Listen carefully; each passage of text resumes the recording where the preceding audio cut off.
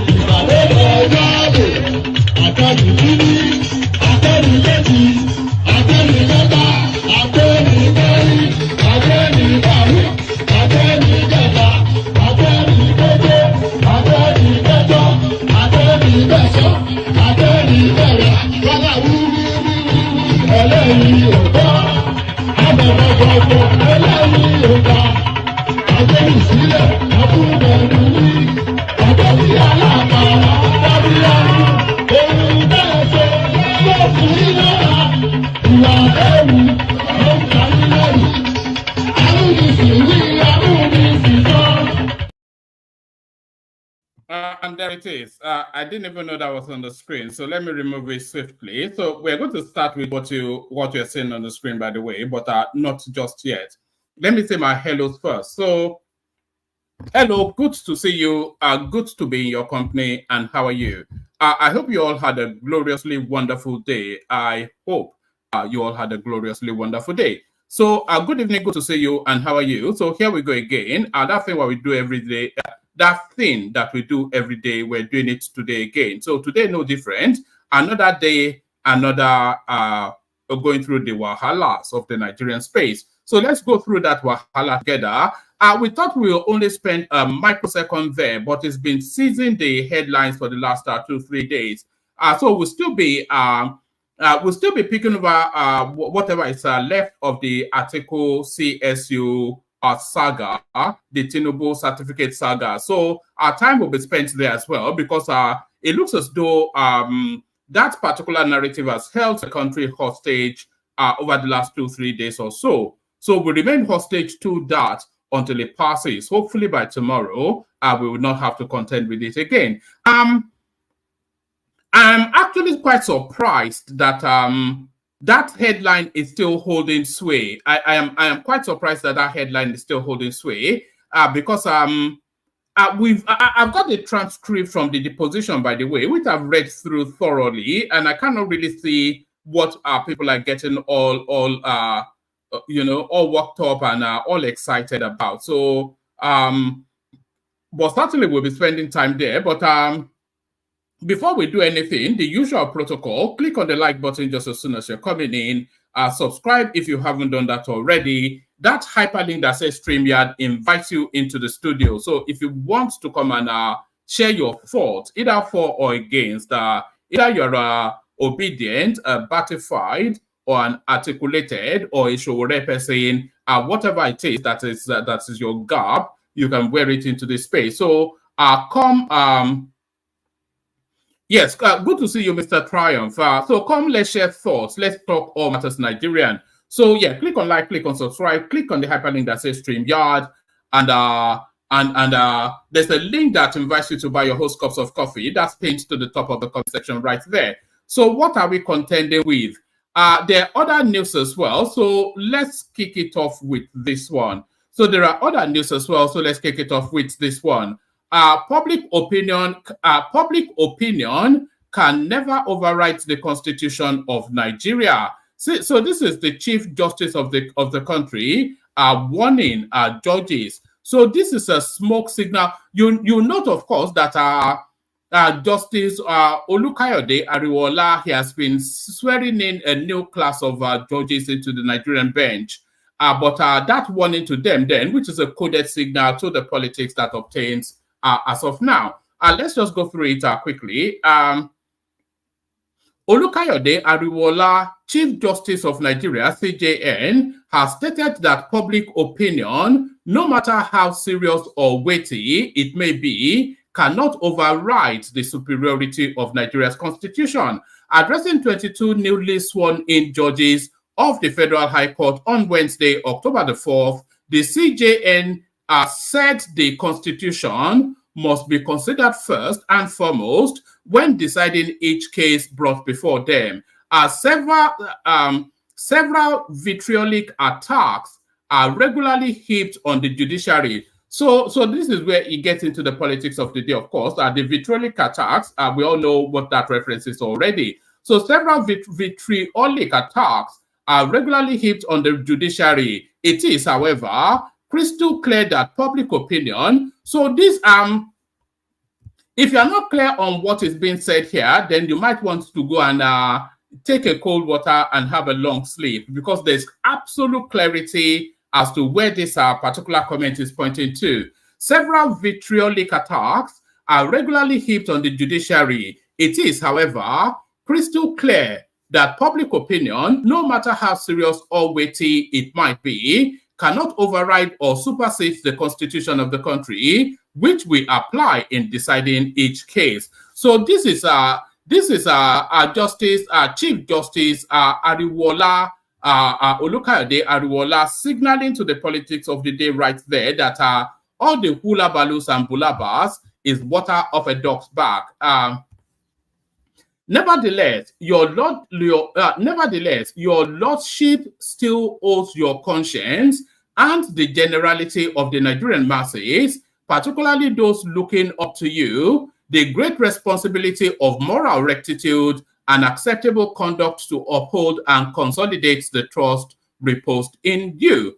Like it is often said, a clear conscience fears no accusation. He who comes to equity, as we all say, must come with clean hands. Must come with clean hands. So your lordships must sever ties with anything that smears your hands and bring you into disrepute. Let's do that again. So your lordship must sever ties with anything that smears your hands and brings you into disrepute.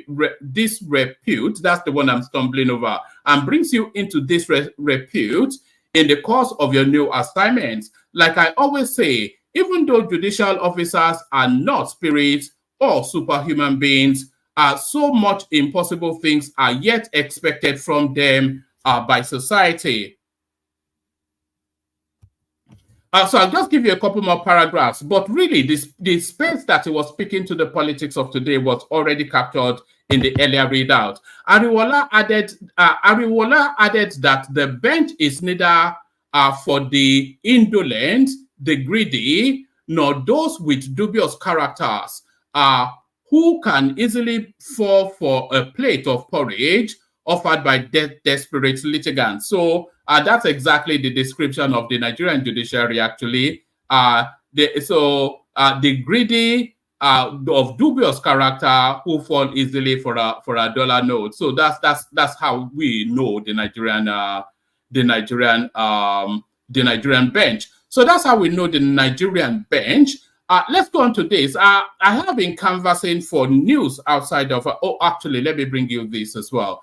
I've been canvassing for news outside of the Tinubu'S CSU Atiku'S saga or fiasco, or however you're choosing to term it, but there's nothing else that catches the eye outside of this particular storyline. Supreme Court fixes dates to deliver. Okay, no, that's not what I'm showing you.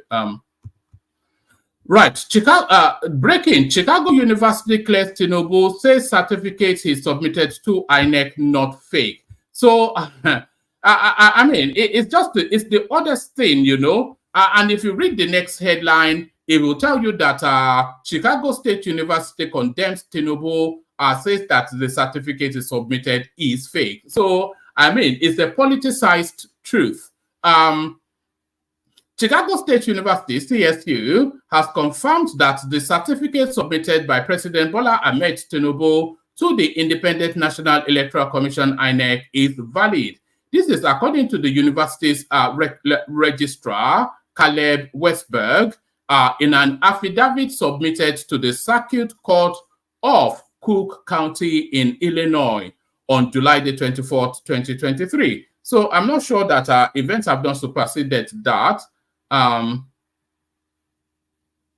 It confirmed the certificate and that of the 1999 it presented to President Tinubu on graduation is valid. The registrar deposed as follows. Caleb Westberg, first being duly sworn, states that if called to testify in this matter, I am over 18 years of age and could competently testify as to the facts contained herein, and do affirm as follows. I am employed as the registrar of the Chicago State University and am authorized to submit this affidavit on its behalf. Bola Ahmed Tinubu graduated and was awarded a degree by Chicago State University on June the 22nd, 1979. Chicago State University provided a diploma to Bola Ahmed Tinubu and subsequently provided a certified or official copy of that diploma. Both are valid and authentic diplomas of the Chicago State University. There are certain differences between the diploma and the certified copy because all diplomas are signed by the current president / board chairman. There are also differences in the font and seal on the diploma versus the certified copy because the university updated its font and seal after the diploma was issued. The difference in the date of the award on the diploma versus the certified copy is likely the result of human error. The graduation date on the certified copy is typed in manual by a person and can be inaccurate. In the United States of America, institutions of higher education often consider the diploma to be a ceremonial document. So I mean, I'm not sure how many more times we need to be told that. The official records of the Chicago State University reflects and verify that Bola Ahmed Tinubu graduated and was awarded a degree as stated above.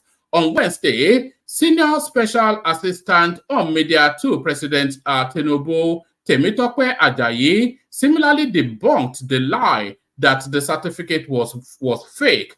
Ajayi on Twitter said that CSU affirmed under oath that Tinubu attended and graduated from the institution and that the school does not handle replacements for lost certificates. He said there was no truth in the forgery claim, adding that no person can forge a certificate he already has. So that is where we are in this narrative, of course. Ajayi wrote, we should be clear, in the deposition made by the Chicago State University, there was nowhere the university said the certificate presented to INEC by President Tinubu was fake.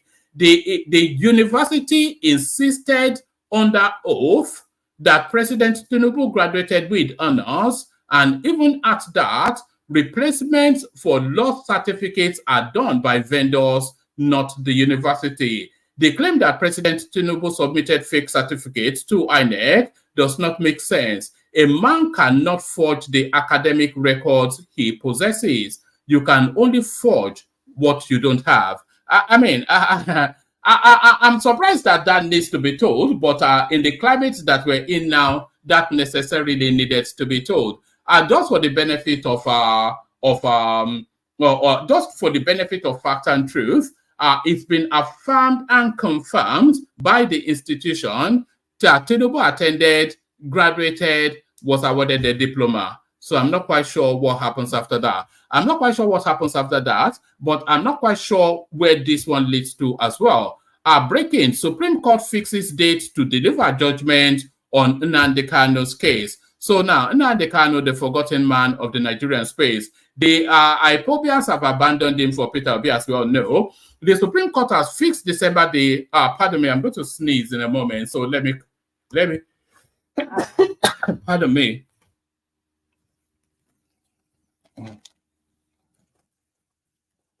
Oh, and by the way, there's plenty of space in the room for anybody that wants to hop on. So hop on so we can wrap a conversation around you.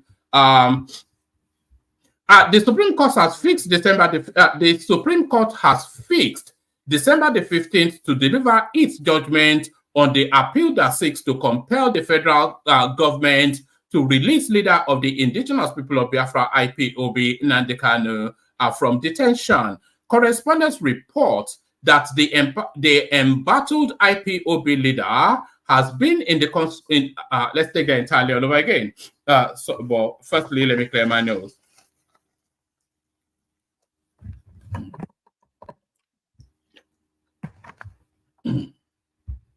The Supreme Court has fixed December the 15th to deliver its judgment on the appeal that seeks to compel the federal government to release the leader of the indigenous people of Biafra, IPOB, Nnamdi Kanu, from detention. Correspondents report that the embattled IPOB leader has been in the custody of the Department of State Services, DSS, since he was apprehended in Kenya. A 5-member panel of the Apex Court, headed by Justice Kadirat Kekere Ekun, okayed the matter for judgment after counsel for both the federal government and the detained IPOB leader adopted their final briefs of argument. While the government was represented by a team of lawyers that were led by an acting director of civil appeals at the Federal Ministry of Justice, Mr. T.A.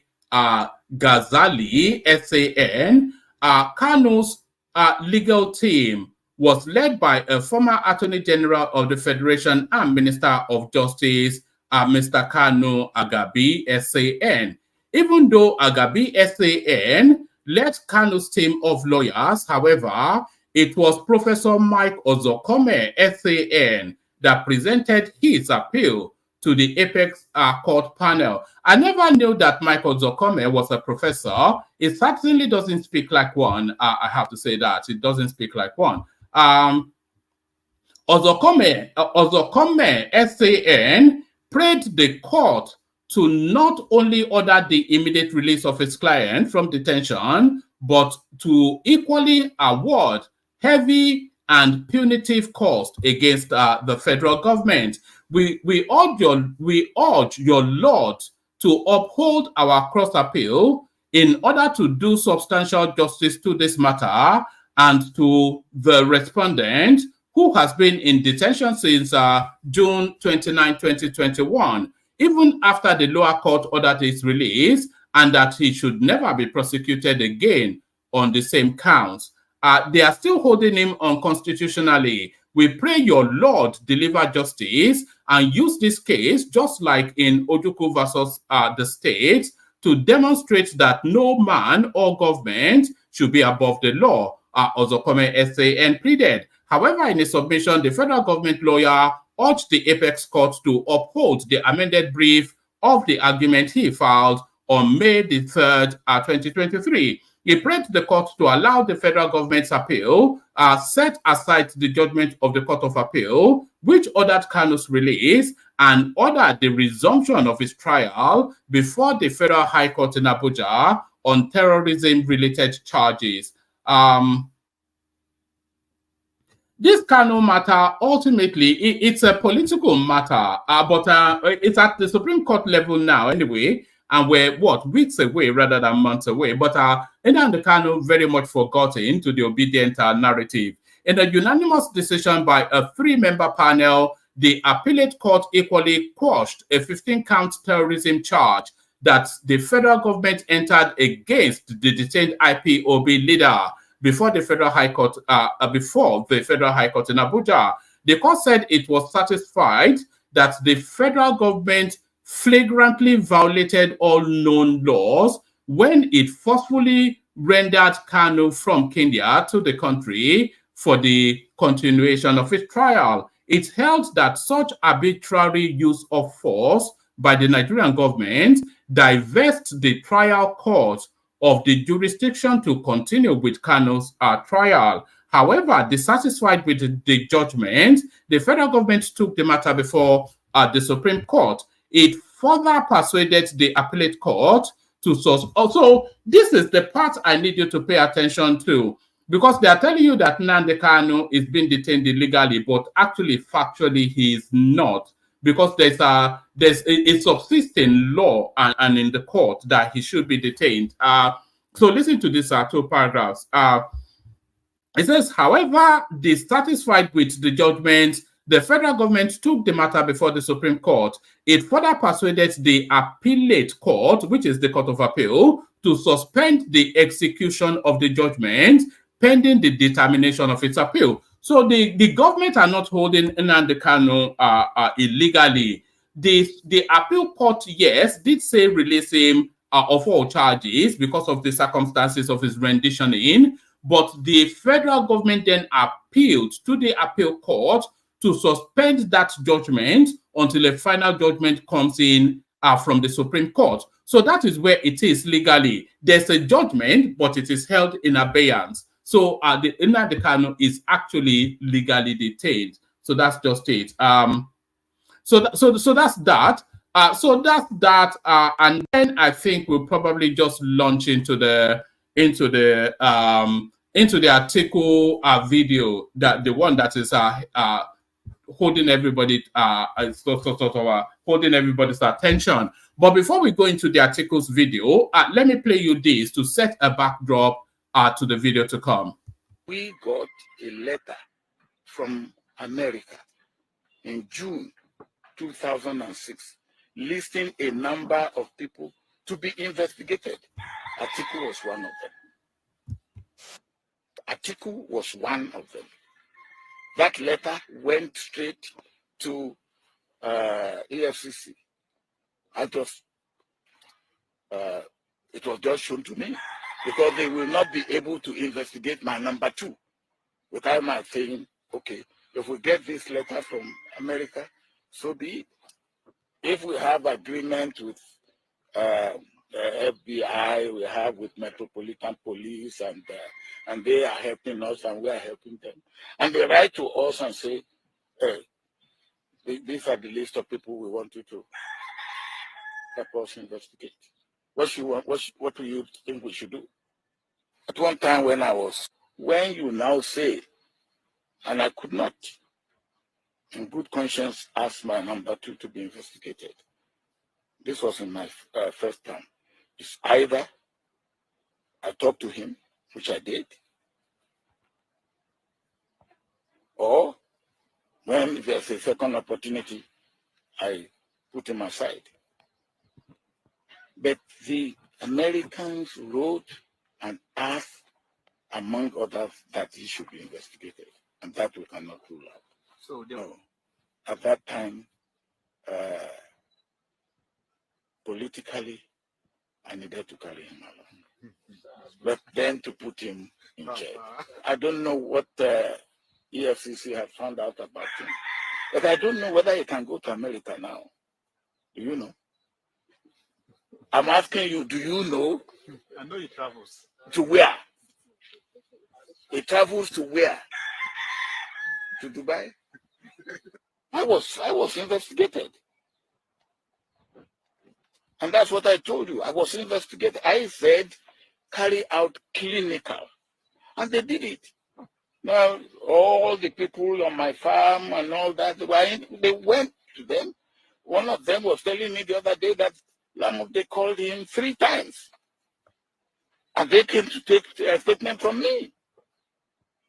And they even made sure that they did not submit that report to me. They waited until I left and updated their report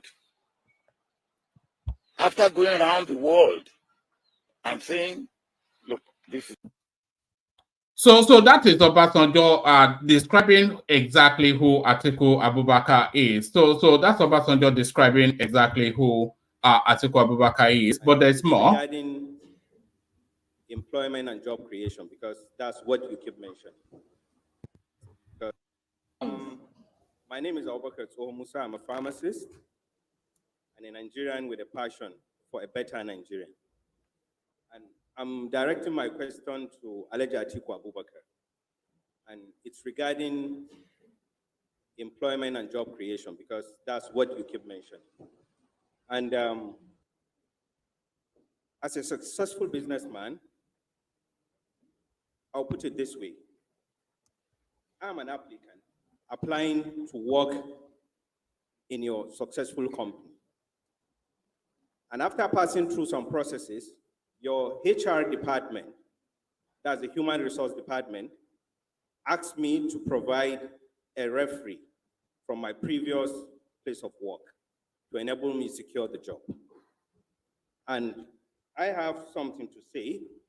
This is the response of my employer, whom I've worked with for the past 8 years. And this is what he has to say, and I quote: his propensity to corruption, his tendency to disloyalty, his inability to say and stick to the truth all the time, his propensity for poor judgment, his belief and reliance on marabout, his lack of transparency, his trust in money to buy his way on all issues, and his readiness to sacrifice morality, integrity, propriety, truth, national interest for self and selfish interest. My question is, if my previous employee forward this reference to you, will you employ me? So that is Atiku Abubakar, who wants to be your president, who is telling you that somebody is not clean and morally upright enough to be your president. After Abiola's emergence as the candidate of the SDP in Jos, where he asked me or rather instructed me to step down for MKO Abiola, I did.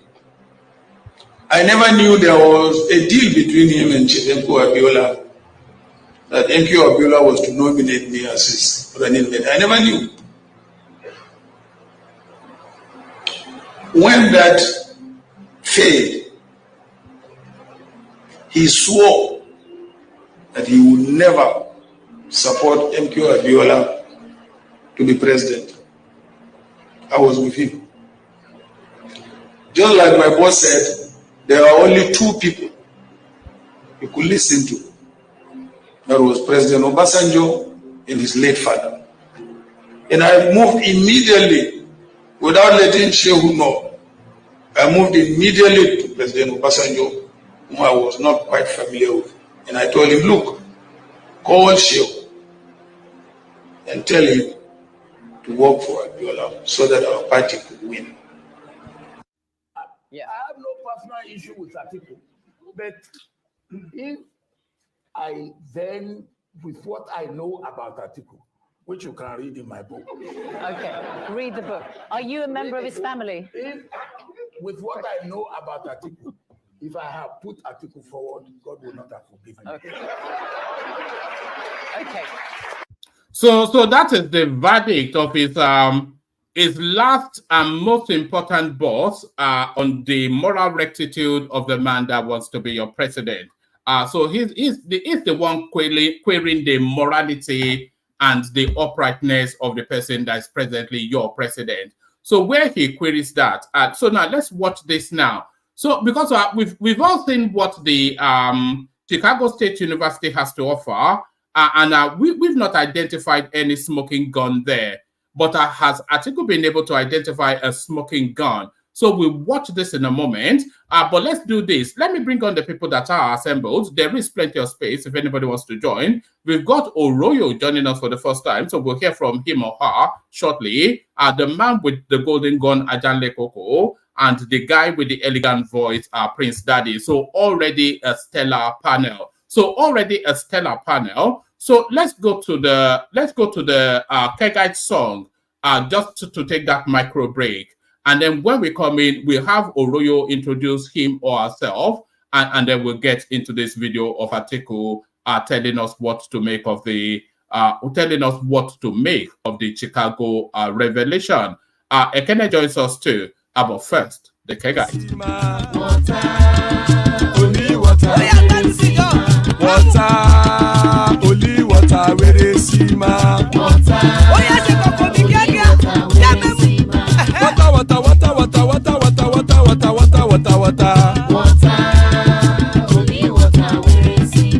Hapa o naido. Hapa o naido. Hapa you don't come o. Hapa o naido. Hapa o naido.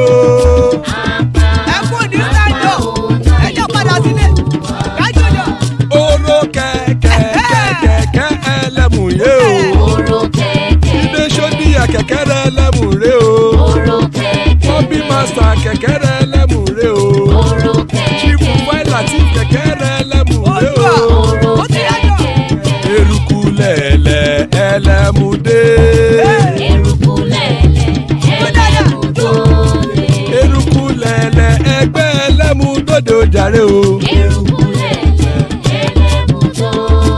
Eruku lẹ̀lẹ̀ Ghana ti dé ẹgbẹ́ bọ́dì o. Ọmọ ẹlẹ́yẹ ẹyẹ o ó dilé o. Odúyẹ̀lá ẹyẹ o ó dilé o. Petrosonama ẹyẹ o ó dilé o. Petrosodúnkẹ́ ẹyẹ rẹ̀ ó dilé o. Ẹlẹ́kọ̀ ọ̀run mú ìní o.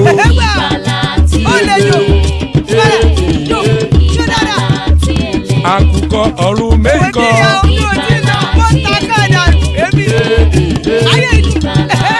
Ikú kò ní ríwà gbéṣe o.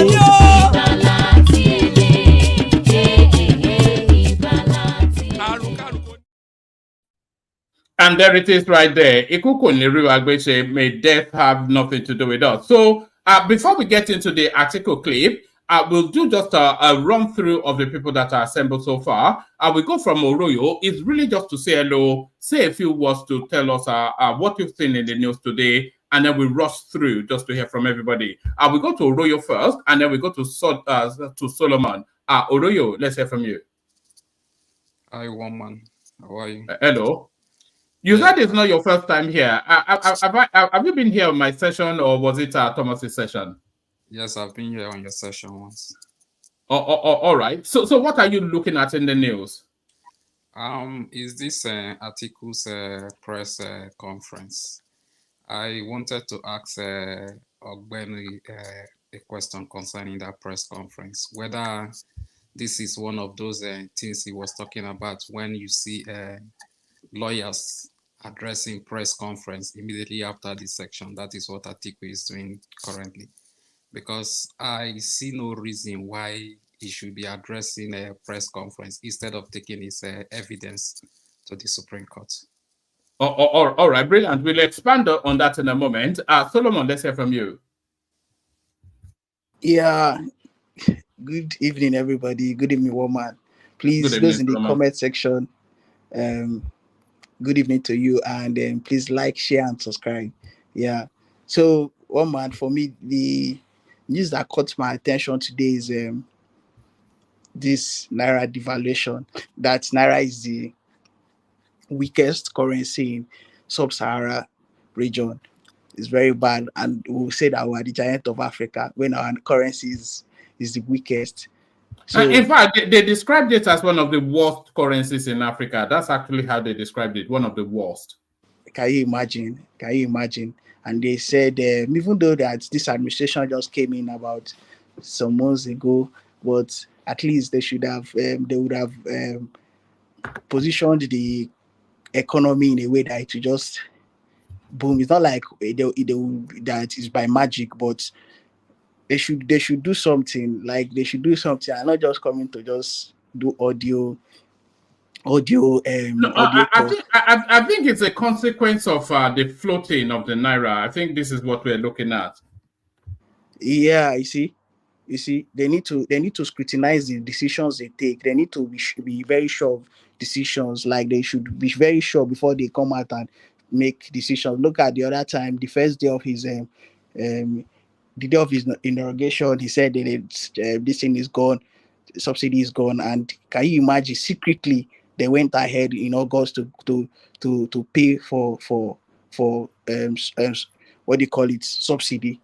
Who is fooling who? You know, these people are just fooling themselves, not Nigerians, because the people already know. Like, I think I have to believe these people when they say that this will anything good come out of APC and this new administration. But well, let's just see what high is going to be. Are you already concluding that? Yeah. One man. Yeah. Oh, please see. Why is it that many Nigerians? Hold on, USA. I want to answer him, please. Many Nigerians don't understand how the system works. If you pay attention to international bro, it's not about this subsidy. Hold on. Let him before you don't go and use what people have already said that they will do, and when you don't know the oil price has went up, so they want to make sure that the amount remain on that 600 instead of going up further. So the other balance is the one they are paying as subsidy. So it's not that they are paying subsidy for everything. It's just the other balance of, they peg it at 600 at the pump. But they're still paying subsidy. That's the thing, though. They're still paying subsidy. Yes, for the, oil price recently went up more than, I think, $90-something. So they have to. If not, nobody will be able to afford it. It will be at least, if you said, let's allow market force to take place, it will be at least 1,000 per gallon or whatever. Let me just continue what I was saying. This speaker he just want to is no, he's in Nigeria. Is in Nigeria too, by the way. UFC is in Nigeria too, but but he's a strong Tinubu supporter. That is why he's coming here to defend this thing. So what I was saying is that See, this this man is would not have. a bad No, thing. no, That's hold on, USA. No, no, let him land the point, and then I'll take it round quickly. Yeah, Solomon. Yeah. So what I was saying is that APC, Tinubu, and his people should they should be sure of. They should not just come out to just say things to impress people, because the people are not really. But it's the action that will impress the people, not the words. So, and this subsidy thing, whatever reason he just gave, yeah, is a very tangible one. But at least they should have done better before he removes it. You should have make provision and all that. So yeah, one man. That's what I just have to say. All right, brilliant. Let's hear from Mr. Triumph, who I'm not sure we've met before. Mr. Triumph, good to see you. I've seen you on Kaizo's and all over the place, but now we meet formally. Yes, good evening and good day, everyone.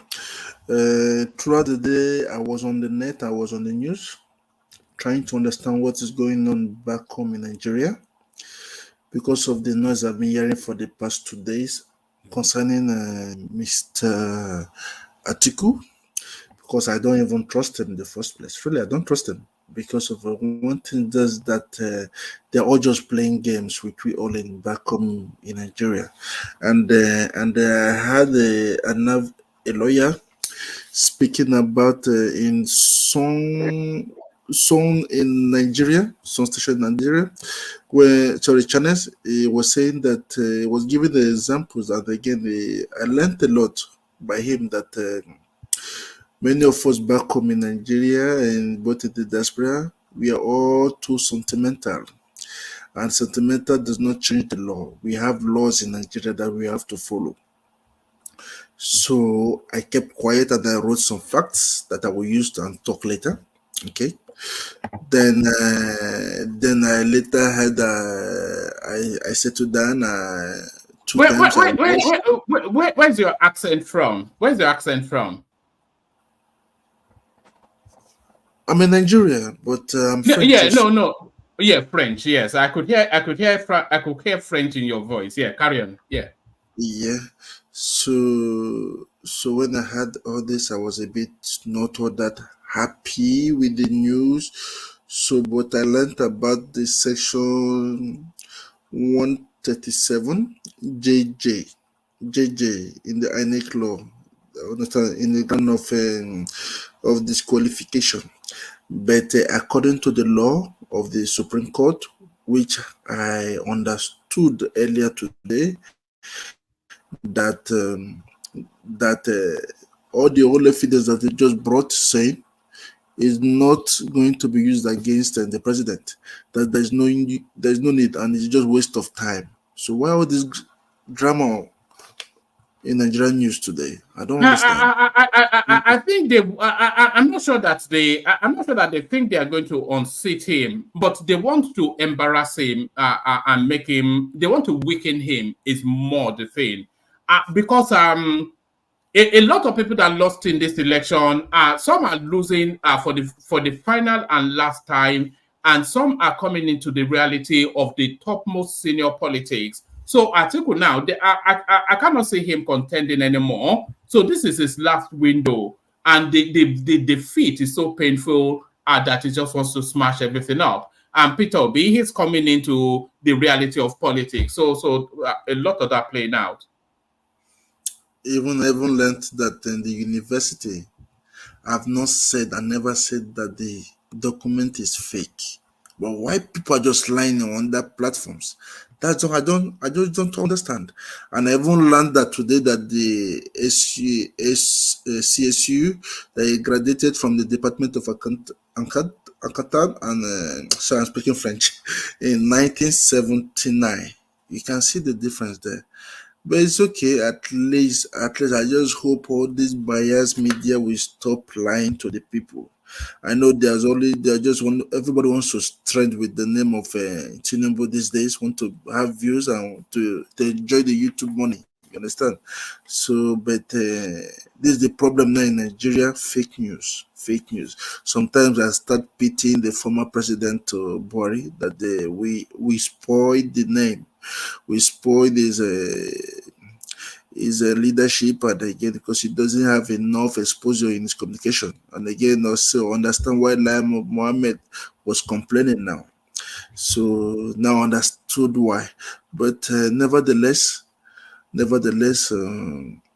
we are still waiting. We're just waiting, but it won't change anything. It won't change the outcome. That's just it. It's just a bunch of disgracing the whole country as a Yes. whole. And, yeah. And again, I don't like when people speak bad, negatively of our dear country, our motherland in Nigeria. And this is the long await. All right. Hold the rest of your thoughts. I'll still get back to you. It's just really to note your voice out for the benefit of. Let's go on from you, Triumph, to Solly and hear a few words from him. So, Solly, unmute. Yeah, I wanted to interject when Solomon was talking about, APC government. But when UFC interjected, he said it's because he's supporting Tinubu, that's why he's stating a logical fact. But see, first of all, before I begin, I'd like to report one man to the audience. I always send one man content, news, but one man does not post anything that I used to send. One man does not post any topic. Why, please, one man? Yeah, because you don't send the exciting stuff, Nina. I'll send the exciting stuff. Let the audience judge. Let the audience judge. You can tell them that it's me that sent it, and if they don't like it, we will not post it again. I can send one man like 20 topics in 1 week. One man not post anything. But all right. Carry on. Maybe Solomon, you are an Atiku supporter, but see, I'm looking at Atiku as, where is this guy coming from? Why is he doing all these things that he's doing? We've said this thing from the very beginning. He should have stepped down for Obi. I've not changed my mind on this. He should have stepped down for Obi for that PDP ticket. And yes, will I say I'm a Tinubu supporter? I'm just a common sense supporter. Obi, I'm sure of it, would have beaten Tinubu. I'm sure of it. If he had PDP's full support, because APC were not in good light. Even the way Obi is behaving now, so it's starting to seem like, it's Tinubu that sent him against Atiku. What Atiku is actually fighting for is his money, the money he has spent on his campaign. The last time he did campaign and lost, they gave him that money. He now feels entitled to collect that money back, and this government is not going to give him a dime. He behaves, this is how him and his family behave in UAE. You will see his children with all the money that they've stolen from Nigeria, driving around with Rolls Royces. They behave like they're Arabs. I'm telling you, when you see them in Dubai, they behave like they're Arabs. They behave like have you seen them in Dubai? Atiku's children. Right? I've seen them. Even me in Dubai, I drive Ferraris, I drive Lambo, so I meet all these people. We see them in clubs. We see how they behave. They behave like they are not Nigerians. They behave like they are Arabs, and we are below them. We are beneath them. They even treat their house help like shit. So I know how they behave. This guy has ego. This guy has entitlement. He's bringing all that, and he's coming to Nigeria. He's like, why are these people treating me like this? He's feeling like he's a god. He thinks he's still in Dubai. So he's not coming there to fight for any Nigerian. He's not coming there to come and help any Nigeria. As vice president, for the fact that the president had to, how can a president be trying to stop his own vice president from stealing so much? This guy stole 10 years of Nigeria. 10 years. And he still wants to come and steal more. For who? His grandchildren are driving Rolls Royce. For who? For who is he stealing this money from? And on top of this stealing, he's now coming with an entitled mentality because he feels like you are beneath him. I wish all you Nigerians could go there and see this guy with your own eyes. Not what you are seeing online. See this guy with your own eyes. Then you judge again. This guy is now trying to form alliance. Do you know why he didn't step down for Obi? Because he felt Obi is beneath him. Beneath him. Yes. Because it's just common sense. If he was for the party, if he was for the future of Nigeria, he would have stepped down for Obi. What is there? What is there? Did Tinubu not step down and put Oshibanjo and Buhari there? He could have aggressively tried to get that ticket during that time. You know, and he's not fighting for anything. All this thing is doing is going to Chicago, he's fighting to get his money back. He's trying to push them to a state where they'll just say, okay, take back your campaign money so that you can go and sit down somewhere and relax. That is all he's fighting for. Doesn't care about Nigeria, doesn't care about Nigerians. He thinks you are below him, he thinks you are monkeys. Yes. So All right. All right. Thank you, Solly. Hold fire. Let me go on from you, Solly. Let's go to Prince Daddy. So, Prince Daddy, what you're looking at on your screen is a transcript of the deposition that's now led to all of this bullabaloo that we're getting within the space. I've read it quite a few times, and I've not yet found where the person said that Tinubu certificate is fake or whatever, or a forgery. So what are you making of this narrative that refuses to go away? Or is there anything else that caught your attention, Prince Daddy? Yeah, hello, man. Hello, everyone. With this transcript and all these things about this CSU thing, you would think the transcript or what CSU is saying is not clear. It's a lot of ambiguity in the whole thing. Even on a Rice television, I mean, they're still talking as if, the deposition or what they had to say about the transcript is still not clear. They had still Orgy and of course Rufai still talking about it as if, hey, they need more, they need to dig in more. And it was quite interesting today.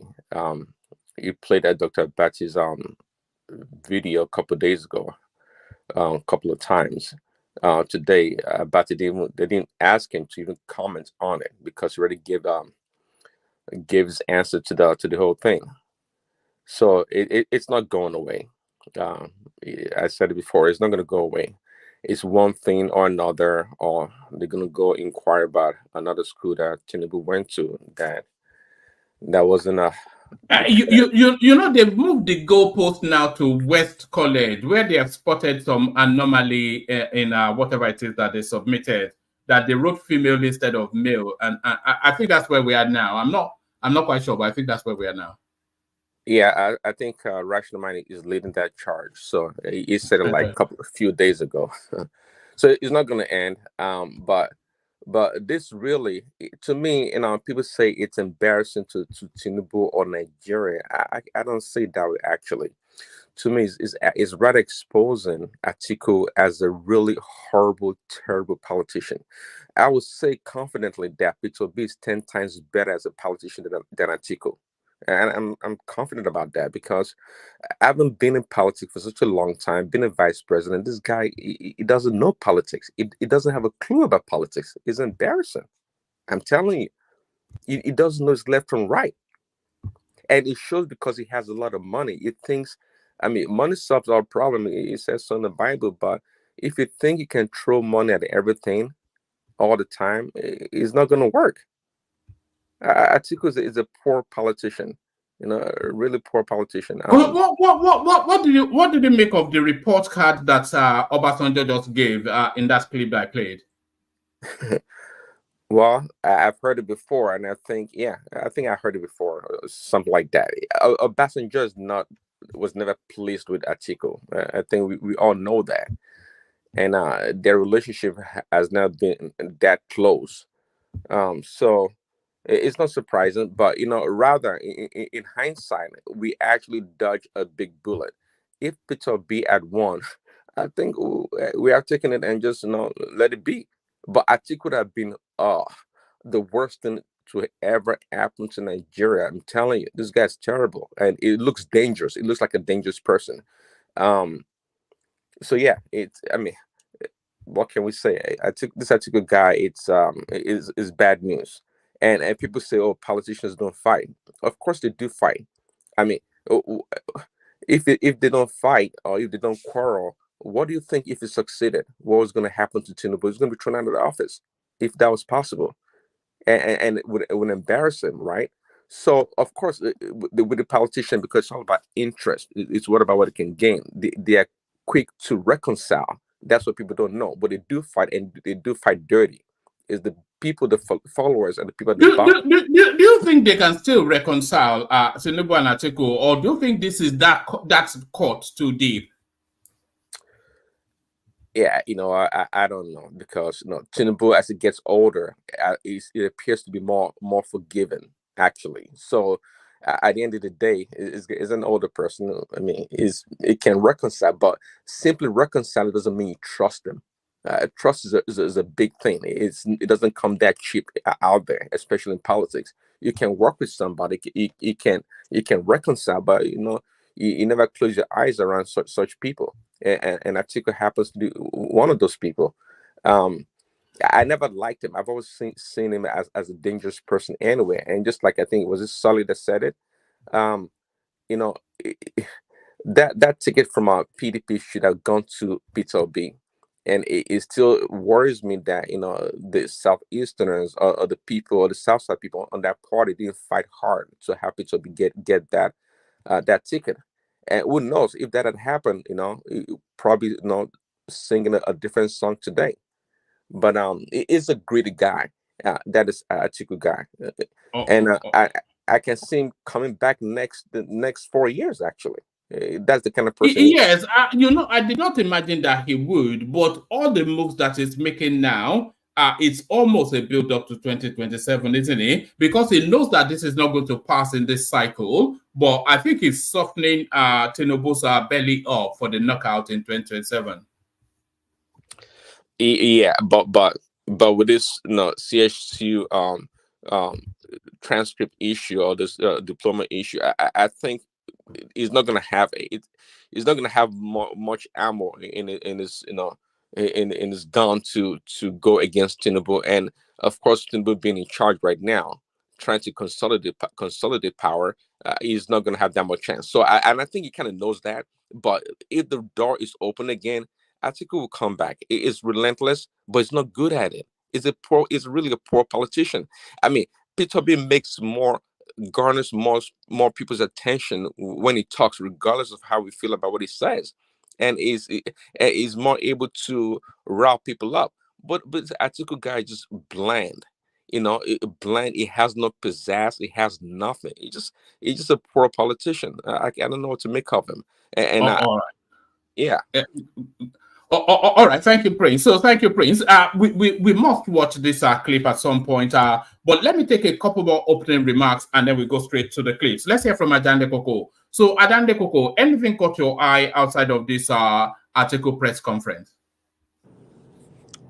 Thank you, Oma. Greetings to our listeners around the world. Click on the like button, share and subscribe if you haven't done so. You see, Atiku continue to demonstrate his how do I describe it? His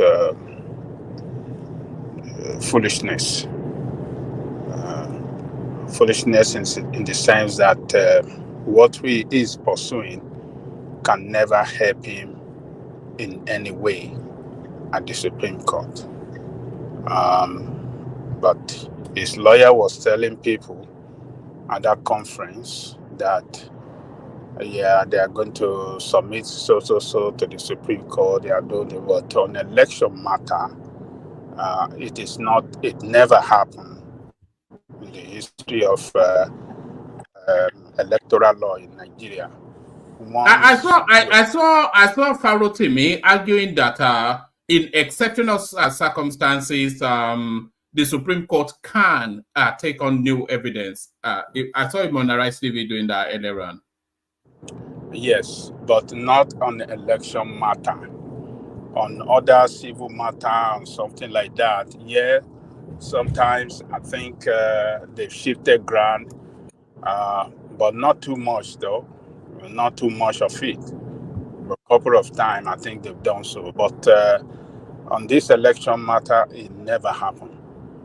Whatever you file, your petition, your prayers, and everything you have, you cannot add to it, and you can't delete anything out of it. So Atiku knows better, but he just fooling people and keeping his supporter, his base together while doing this is what he's trying to do. He wants to continue to keep his supporter together, giving them hope for what is, hopelessness, and it's just the normal way of Nigerian politicians.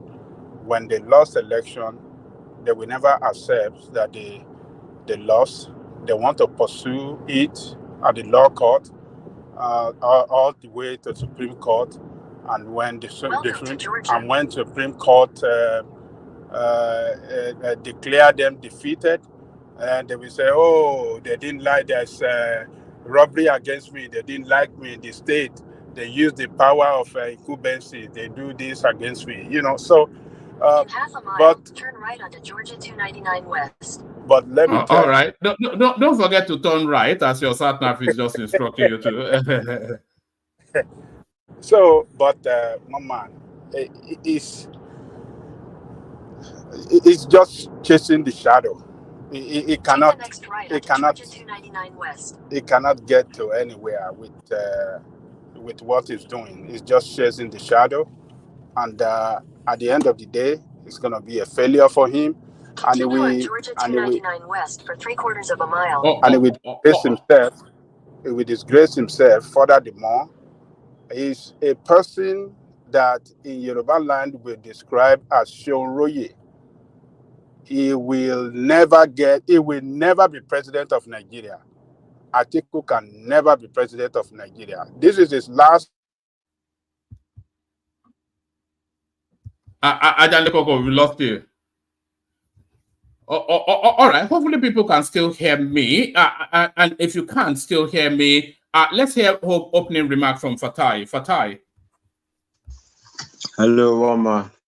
Yes, good to see you, Fatai. We are going to watch the article.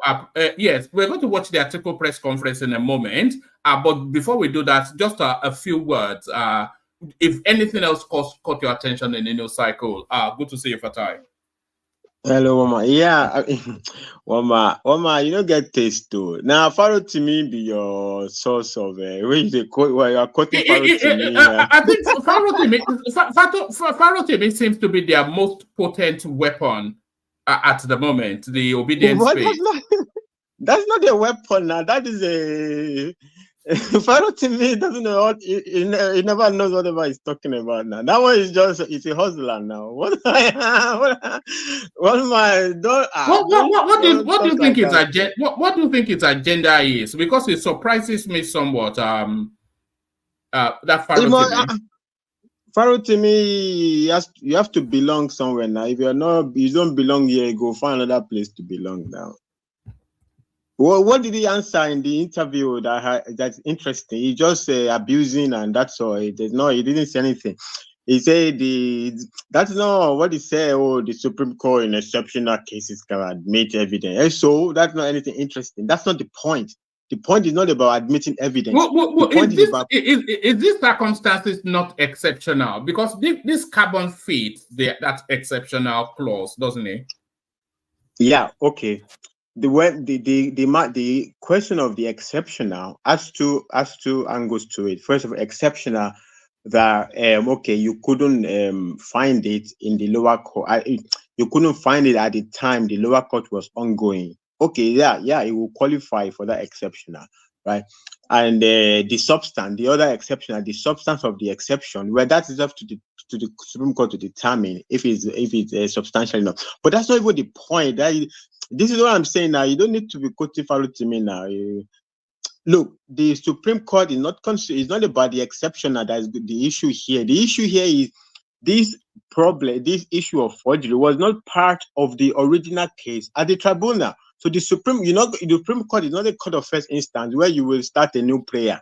You're not going to start a new prayer except if you start a new lawsuit from the first instance. So the Supreme Court is only going to review whatever happened in the lower court. So if this was not part of their problem in the lower court, so it's not going to be the Supreme Court. It's only going to be, nobody cares about whatever is. No, that's like pointless. So is this essentially a court of public opinion narrative? So they just want to. This is just if they embarrass, but if they embarrass him, to what end? To what end? What's the ultimate objective of this whole exercise? They have to hang the narrative on a, what do they call it, sacrificial lamb.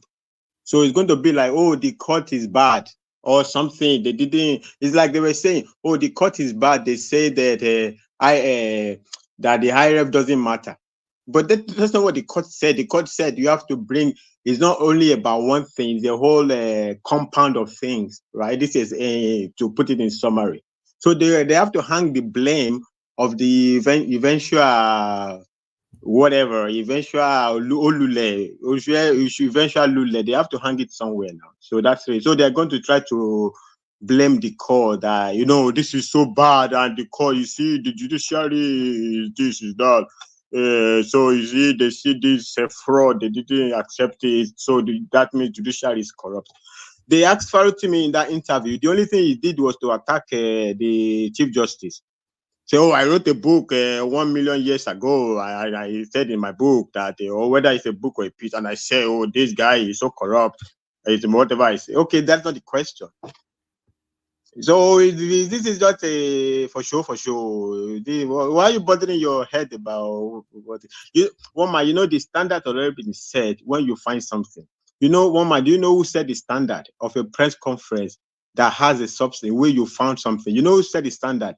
That soldier, the American, when they got Saddam Hussein in Iraq, said, "Ladies and gentlemen, we got him." There was no ladies and gentlemen. Sorry. What are you talking about? No, like Atiku went into the press conference. You mean the?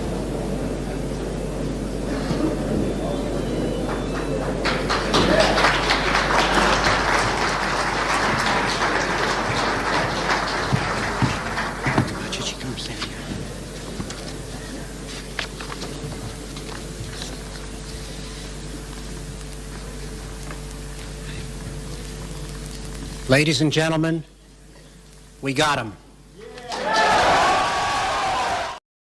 Is that the one? Woman, you too like Wala. Your Wala is too much. Your Bamulas is too much, your mama. When you find something, nobody cares about David Uday is a very impeccable journalist. He has been. The press conference is not about all the youth. I would like to thank all the youths of the world, the ones in America, the ones in New Zealand, and Thomas, who is eating kangaroo. The article was just saying a lot of. Even he didn't even say anything about this thing in his own whatever. He left it for his lawyer to say some. What's your favorite word? One man, gobbledygook. If you find something, one man, this is something that can remove this guy and put you president. That is the first sentence. Ladies and gentlemen, we got it, or we got him, or whatever it is. Or ladies and gentlemen, hey, look at it. This is the hey, put the cameras, zoom it. There was nothing in the press conference. Actually, I was surprised at your title, like explosive. I was like, what is there was nothing in the press conference now. All right, we'll determine that in a moment. But thank you, Fatai. Fatai, for the opening remarks, let's take it in the direction of Ekene to see if he's also still feeding on this article narrative, or if there's anything else. Okay. Well, one man, just I don't know how. Sorry, just half a minute. I don't know how your session will go on, because I will have to go early, because I will have to go do something in the morning, so I will have to sleep early. Actually, what even prompted me was Eze's remark, the backdoor subsidy. I don't know, one man, why are you allowing? Don't one man give you anybody that says that backdoor subsidy should provide the evidence now. The evidence is in the pricing now. The pump price of petrol at the Nigerian stations, it doesn't track the international price of. Yeah, but one man. Why will he track international? What does it have to do with international whatever? If they floated it, then it would. What do you mean they floated what? They floated crude oil prices, or I mean there are two things: crude oil and petrol. They are two different things. If they've removed subsidy from petrol, and petrol is a derivative of crude, and the price of crude is going up, and the price of petrol at the pump stagnates. So what happens to the differential? Okay, as the price of crude is going up, is the price of petrol in America going up correspondingly with it? They are going up together in the UK. Or is it only in Nigeria? Is it only in Nigeria that as the price of crude is going up, the pump also must be going together? Only in Nigeria, or is it the same way in America? Okay. So why is that? Because we had this conversation a few sessions ago, and the price of crude then was there was a somewhat of a 30% difference from one month to another. But the price of petrol at the pumps, it did not go up. That piece by Reuters, as it was a question. He said the 30% increase in crude price, but there's no corresponding increase. It's not an analysis. It's just like but why is that? Why there's no corresponding? There doesn't have to be. Why should there be is the real question. Why should there be? Okay. So who pays for that differential? Who pays for petrol is a derivative of crude, and the petrol at the pump, PMS as we call them in Nigeria, petrol really we call them. It's not being subsidized anymore. That was the infamous subsidy is gone. So now, if it's not being subsidized anymore, then it should. Then if that means it's been surrendered to market forces. So if there are movements in the market, why is there not a correlation in the price of the crude market? Every nation has strategic reserve of about 3 months. Even that, thank you, Baba. That one is even there. That one is even another story. That one is even there, which plays a very significant part in the eventual price of petrol. There's a whole lot of things, not just. There's so many 1 million things that goes into affecting the eventual price that it's so. One might look. Here's the thing. You have a good show, right? Don't let the people use it for misinformation or whatever. There is okay. Let's unpick it. Because they've not come out to tell us, because that story was subsisting a few weeks ago, but they did not come out to give any form of explanation. So let's see what we all agree on. Is petrol PMS, is it a derivative of crude? Of course. So also is a grease. All right. No. Stay there. We're only with petrol at the moment. So petrol, PMS is a derivative of crude. As the Nigerian government removed subsidy from petrol. Yeah. All right, brilliant. What they call subsidy, they removed it. All right. So if they have removed subsidy from the price of petrol, that is to tell you then that whatever the cost of petrol is to get it to the pumps, that is how the pricing will reflect at the pumps. So but they already jacked up the price 2 times already now. Yeah, but they jacked up the price. What are you doing now, Fatai? It's one man. Listen. Take for instance that of AGO, which we all call diesel. What did the government do to help that sector, that product? They removed the VAT. That is kind of social intervention. Yeah, you can even give a tax incentive to the people. You don't need to pay them money for any subsidy. There are One man, about seven, like seven, one man, I said it. No, no, Look, no, I raised no, it. but they've not come out to say that they have done that. Why should they come out one to man. They say don't that? need to do anything. One man. Sorry, Baba, No. A No. hot topic situation. One man, Look, one man. No, they're subsidizing But petrol. if you want Mansile, I will address it for him when it's my turn. No. I will just say this and leave it. One man. There's no need to insist on what doesn't exist. Okay, even Tinubu in the address of the 63 whatever, he still continue to emphasize there's no subsidy. I have removed this corrupt whatever. In America, he said it emphatically have removed. So why is he insisting that they are paying it, right? So one man, petrol, whatever, is not like Panla that every day if you go to the market today, so if the international price today is yesterday, it could be $80. Today is $85. So then today, immediately the pump price also must reflect that increase. It's not like Panla that you go to the market and say, oh, Baba Molika, you gave me 1,000, I went, it's now 1,200. I come back to take 200 and I go and pick it up.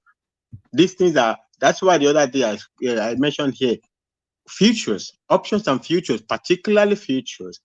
You buy the petrol, you will sell 1 year in advance, gone, you feel order and down. So it doesn't whatever. I think the problem we're having here is that day I was talking about it, Patoski came in to put a question. It's not that I don't know what he's talking about. I knew what it was, but he didn't wait to. He knew that. I don't know why he came to do. Right? That cannot defend that what he was saying has anything to do. He didn't. I don't even know. I think he didn't even understand what he was saying. That's why he moved it on quickly. Look, but I just wanted to. I think that should be a challenge to every claim, right? So people can't just make a claim that has no backing. Where is the backing? It's only a fictional thing in somebody's head that is backdoor subsidy, right? Where is the proof? Even the whatever they are saying is backdoor, they say is 169 billion for 1 month of August. No, that was a nonsense because I don't even in none of the ATS of Buhari, I don't even think he paid that in it's so ridiculous. It's not a joke. So that is the only proof that is there, and that is just some concocted stuff by some PDP guys. It's just to embarrass the government. So if there is a proof, if anybody has a proof of backdoor subsidy, let them provide it. Otherwise, they should just calm down. Thank you, Omar. All right, brilliant. Stay with us for as long as you can. I still want your thoughts. We watch this clip and then, but let's hear from Ekene. Ekene, we were just wanting to see if anybody noticed anything else in the news outside of this article clip that we're about to analyze in a moment. One man. Thank you, everyone on the platform. Yeah, well done. Lafiako? Yeah, I did fine, man. Do you know Bawoni? Do you know Bawoni? If I say Bawoni to you, what would you say back? Bawoni? I don't know, unless if you want to teach me, one man. Because I accuse me to play Yoruba. Yeah, that means I'm very well. All right, to you. Let's hear from you. Yeah, one man, nothing too much, just that I took time to listen to the press conference. But before then, the what got my attention most was the buzzbuzz that went on between Dele and that APC guy, because it was a buzzbuzz interview. So, but for me, you know, Dele is a man that I always respect, regardless of who want to disregard him here. He's a man of honor. So it's not because of P2B. The man has been steadfast right from the day I knew him. So, and the opinion he set out today was not because he was supporting P2B. It was opinion that he has been laying down since even before the concept of this election period. So I respect him for that. So, but for me, article of a guy, the press conference didn't impress me at all, because I never, even though I supported him for once, I voted him for once in 2019, but since the issue of PDP and all that, I've already forgotten them, because what he did most today was just like trying to play politics. He's trying to make people like, if the obedient to understand it, for him to, as in for the obedient to show more sympathy to him, maybe bring them, use their narrative to fight his cause and all that and all that. So even this cause he's fighting, I believe he's able to get this far because of the voice of the obedient that surround him. You know that. Yeah, you know, if it wasn't for the obedience, we would have long forgotten that we had an election. They only energy, they are the ones still with putting the energy into that space. If it wasn't for the obedience, everybody would have gone home. Yeah, obedient was giving him the energy. So, and he's enjoying it. So that's why the first people he was able to commend was the youth. People come and join me, one person come and join me, and all that. So I was waiting for him to bring out those facts by himself, but he didn't. He put it in the hand of his lawyer to do that.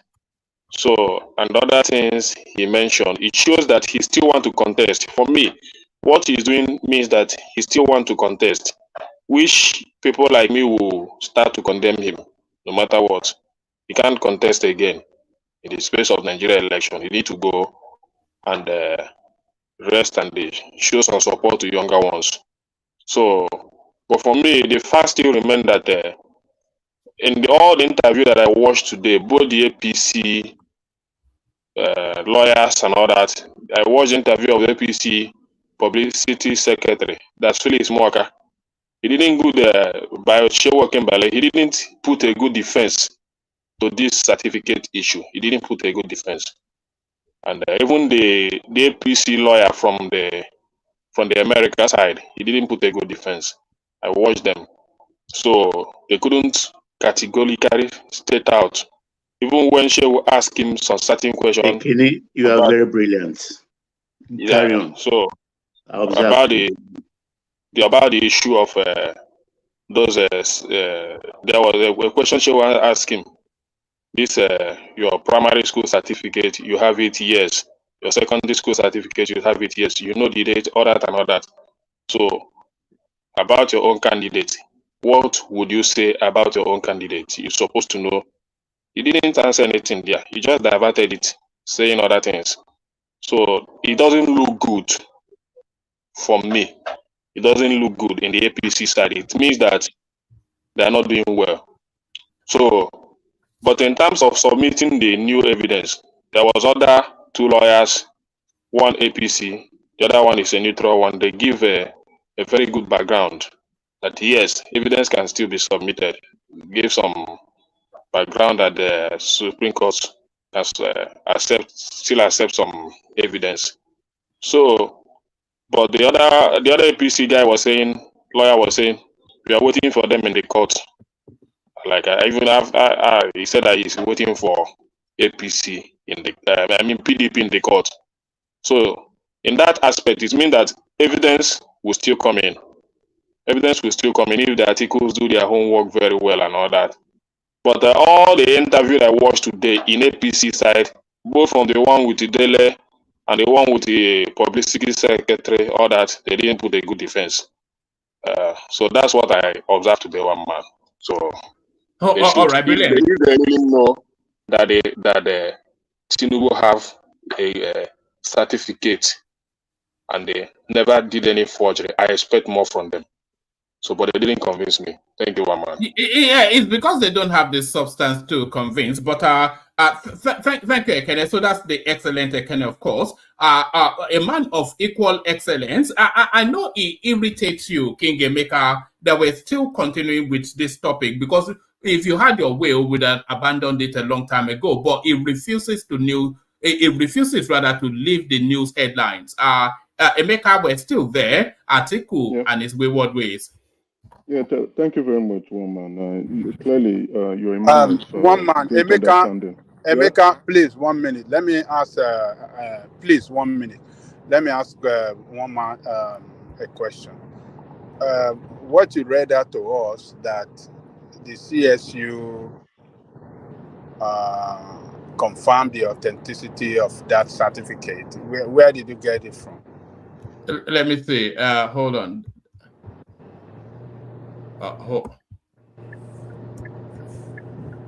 It's from a platform called Intel Region. It's from a platform called it's a deposition that was and it goes on to show you the deposition. So this looks like a sworn affidavit by this Caleb, whatever his name is.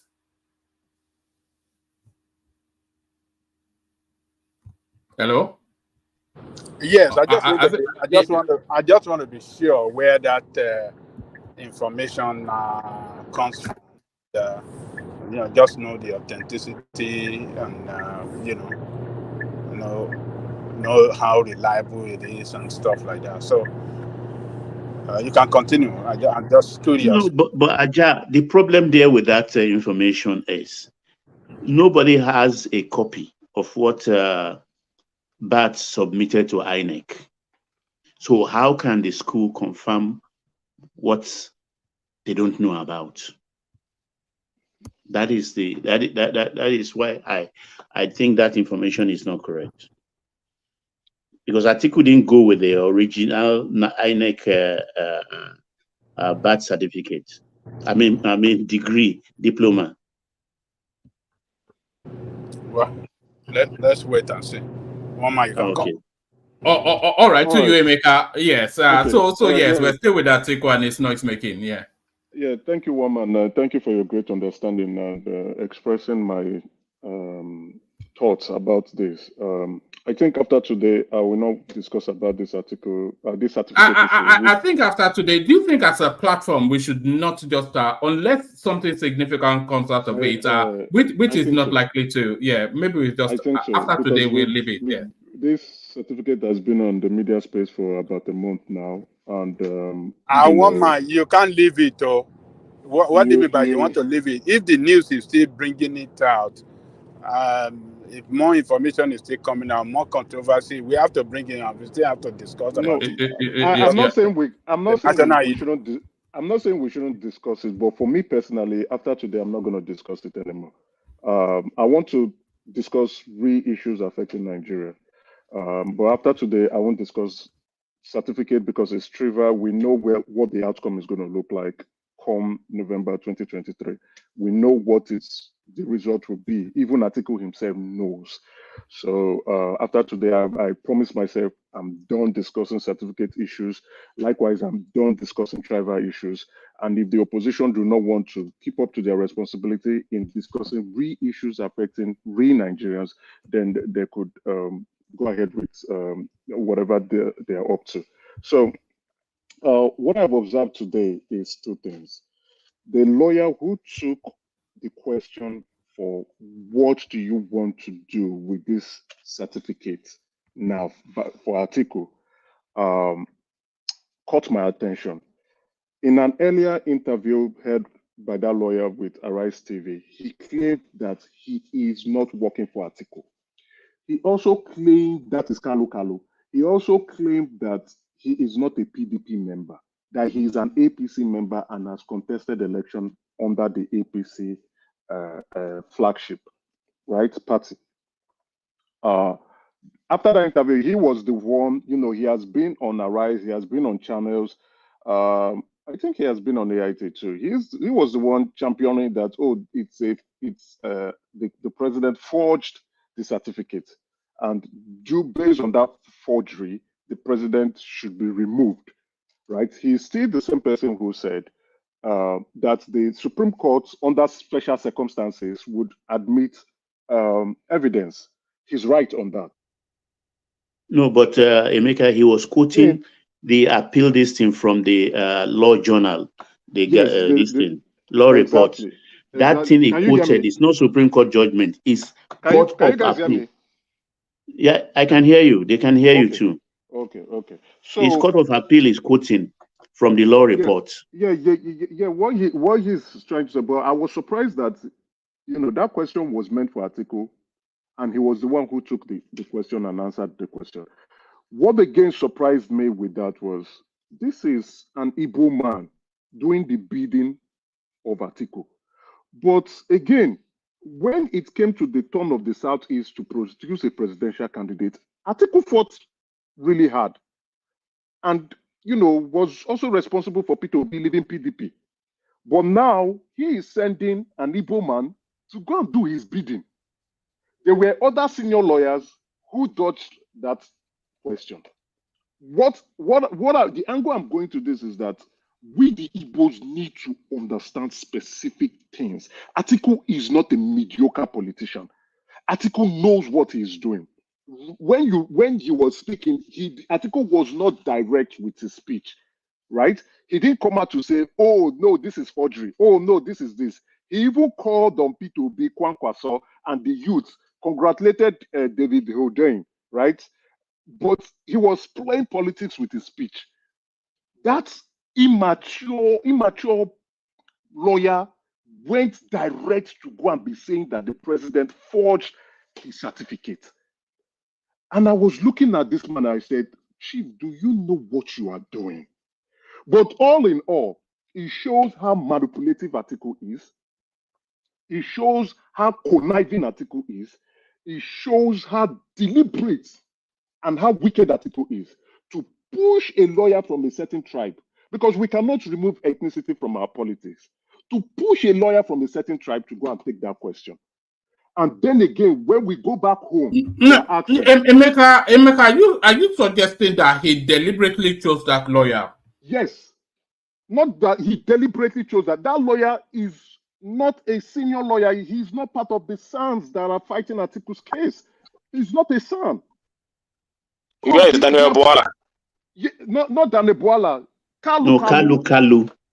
No, I say he would have used Daniel Boala now. Exactly. Why didn't he? Because these guys are more politically mature. And do you remember ABN Kalu in 1993? Exactly. So Atiku keep using the Igbos. Boala is studying his PhD in London presently.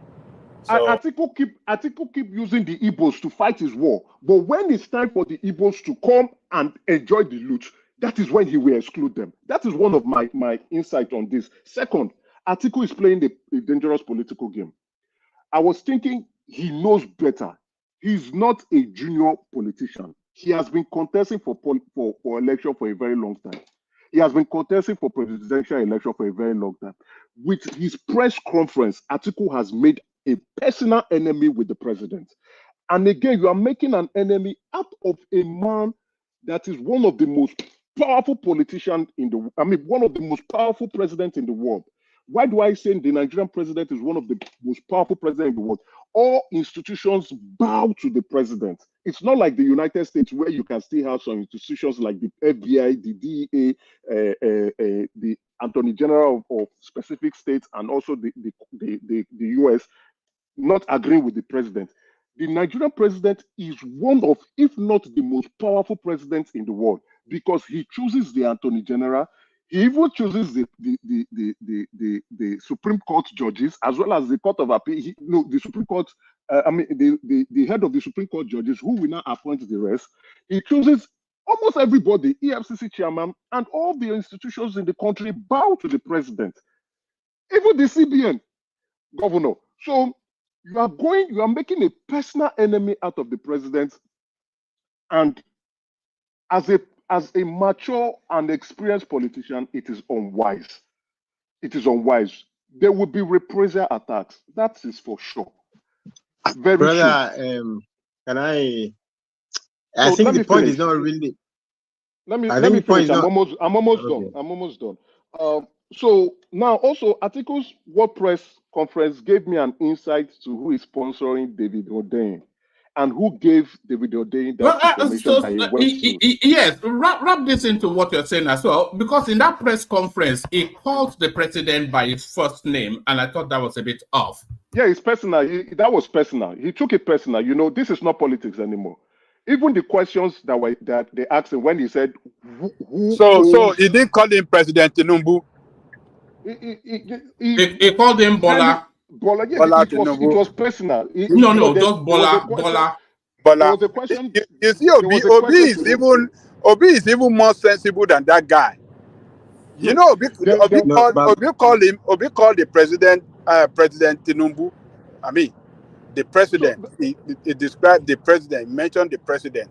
You know. I don't have much time, right? I would have gone through many angles. To him, it is not personal, and he has made a personal enemy with the president because the questions they asked him, he gave personal responses to those questions, like the 2007 election where he contested other ACN, and he said the Muslim ticket was one of the reasons why the president abandoned him and went to support Yaradua, right? And that also he told President Olusegun Obasanjo not to take Lagos. He made personal remarks on that World Press conference that he gave. So it's not personal. That's why I said there will be reprisal attack coming for him. They asked him, "Are you not afraid of your business interests?" He said the government has taken off his contract. He's not worried about it. They were personal things. These comments were personal. All right. Hold your thoughts on it, because we'll play it for the benefit of people who may not see it, and then we'll wrap the conversations around it. But a couple more words, and then we hear from UFC, and then we hear from Baba, and then we hear from Foley. Yes, to wrap up, now I know who gave the information to David Hundeyin to write that publication and who is sponsoring David Hundeyin, because now he's also clamoring, trying to bring in the youths, trying to gain their support, congratulating David Hundeyin. But now the other angle is I now know who is sponsoring him behind. Okay, so to finalize on this, that what like I said, after today, I am not talking about this topic anymore. It's trivial to me. It's going to be a waste of my space. Once, maybe if we have time to do the monologue, I want to speak on real issues, and that is what I will be dwelling on. The certificate issues amount to a waste of time to the general public, in my opinion. It will yield nothing. The president is not going to lose the Supreme Court case. He's going to be reaffirmed by the Supreme Court judges. And as at that time, after November 2023, then we will start to see actions. Koboko, From the president. The Koboko will come out properly. So because it's not personal, it's not personal. It's not politics anymore. This is personal. And I also Atiku, even in the north, Atiku has always had the reputation of being a treacherous sort of a person, very untrustworthy, a real backstabber. And that was why Kwakwanso did not want to align with him during the election. Exactly. Yeah. And it hurts me. You are using the Igbos to fight your war. But when it's time to share the goods, you will not tell us that it is your turn to rule. It is painful, because what he's doing is detrimental to us, the Igbos. Why should an Igbo man take your own personal question? They asked you that question, and you decided to give it to an Igbo man to answer the question. And the man went and was going out and was calling the president, one of the most powerful presidents in the country, a certificate forger. Jesus Christ. I am done. Thank you very much. All right, brilliant. UFC, Mama, can I have a selection, or you have to move on? No, I want to move on. Yeah, if it's just a micro, I'll make it quick.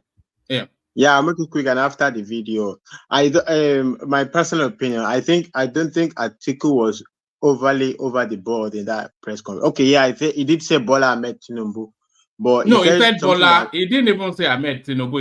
I think he said it full. I think he said Bola Ahmed Tinubu. All right, we'll watch it in a moment. Yeah. The point I want to make is that he made a very important remark there. He said that he's going to leave it to the Supreme. He said whatever the Supreme Court decides, it's up to the Supreme Court. That if the Supreme Court says nothing, that's the end for him. If the Supreme Court says yes, then they will take it from there. I don't think it was. I mean, he tried to defend himself, like he's not the one who is being antagonistic, that he's always helped Tinubu or whatever he's trying to make. I don't think it was overly. I don't think the president, if there is something wrong, a president is beyond criticism. But I think Atiku was measured. I think, in my opinion, I don't know. I don't think he said anything crazy. I don't know if saying Bola Ahmed Tinubu is too much, but other than that, he did say that he's going to let it in the hand of the court, whatever the court decides, since they are now in the Supreme Court.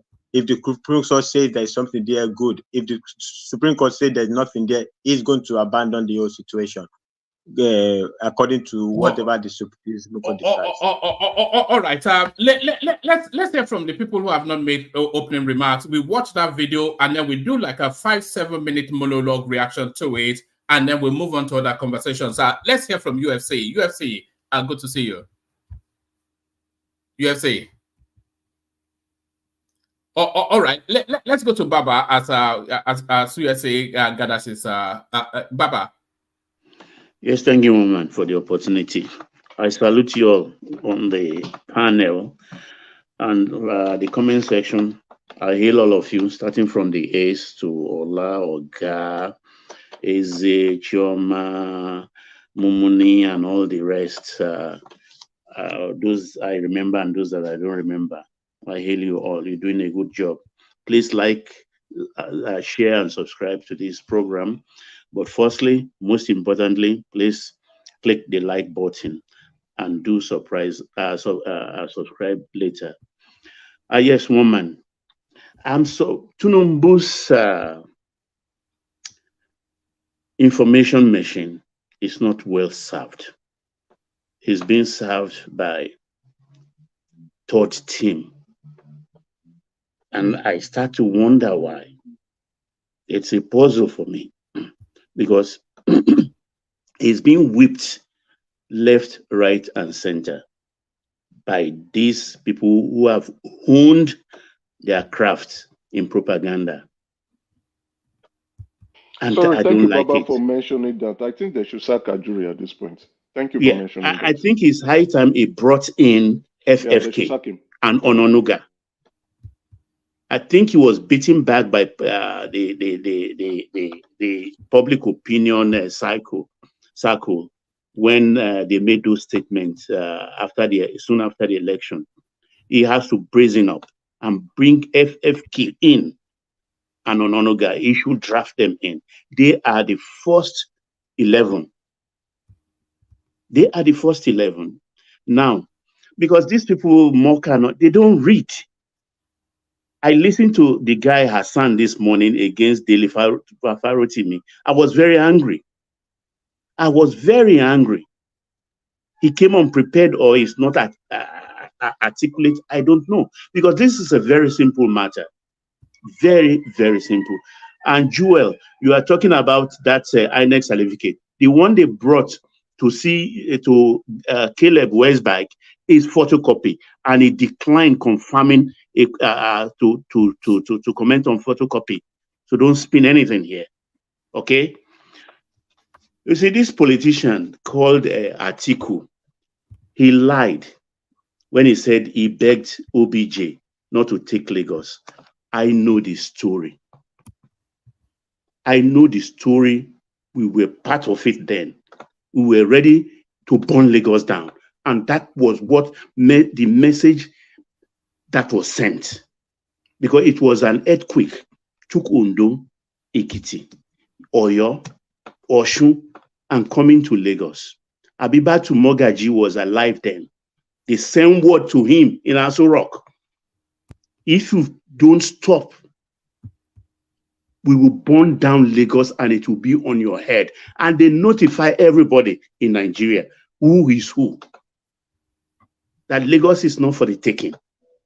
That was how OBJ backtracked. They will have taken Lagos. That's why till today, they call Ahmed Tinubu last man standing. So he's a liar.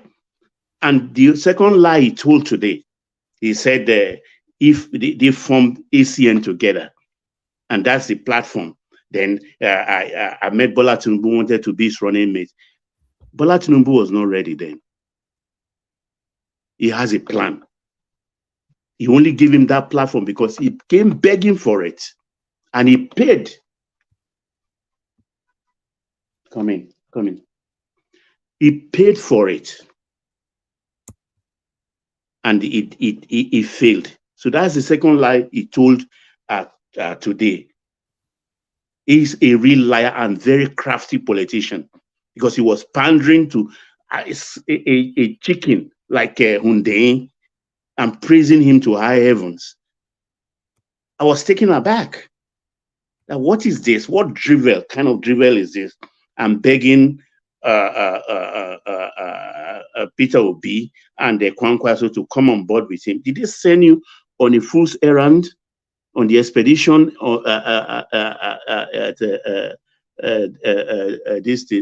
in Chicago? Why are you begging them to come on board? To do what? To fight your fight? Sorry, Baba. Peter Obi has actually responded to him. He says, Obi rejects Atiku's invitation for justice, says I am in court to reclaim my mandate. So Obi has told him to get lost. You can see I thought he has sense. But now I realize that Baba, you yes, remember sir. I was saying this the other day when they interviewed him that, look, Obi is comporting himself well, is acting well in accordance to the law, is not... He's bracing himself for a soft landing. That's what he's doing. Yeah, he's pursuing the election matter according to the law. He's not making a very bad statement that can, cause problem. Well, we know his supporters, the youth will always act like the youth, so they are doing what they like. But you can't see Obi talking all sort of rubbish against the institution, against the president, against the government. He even called Tinubu the president in that interview. So Obi is acting very reasonable, and I like him for that. So you can continue, sir. Yeah, thank you, Aja. Where am I even? I'm so angry, honestly, at this man.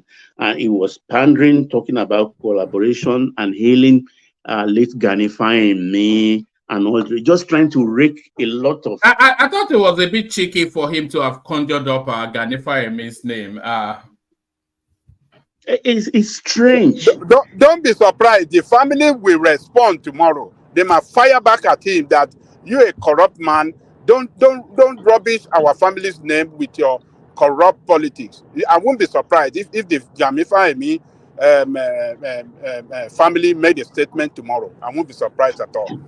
I won't be surprised too, but let him continue to stew in his own juice. You get my point? Because Aja, I think your candidate replied him now. So well, you didn't read his reply. He cannot mention Showore's name. If he mentions, that one will fire him immediately. No, I mean Showore reply Atiku after this incident. Now he told him that during the time of Gani Fahimi, that Fahimi fought that battle, and he put a close ear, and the Fahimi died in that battle. I think he said they collected his car, all that and all that. He never said anything. That it's now that he's mentioning Fahimi. He never sought out to help him during that period. All right, bring it home, Baba, and then we have some funny. Another lie he told is that they sent governors to him. He didn't even open his door. They come and beg him to do what? You lost the election. You lost the election by a mile. So I don't get it, because when he spoke, and I'm surprised he brought Kalu. This lawyer have been going around, I think, since 3 days. AIT. I saw him, and I was asking myself, where is this one coming from? I don't know, because they spend a lot of money. Everybody's cashing out. And this morning he appeared on Arise TV, and Abati was the one who asked him, are you PDP? He said, no, I'm APC. I even contested under APC. Are you Atiku'S lawyer? No, I'm not Atiku'S lawyer. Then, but I was now surprised to see him at the press conference. That what is going on here? And it reminded me of Kalu of ABN in 1993. You can imagine him. You denied right on air, and then you are now representing the man to take questions. Why should we take you serious? Yeah, and I think if they don't arrest this Kalu by tomorrow, I'll be disappointed, because he used consistently the word forgery Forgery. Thank you very much. It should be picked up this night. It should be picked up tomorrow. Because that was outright lie. Caleb Westbag never mentioned forgery. You know Never the used the problem. word. The problem with picking him up is then you have to prove that what he said is defamatory. Then you reopen that space again. It is. I mean, he quoted Westbag in the document, the deposition. He said that they said he forged. Westbag never said that. I read this the transcript, not just the affidavit. All right, Baba. Let's say from Folly, and then we play the clip, and then we play the article interview press conference. Okay, and then woman. Okay. All right, brilliant. So Folly, you're up next. Solly, Hafa. Yeah, my brother. Good evening. Yeah.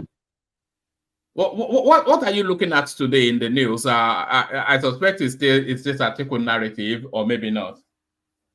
Actually, I've not actually listened to article narrative, but my own opinion might be different.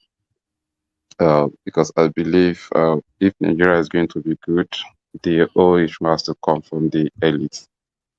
I pray that God will just continue to make that able to be shaking, so that we can be able to have our way. That place has to be scattered first, because they are all together. And if anything like this is happening, it's our joy for them to begin to expose themselves, because all of them are all criminals. They are all doing the same thing to Nigerians. None of them that is fighting our battle anyway. They're actually fighting for themselves. So we pray that table will continue shaking.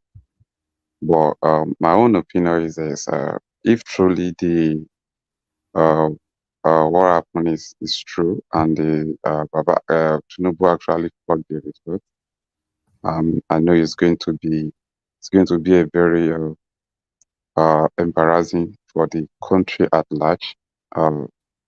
It's going to be kind of dirty things for our citizens study abroad, because they are going to be mounting pressure on them now, asking them, trying to do more, find this about their certificates they used to come to the university over there. So if truly all these things is true, because I don't want to believe it's true yet. But if it's true, it's going to be a very big embarrassment for the country at large, and we are all going to be pay for it. Like, the shame will not allow us to actually see what is going to happen after the whole thing take place. Well, it's a sign anyway. If it's actually true, it's a sign of the kind of environment we find ourselves and the kind of leadership we have. And it's actually telling us all the good ones to come together again to make sure that we rescue the country from all these people and make sure that we get things right once and for all. We cannot continue this way. So it's their battle. I'm actually happy. I want the table to continue shaking more, so that we can have our way. Thank you. All right, brilliant. So let's play the clip now. Let's play the press conference, and then we'll take it from there. Your Excellency, former Vice President, Federal Republic of Nigeria, PDP presidential candidate, by the grace of God, the next president of the Federal Republic of Nigeria, Alhaji Atiku Abubakar. Your Excellencies, for all former governors present, Your Excellency,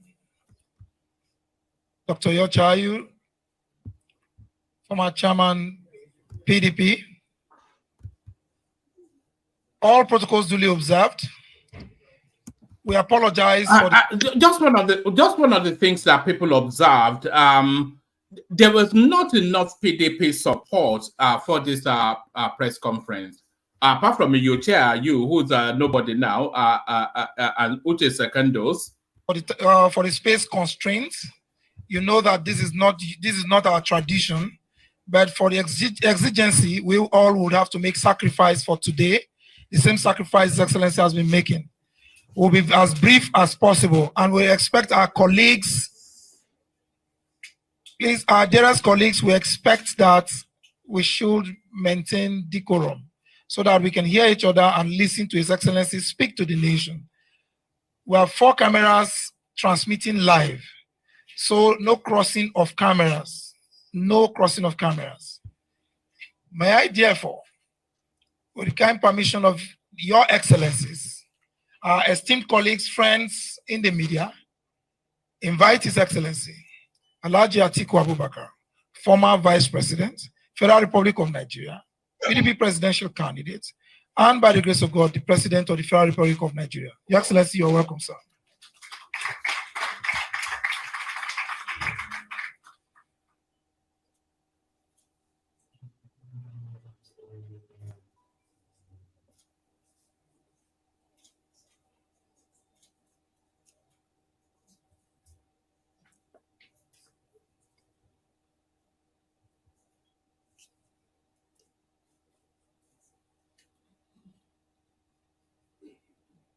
Thank you very much.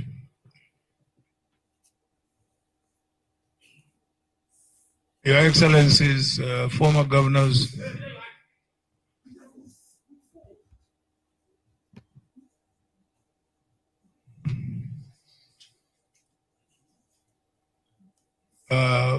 former our great party, members of the Board of Trustees, and members of the National Executive Committee who are here today, this afternoon. Gentlemen of the press, distinguished ladies and gentlemen. First of all, let me apologize that we have to have this event in a constrained space like the one we are having now. So we do apologize for that. Gentlemen of the press, fellow citizens of the Federal Republic of Nigeria, I consider it important to address and report to you today on issues that define the future of elective government and legitimate leadership in our country.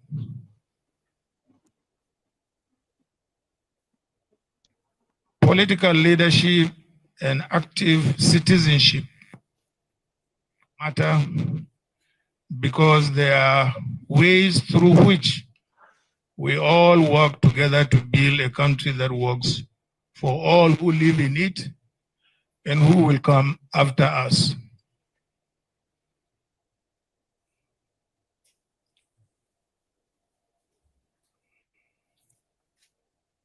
Our country is bigger than any one of us, and its standing in the world affects the fate of all who come from or live in this great country, which has great future. As leaders, it is our duty to advance the well-being of all our people and of the country. For this purpose, my generation worked hard to return the soldiers to the barracks. Very many of us are here.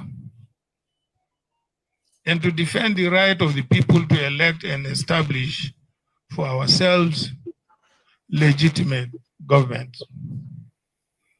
Our elections are established and governed by law and founded on the Constitution, from which leadership and government in Nigeria alone derive their legitimacy.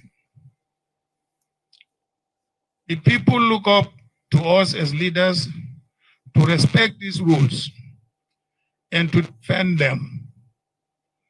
This is what has brought us here today.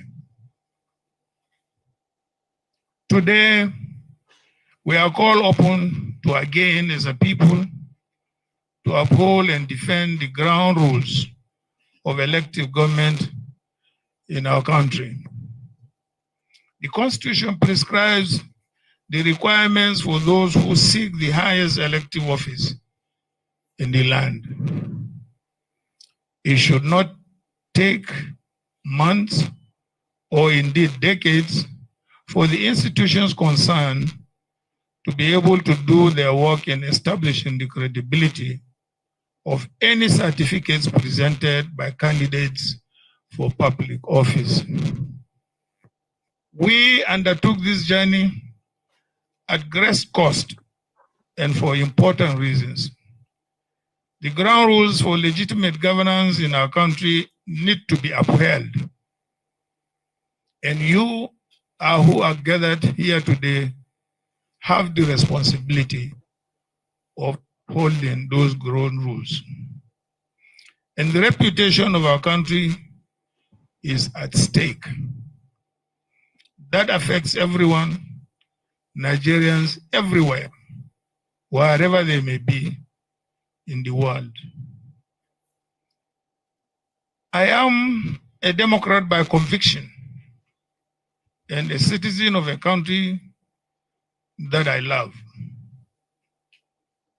The issues at stake in this case require us once more to rededicate ourselves to both the country and our Constitution.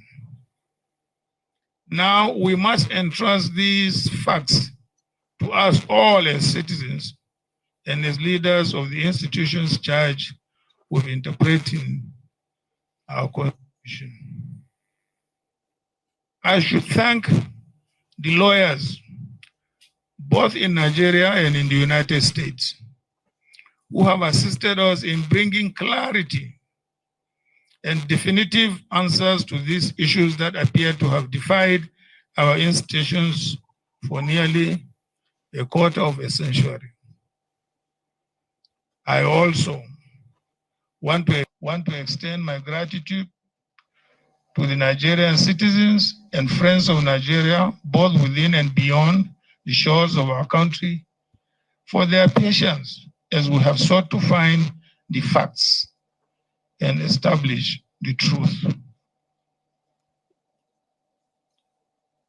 I wish to pay tribute to the late human rights activist, Chief Gani Fawehimi, senior advocate of Nigeria, who inspired us on this path of discovery.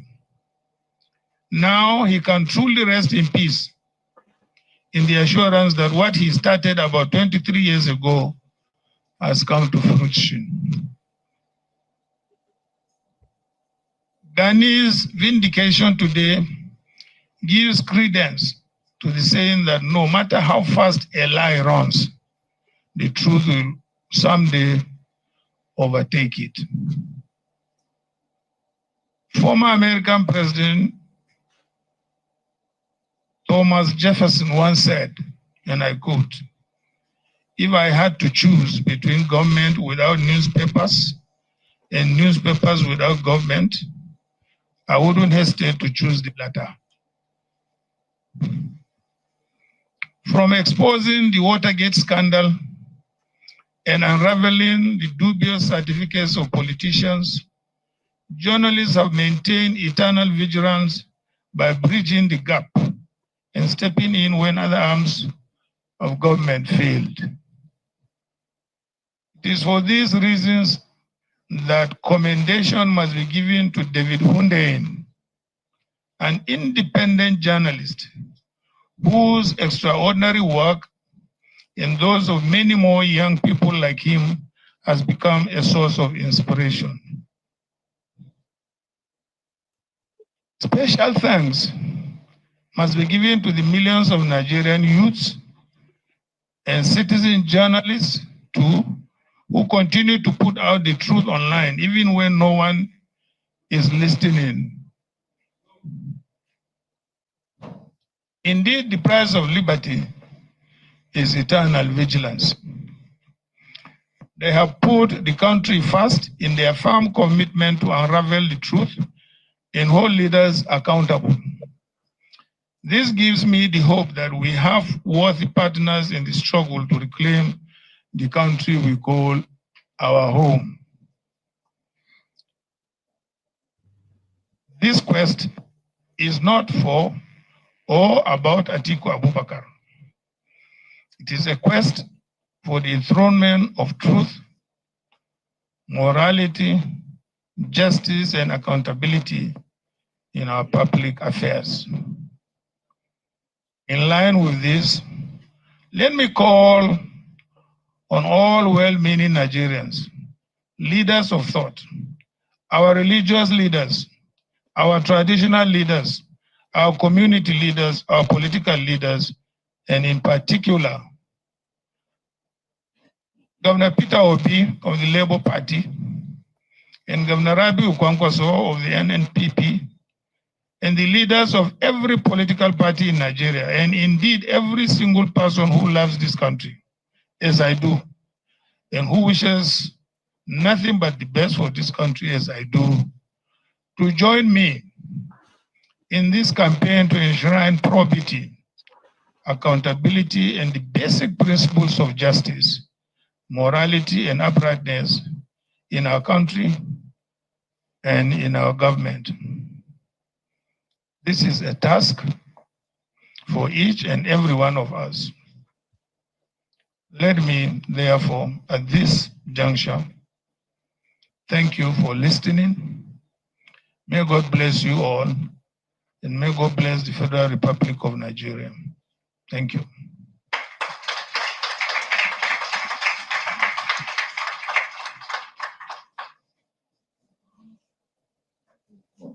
Thank you, Your Excellency, former Vice President,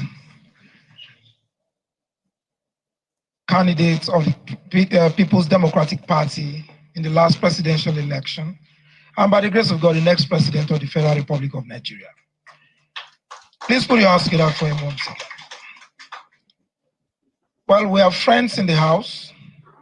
We have colleagues in the house. All technical questions will be taken that has to do with law will be taken by our friends. So, yes, Chukso Kocha this day.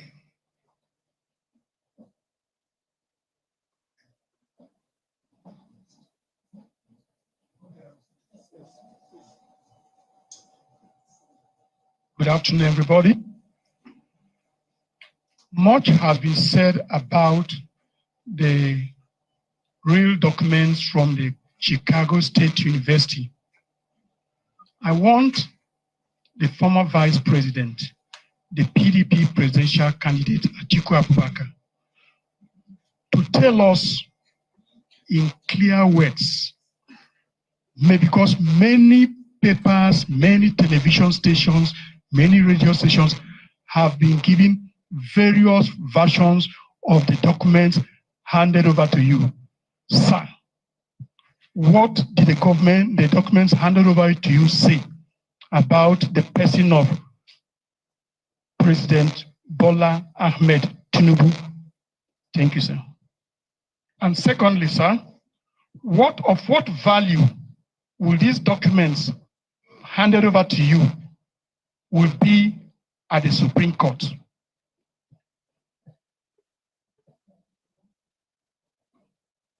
Thank you, Chukso Kocha of these day newspapers. Eniola of African Report, that's an international platform, yes.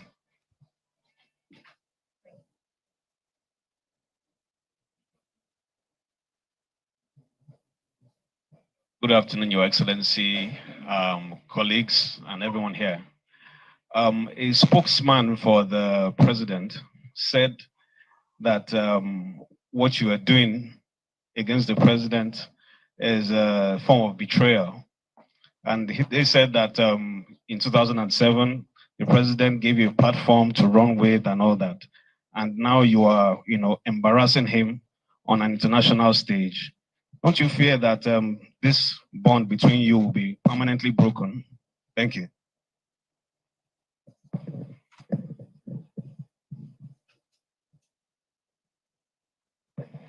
Thank you. His Excellency will take the question from the African Report, while Barrister Kalu will respond to this day newspaper's inquiry.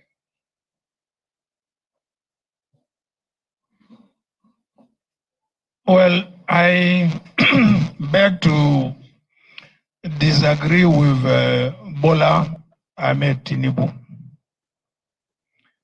Yes, it is true. In 2007, we came together to form AC. And in Lagos, at the convention, I emerged as the winner and got the ticket. After I got the ticket, he sent about 5 or 6 senior partymen. Some of them are here. I can even name them, but I don't want to embarrass them. And they met me and said to me that Bola wanted to be my running mate. I said, gentlemen, you are all old enough. And apparently, virtually all of you are Christians with the exception of only one person. What would be your reaction to have a Muslim ticket? All of them said, we totally object to it. I said, then why didn't you tell him when he was giving you the message that, look, Mr. Tinubu, the message you are giving us, we don't seem to agree with you. Why are you coming then to me? And that was the end of the political relationship. He broke away when he supported Umaru Yar'Adua. So, what is the ground for him to say that I betrayed him? But those of you who are old enough will also remember that in 2003, the PDP took over all the southwestern states, with the exception of Lagos. I stood between Obasanjo and himself. I said, no, you can't take over Lagos. Leave it. And he left it. So who is indebted to the other? Is it me or Bola Ahmed Tinubu? But there are other things which I would not want to go into. But I vehemently deny that either I stabbed him at the back or did not do him whatever. Thank you. Until today, I will not do Muslim ticket. So I don't have to be president because I don't believe it is right for this country. It's not right. Absolutely wrong. We are multi-ethnic and multi-religious. And our government should reflect our diversity and our composition. Thank you very much.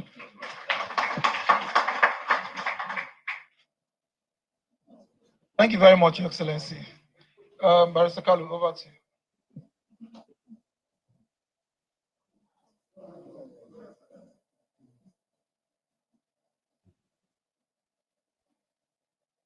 On the certificates issued or released by Chicago State University to the lawyers of Alhaji Atiku Abubakar.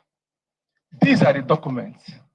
One, that Bola Ahmed Tinubu forged the certificate he presented to INEC. That's one.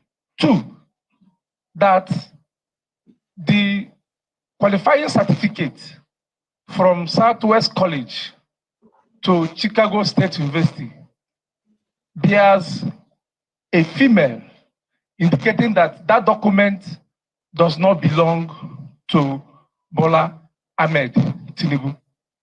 3, the Chicago State University admission application form has a claim that Bola Ahmed Tinubu attended Government College, Lagos, and graduated in 1970, when indeed the school was established in 1974. The same document has it that the owner of that document is a Black American, and the document Bola Ahmed Tinubu submitted to INEC, he denied having dual citizenship, which means it does not belong to him. Then the same document, oral deposition, says that the Bola A. Tinubu is Ahmed, but the NYC certificate Bola Ahmed Tinubu submitted to INEC has Adekunle. I don't know where the Adekunle and the Ahmed emerged from. So, on the second arm of your question, of what use will it be? Oh, all right. If you pause it there for a moment, a lot of that, you know, there is no smoking gun. A lot of it is tenuous, it's plural, and it's jejune. It's a total nonsense. Let's just so apologies. I tried hard not to scroll back, but let's just hear that list of 5 again. The totality of nonsense. And graduated in 19 to Chicago State University, to the lawyers of Alhaji Atiku Abubakar. These are the documents. 1, that Bola Ahmed Tinubu forged the certificate. All right. So there is nothing, because if you have a look here, I have the deposition, I have the transcript of the deposition right here. It's a long and very tortuous. I'll post a link in the comment section for whoever wants to read it. It's a long and very tortuous document, but there is nothing in there to say that Tinubu forged the certificate, and there was no denial of that certificate. What was essentially indicated was the lack of capacity to verify it for reasons that they don't have a copy. He presented to INEC. That's 1. 2, that the qualifying certificate from Southwest College to Chicago State University bears a female.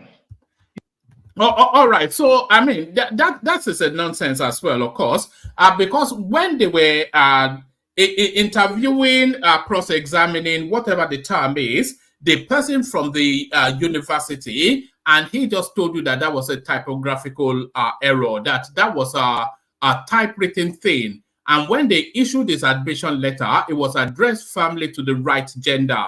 So very tenuous, very plural. Indicating that that document does not belong to Bola Ahmed Tinubu. 3, the Chicago State University admission application form has a claim that Bola Ahmed Tinubu attended Government College, Lagos, and graduated in 1970, when indeed the school was established in 1974.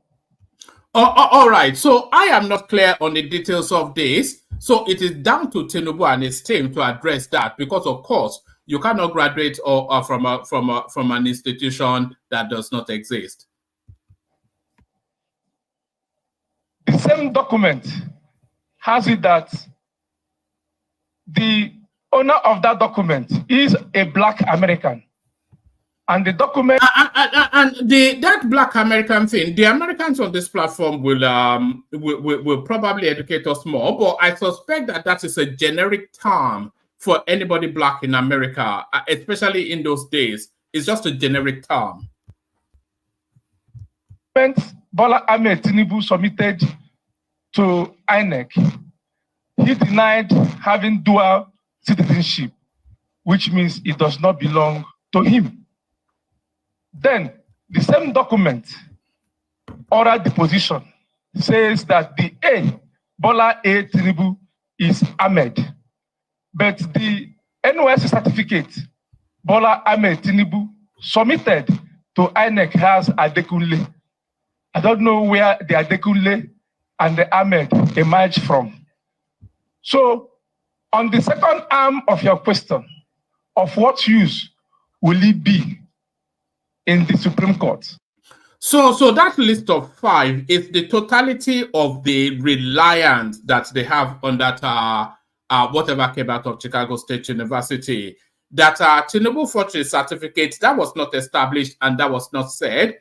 That Tinubu is a female. They told you it's a typographical error. They are saying that he went to an institution for his WAEC that did not exist as at the date that he claimed he went there. So that is down for him to address. And then they are saying that what is just a series of non sequitur. If you ever wondered what a non sequitur is, what we've just heard from this guy is a non sequitur. It doesn't cohere with logic. It is very, very clear that from decided authorities, the Supreme Court has held that they can accept a party to adduce fresh evidence as long as certain conditions are met. And from what transpired in the proceedings in U.S. courts, that condition has already been met. So, as we speak, our law is very clear that a party at fault cannot be allowed to enjoy the fruit of his illegality. That is our answer to your question. Thank you. My name is Carlo. Carlo,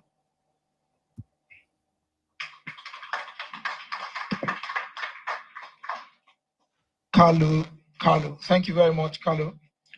I will take, because of the condition of this place, very hot, and I have their excellencies present here. So many of them. I'm privileged to be right in front of you, your excellencies. Won't keep you here for too long. Okay, Friday or Loco, the Punch newspapers.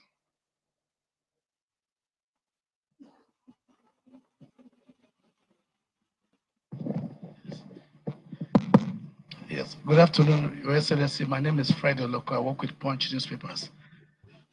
Well, there were been the rumors flying around that because of this issue, this alleged certificate forgery, that some persons have reached you by way of trying to intervene, to put pressure on you, purportedly from the president, for you to step down on this matter.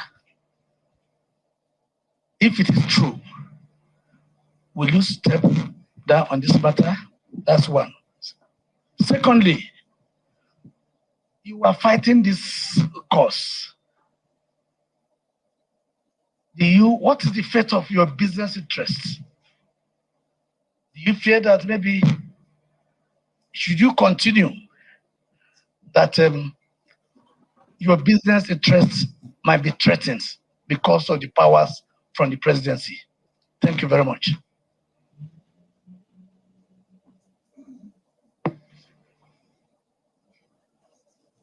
Okay, let me start from the business perspective, because it's the latest in the series of questions that you asked.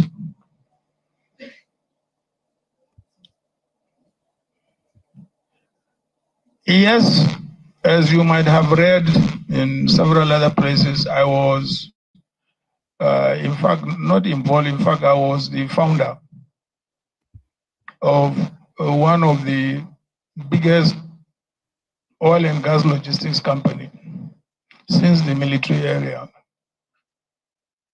And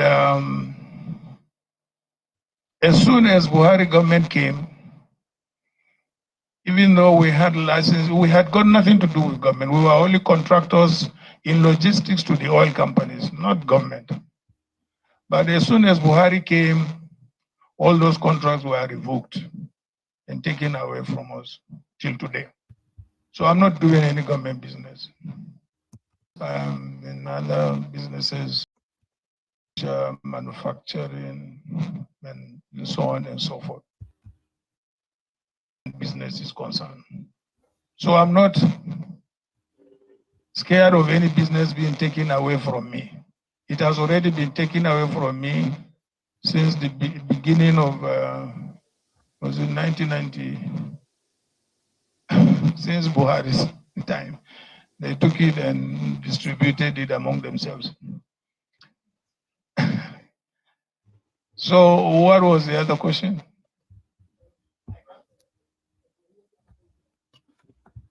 Not really. Yes, immediately after the elections, I was told there was a delegation of governors who claimed, they were sent,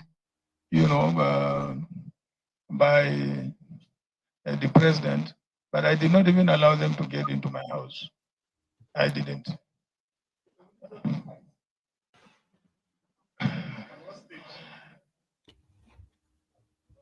I will only drop the fight when the court rules. If the court rules that I am right, fine. If the court rules that he is right, so that's the end of the fight. Because at the moment we are at the Supreme Court, and there is no any other court than the Supreme Court.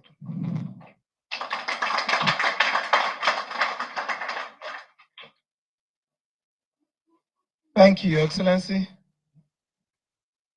That will be my esteemed colleagues. I know. Okay. So I think that about wraps it up. So let's take reactions to what we just heard. So we do a whistle stop through to take reactions. So we'll kick it off with we'll kick it off with Oroyo, who we started off with. So Oroyo, let's hear from you. What do you make of that press conference by Atiku Abubakar? All right, let's go to UFC, who has not spoken yet. UFC, are you there? Can anyone hear me? Yeah, one man, I can hear you. What's going on? All right, brilliant. I'm calling people, but they're not responding, so I was wondering if I've dropped. Okay, let's kick it off. Sorry, one man. I can hear you, one man. I can hear you. When I get there, I'm driving. I will tune in. All right. Okay, is the there? Say? All right. Who wants to go first? Yeah. Yeah, let UFC go first. Give us a 5 minutes or so response to Atiku's press conference. A lot said, none of it coherent. No? All right. Let's go to Prince Daddy then. Let's start it off with Prince Daddy. So Prince Daddy, we kick it off with you. I'm going to shuffle you, UFC, because you are not clearly fully connected. So let's bring Prince Daddy. Yeah, hello again, woman. Hello, everyone. Like and subscribe, please. Yeah, so I heard a bit of the what do you call it? Atiku's what is this? A conference or what was it? Yeah, a press conference. Press conference. Okay. Someone was put it in the text section that none of the current PDP governors were there, and I'm not sure what Atiku is trying to do. Quite frankly, they just marching everything together, mumbo jumbo. I heard something about an African American. I did try to suggest now that Tinubu used an African American person's document to get admission. See, it never stops. These people, they know what they are doing, and I think they know they don't have much to take to the courts, so they rather just. You are American, Prince Daddy. So is it was I right to say that it's a generic term that they used to refer to black people in America? They just call you an African American as a black person. It depends. I mean, in this term, when it said African American, this context is talking about a true African American born here, okay, of slave descendants. So I think they know what they're trying to say, and not just like a Ghanaian or Nigerian or Benin American, African that went to America and naturalized. They're not talking about that. They're just trying to spin it, keep spinning it more and more. No. What I was getting at is on one of Tinubu's documentations, on the documentations that he presented to Chicago State University as part of his admission. Yeah. So he was referred to as an African American on that document. Yes. And then they are now suggesting that if he is an African American, then he did not declare that to INEC, which is a fault there. And if otherwise he's using somebody's fake document. So how do you navigate that? Yes, yeah, I got you. Yeah, I was just explaining. Yeah, the one side of it. If you want to address someone like myself or a true African American, right? We will try to make that distinction. But you're right when it comes to document or completing an application or whatnot. Joel of Nashville is an African American. Atiku'S is an African American. So Babati is an African American. So we all fall into that category. It's either it's black / African American. And yourself. Yes. Yeah, we all fall in the same category. No. Prince Daddy is just an American. No, it's a grade above you guys. Prince Daddy. Yes. I am not African. I'm not African American. Well, yes, you are. According to if you fill out do you know the reason why? Hold on. Can I just say something? Are you a citizen? Are you a citizen, Joel? Yes, I am. Okay. How come you are saying you are not an African American? Hold on. I'm not an African American. And come on, man. Stop. Let me tell you this now. Let me tell you this. Can you allow me? You asked me a question, and let me answer now. Every black, look, don't deceive people. Don't lie to the people again. Every black in America that is a citizen is an African American. Every black. Can you hold on, please, Ajanle Kokos? He has said he's not an African American, and he wants to tell you why. So, Joel, yeah. Thank you very much. One man, if you're filling out forms, they'll ask you, are you African American or other? I choose other. Do you know the reason why? Because the African Americans don't think that I am one. In Igbo land, we say, okay, we don't want to get philosophical. Deny yourself. Okay. Hold on. Leave it alone. Leave it alone. I know what I'm talking about. It is not just from one. It's not from two. It is there with the celebrities. They try to deny us at every point in time. What the hell are you talking about? I'm African American. So what? I am not. I'm a Nigerian. Joel, somebody is describing you as an African Biafran. Is that a better fit?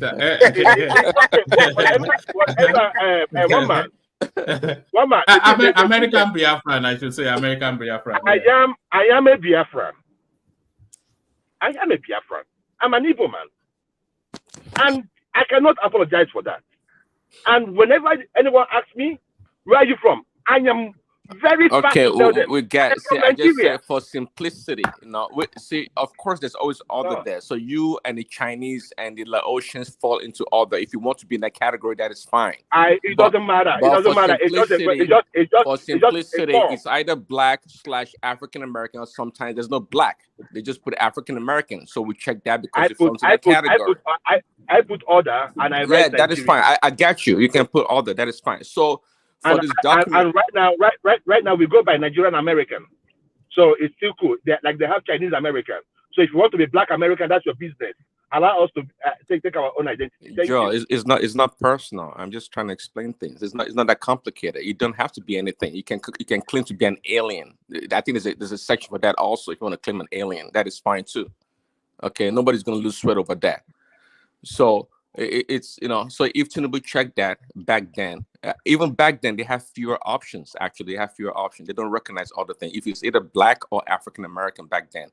So if that's what they're picking, I see these people, they maybe well traveled, they live in the West or whatnot. So what they're trying to do is to confuse the Nigerian populace by trying to use innuendos or what do you call it? Some cues in the American setting that people are not used to, just like vice versa. We're not used. A lot of people are not used to terms or the way to do things in Nigeria, right? For example, I think that's just like the lawyer from CSU was trying to say. It was kind of grappling between the difference between the certificate and why that is so important, right? So there are little nuances here and there. Okay, so these people are trying to use that to continue to peddle this narrative. And that's what they're doing, taking advantage of the Nigerian people. So they know what they're doing. But yeah, they know what they're doing, and they're just being disingenuous in all ramification, quite frankly. Did you hear anything during that press conference that Tinubu should lose sleep over? No, I mean, see, I don't hear anything. I mean, what about the bits though? That he said he went to a school that did not exist as at the time he said he went there. What about that? Which school is that? Government College Lagos. Well, He produced a certificate from Government College Lagos reflecting 1970, but the school was founded in 1974. 1970. There's a story. There's a story behind it. There's a story behind it. It all depends. I know it can be explained, but that is not what's in contention in the courts. At the end of the day, the bottom line is that no one is going to admit new evidence or new documents into the courts to in order to rule on this case. That's what it comes down to. That's what it comes down to. There's no way. How's that going to happen? But one man, sorry, sorry, it's meant to be a monologue. Yeah. It was meant to be a monologue, but yeah, you can ask the question. For a long time, so let me enjoy it. Yeah. The secondary school issue certificate. The certificate in those days, I thought is usually issued by WASC or University of London, if it's the University of London GCE or something. What the school gives you is a testimonial. You understand what I'm saying? I did a WAEC, I have a WASC certificate, and the certificate was, even though I did it in my school, but the certificate was actually issued by WAEC. Yeah, but the abiding question is that he said he went to a school that was not founded until 4 years after he said he went and left there. If it's WASC, because the WASC also reflects the school where you sat for it. For example, if you remember your WAEC. Hold on. No. You are going on a different tangent now. He said hold on. He said he went to Government College Lagos in 1970, and that school was not founded till 1974. If his WASC shows that, then he should lose sleep. Let's be very objective. I think he should lose sleep. But I don't want to influence your thought. Let's come to my turn. Yeah. One man, did you see the certificate? Sorry, let Prince Daddy carry on. Otherwise, we'll get into a long session. Is it federal government college or just a government college? I think it said federal government college. We can scroll it back, but no, that's not true. Yeah. No federal government college in Surulere. Oh, the school was in Surulere. Okay. I think that's what he said. I'm not sure.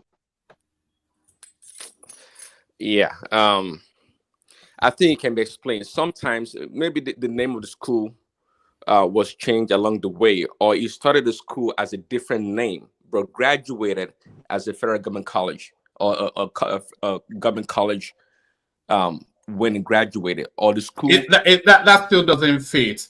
Because he graduated he left the school in 1970, but the school was founded in 1974. So One man. yeah. One man. I think this particular question, even Felix Mwaka cannot answer it. That's where he got problem with your work I can answer it. You I was understand? disappointed. Prince Daddy, please just give me 30 seconds. And I think Aja can answer it. I think Alexander Gomez can answer that question. You see, in the 70s, there are two classes of schools, secondary schools in Lagos. We call them approved and unapproved. Approved are the established secondary schools, high schools. The approved schools are like Niger Peco, Adeyinka Oyekon College, Commerce College, Prince College, Lascar in Lupeju, and there are so many. CMS, In those schools, you are not allowed to take WAEC directly. They don't. They take WAEC as external students during that era. But Aja will remember, Alexander Gomez will remember, but yeah, I know that's Alex. true. That's true. Yes. No, that doesn't explain the date. Yeah, it doesn't. But I'm explaining the circumstance of that period for you. No, but it doesn't explain the disparity in the date. Yeah, like Ogbeni was saying yesterday, there are two classes of government colleges. No, that's not where we are. We are talking about the disparity. He said they left that school in 1970. Yeah, that's what I'm trying to tell you now. Yes. Lagos State Government College, Federal Government College, They are two different entities. They are two different entities. So I'm not defending him, but I'm only just explaining the situation of that period of time when it comes to education, which was my own period. I'm not defending him, but I know Lagos State Government College, Federal Government College, they are two different things entirely. Thank you. All right, back to you, Prince. Prince Daddy. Oh, okay. I think Prince may have been interrupted. Yeah. I was trying to unmute myself. All right, carry on. Yeah. Okay. So I guess we can't explain that part clearly, but you know, is that a smoking gun though? Is that a smoking gun? It's nothing. It's absolutely nothing. I know some people are going to get excited about it. It's another thing. Was it part of the court case that they disputed before? No. You see, the court is going to look just like it did before. They're not going to look at this case in isolation and just take one part. They're going to look at the entirety of the case and how it affects not just Tinubu but also the country. So in the minds of the people that think Tinubu will be thrown out of office, they can continue to dream till they get old. Okay, that's what's going to happen. Nothing's going to happen. It's a non-sequitur. That's just like you say. It's a non-issue. I wanted to put a question to you before you conclude, though, because it's you that I want to put that question to. Go ahead, Kenneth. Go ahead. Yeah, because of the effect of this case now, because this is a global case. It's not just a Nigerian matter. Those investors, Mr. President is trying to war to Nigerians. How are they going to feel? Are they going to be comfortable coming to invest in our environment? Don't you think that this is doing more damage to us as a nation in general? And don't you think that this will hamper the progress that this government would have made in governance? So even whether Supreme Court proves this right or wrong, any way the judgment goes, don't you think that there is a question mark there in terms of the way we relate to the international community as far as the government remains? So No. what is your take? Yeah, my take. I think I heard somebody said that before, if not you. I don't see the connection at all. I don't see the connection. You know, the way investors think or business people think is not the way, we, especially those that got billions of dollars to invest. What is the connection? What is the connection of Tinubu's certificate or even his education to investment in Nigeria? I mean, you see the connection. I don't see the connection. The point here is that to investors, can they make a return on the investment, ROI? That's what that matters. If they can find a place, a country, a society that they can put their money, and the investment is viable and they're going to be profitable, that's all they care about. If that been the case, I would love to hear that investor that said, "Oh no, because of Tinubu high school diploma or CSU certificate, I can't invest in Nigeria." I would love to hear that investor. You would know such a person is not serious in the first place, anyways. That would never be a reason or contention at all in any way, shape, or form. It's a non sequitur, one man's word. It doesn't count. It's irrelevant. It's so much irrelevant. Nobody's going to talk about it. I can't see the connection. So, but that's not the point. Again, it goes back to what Atiku is trying to do, or what his main goal is. And he's a loser.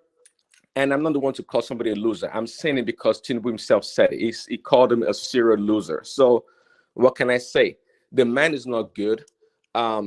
Is underperformed in everything he has done, except from I have to say though, and you may disagree, in terms of having the gravitas of a president, Atiku has the bearings and the wearings of a president more than anybody else, and it looks and sounds like a president. Atiku. One man, you said that before, and I totally disagree. I don't know what you see. Just like Saraki, I don't see it. But no, we have our differences. But he doesn't have anything.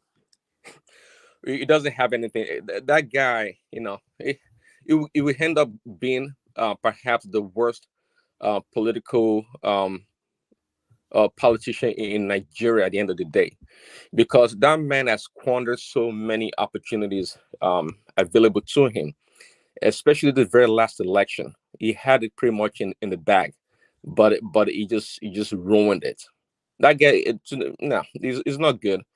It's not good, and I'm glad we dodged the bullet. Quite frankly, with Atiku, I don't care. I don't care for the man. And again, it's going to come down to the Supreme Court, what they decide, and they're going to base everything strictly 100%. Maybe Ogbeni can speak more on it, and just like Dr. Abati said, strictly on what the tribunal ruled on, those documents and their final conclusion. That's what they're gonna base the final result on. Nothing more. They're not gonna admit anything, And this issue about this Tinubu's case being an international phenomenon, it is not. It's only loud in the areas where people have their social media. It's not even really a Nigerian phenomenon. It's more of a Nigerian irritation than a Nigerian phenomenon. Because it makes a lot of noise, but it doesn't actually represent the thoughts of the majority within the country. Just because the silent majority, they are not making noise, does not then mean that this noise represents. Do you get what I mean? Yeah, I get what you mean. Yeah, I agree with that. So it's just like a empty barrel that makes the most noise. It sounds like everything's blowing up all around the world.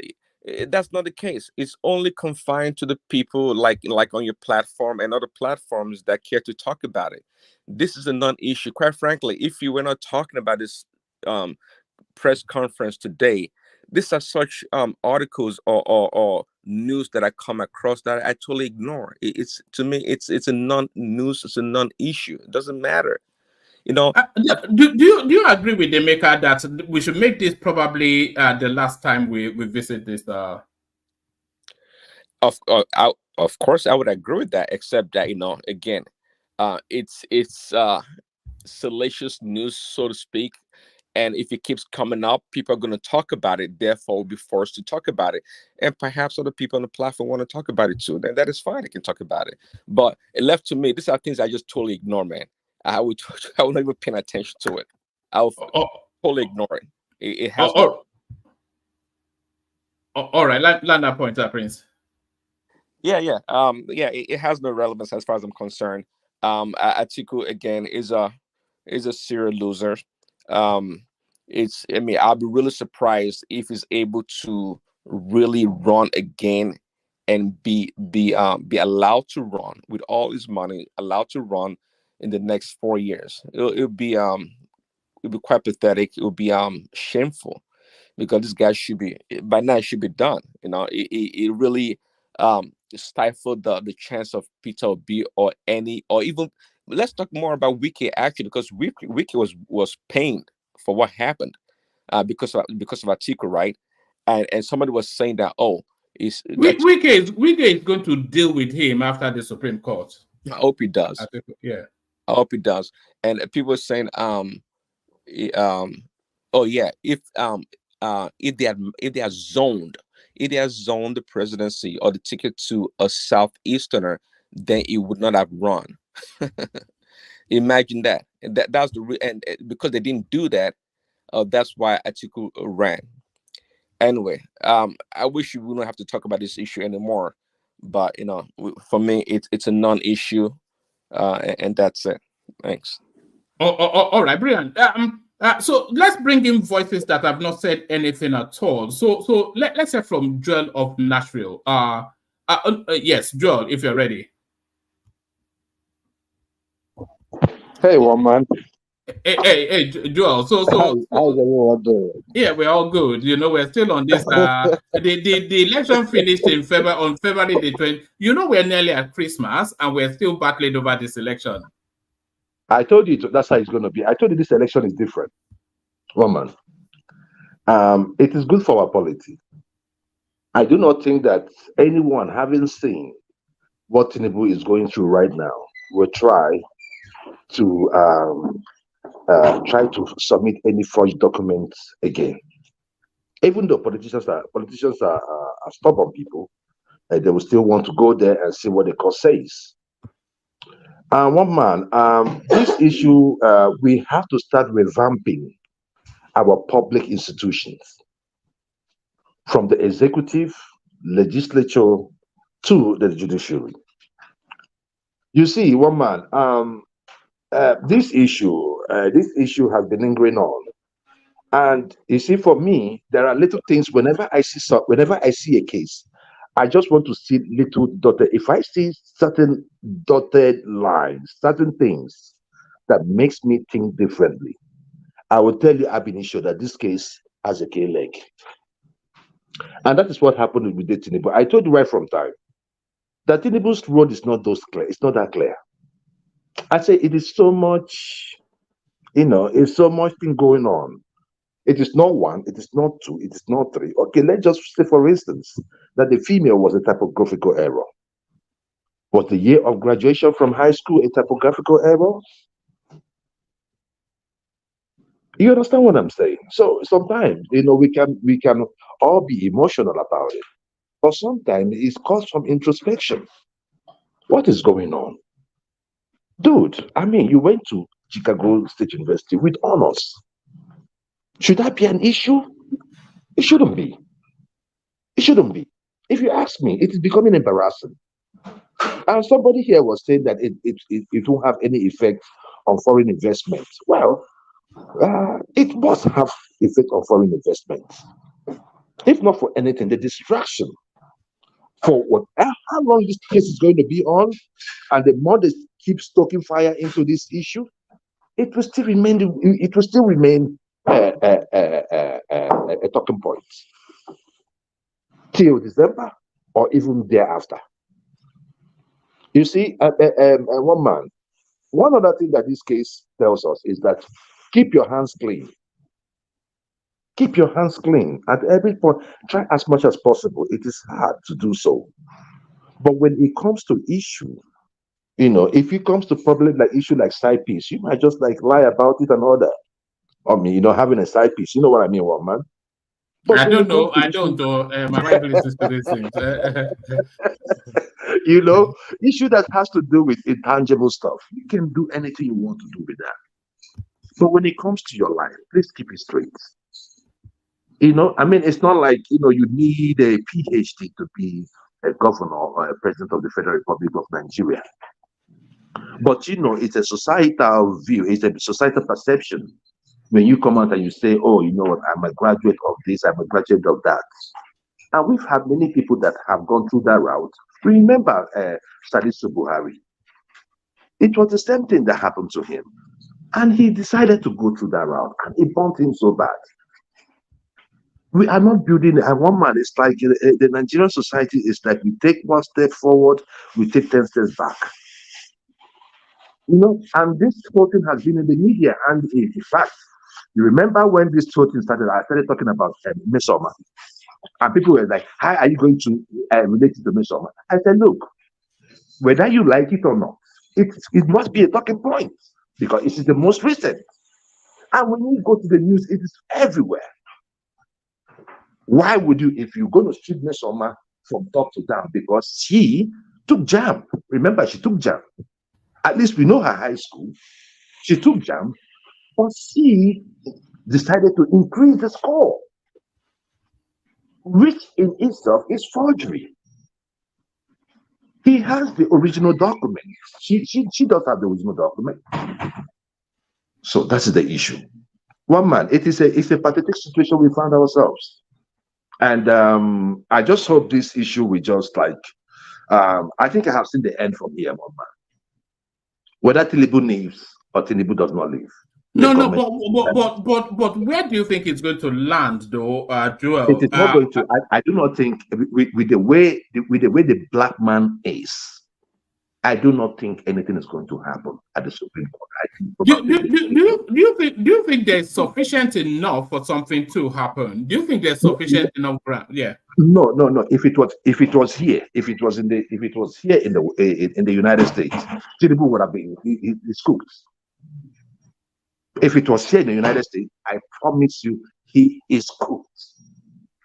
But the reason why I am giving I don't know. But even in the United States, they can't get him at the court. Maybe via impeachment, but certainly not at the court. No. One man, he might not even want to wait for it to get to the court. He will just resign because it just one man. It is a high school diploma. A high school diploma. How can you be a student of a school that never existed and you are the president of the Federal Republic of Nigeria? It does not sound well. It is not about whether he can pass or not. It's about the integrity of the office. It's about the integrity of the person leading us. It does not look good. Okay, Tinubu has his own baggage. Ababio, who is the senior president, also has his own baggage. Look, one man. In 2006, Ribadu said there are 5 governors that are that have stolen their state. He named 5 of them that have stolen their state wealth to a pump. 5 of them were Ojus Okalo. Where is Ojus Okalo today? In the Senate. Bola Ahmed Tinubu is the president. Godswin Akpabio is the Senate president. Abdullahi Adamu was the APC chairman. And who again? Akume is now the AGF. And where's Ribadu today? You say? Where's Ribadu today? Ribadu is now the NSA. Do you get where I'm coming from? No, but I don't get it. Joel, I don't get it. That's why I asked you. I think you made a mistake there.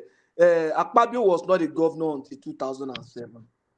Adamu Atta was governor in 1999-2003, and he finished his tenure in 2003. That's what I'm saying. Akpabio, I said in 2006. The report came out in 2006.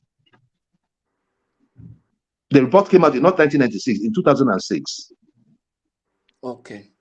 You understand what I'm saying? So my own thing is Akpabio was not governor in 2006. Exactly. Akpabio was not a governor. That's what I was trying to let you know. Okay. So I think I omitted it, but the four orders, right? Maybe Yeah. Tinubu too was not there because No, Tinubu was the governor. the Badu said that he probed Tinubu. I think there was a place where he gave that he probed Tinubu and nothing was found. Thank you, Patuski. No. See. I'll look for it. I'll look for it. Let him continue to spin. Hold on, please. This was after much. We knew when Ribadu started, he was ruthless, right? So my own thing is just this, right? The optics does not look good. It does not look good. So, and one man, and before I will just take a little break because I know you say we just have like 5 or 10 minutes. I don't want to take so much time. Then I'll be back so we can continue the discourse. Now, I want to make one last statement. And one man, before this election came by, I told you one thing. I said it on this show. I said that the two most progressive groups in Nigeria are doggerheads. They are daggers with each other. And those are the Igbos and the Yorubas. But the issue there is that you cannot say that the Igbo man did this or you cannot say the Yoruba man did that because we all did something to each other. But the tragedy of it all is that some of us had decided to keep stoking that discord of hatred, condemnation, So it's like that. Like on this show today, I had Emeka speak. I was disappointed. You're talking about a Carlo. Sometimes it's good to go back to history and start looking at, our antecedents and how we can be able to help each other. Every one of us have not done well to each other. Prior to this election, one man, most of the people saying that the North is not going to vote for the Igbos were the Westerners. It were the Yorubas. I'm not calling Westerner because I want to be specific. Most of the people that are saying that the North is not going to vote, even you, one man, on this show, no, the North is not going to vote. Yeah, but is that an unreasonable thing to say? It's an unreasonable thing to do because the moment you say that, you shoot yourself in the leg. In fact, one man on this show, you said, but why didn't you support a Yoruba man too? Why did you support a Yoruba man like yourself? In terms of fairness, the Yorubas ought not to be in this race. In terms of fairness, the Yoruba don't need this thing. They ought not to be in this race. And if we want to talk as brothers, let us talk. Why? Hold on. That Yoruba man that came and the name of Tinubu from APC. Are they in the same party? Hold on. Are they in the same party with Obi? No. Okay, so you expect him not to run his own ambition. You are looking at it that way. Pursue his own political ambition. Hold on now.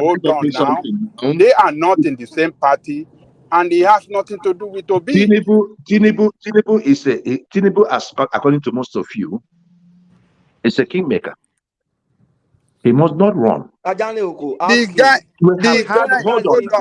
no longer in the interest of the country. It is Yoruba man or Igbo man. We are talking about competence and someone that bring the country out of where. To you, Patoski, who is more competent than the other between Obi and Tinubu? Tinubu is more now. Okay, so it's not longer in the interest of the country. Can I explain it politically? Hold on. The origin is. Please, let me round up, please. I don't have much. You know why I will not allow you to land before I finish this point. You have always told us on this platform that is not about your tribe, that is about the country's interest.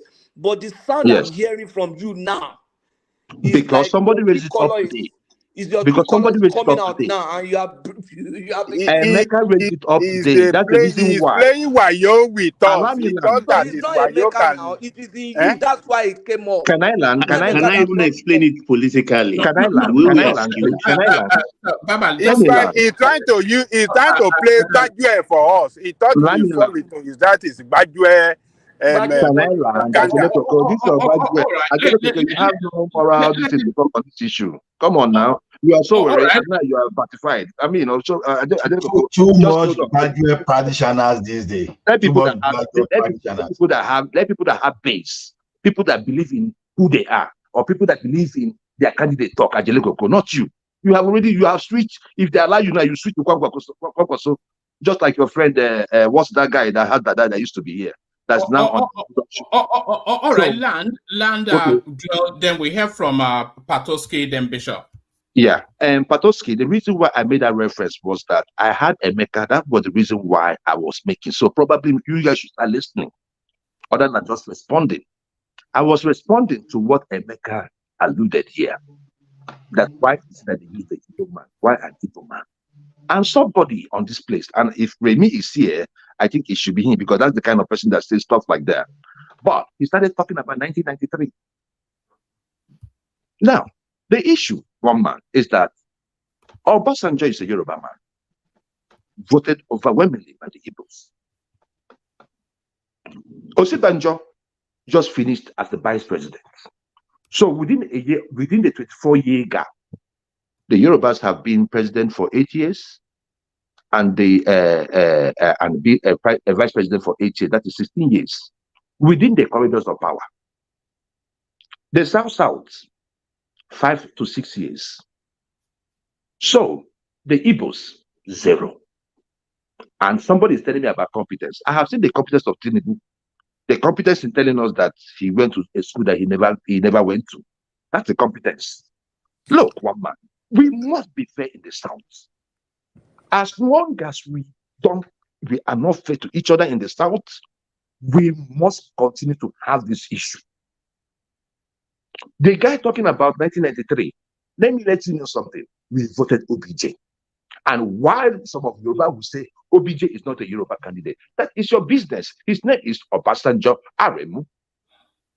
Yeah, but Joel, OBJ was contesting against Olufalaye, so you had the choice between one Yoruba man or the other.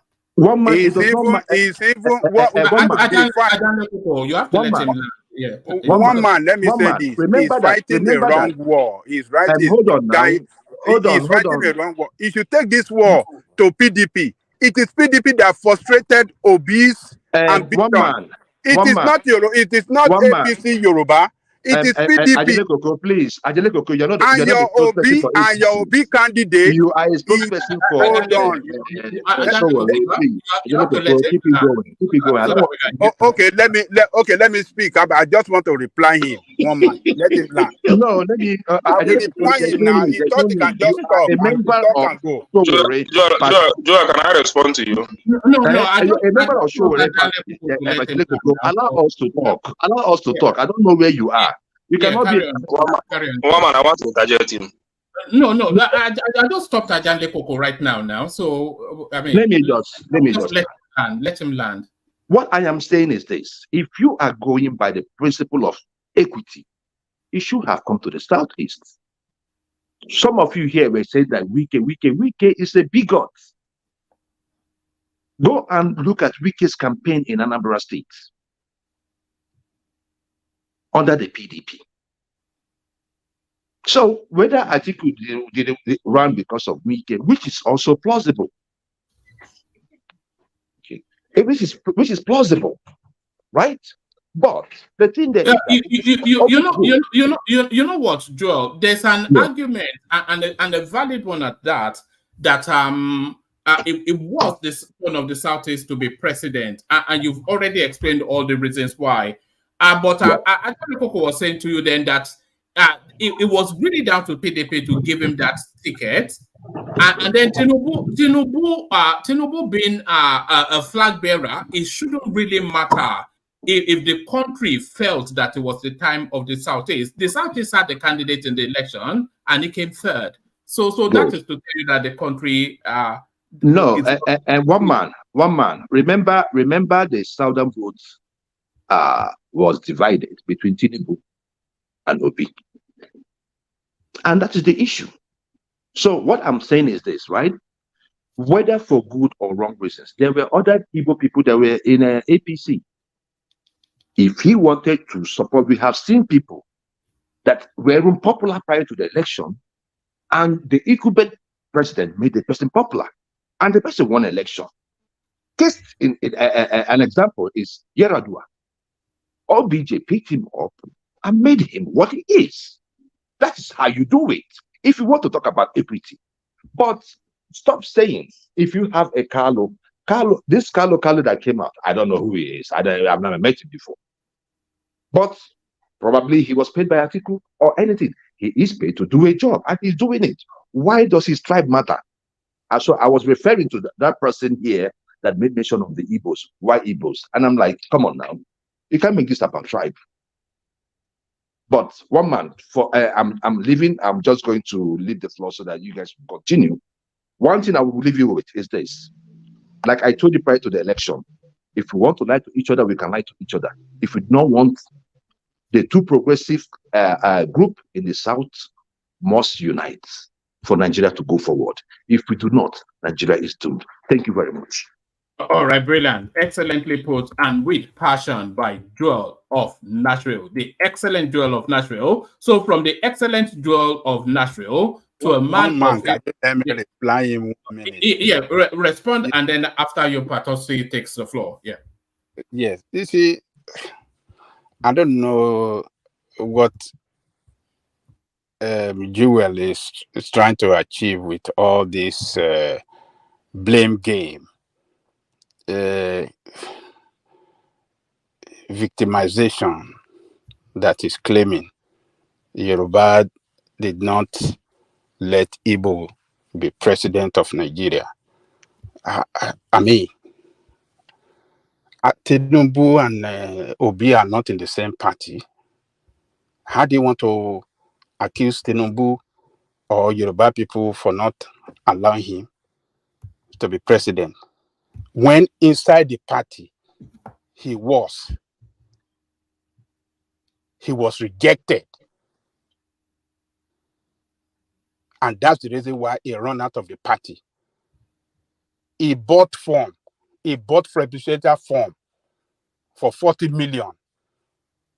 This man you guys want to claim as a prudent man, as an honest man. He bought form inside a corrupt party for 40 million. How can you throw money away like that? Who bought form? Sorry, I didn't hear that. Obi. He bought nomination form for presidential race inside PDP. He threw 40 million into the garbage. And you want to tell me he's a serious person? He really believes in what? Look, he couldn't fight the battle inside his party. He failed to organize. He failed to lobby. He failed to get people on his side. And he saw the handwritten 3 days before the primary, this guy ran away. And then why do you want to blame? Is it Yoruba people? Even the Yorubas in that party stood with the Southerner. Some of them stood with Toby and some stood with Wike. And one of the leading person that stood with Obi, we know him as a seasoned presidential person, Donyo Kumpe. He was the one that pushed Obi up. He gave him that, that charisma of a leading name in politics.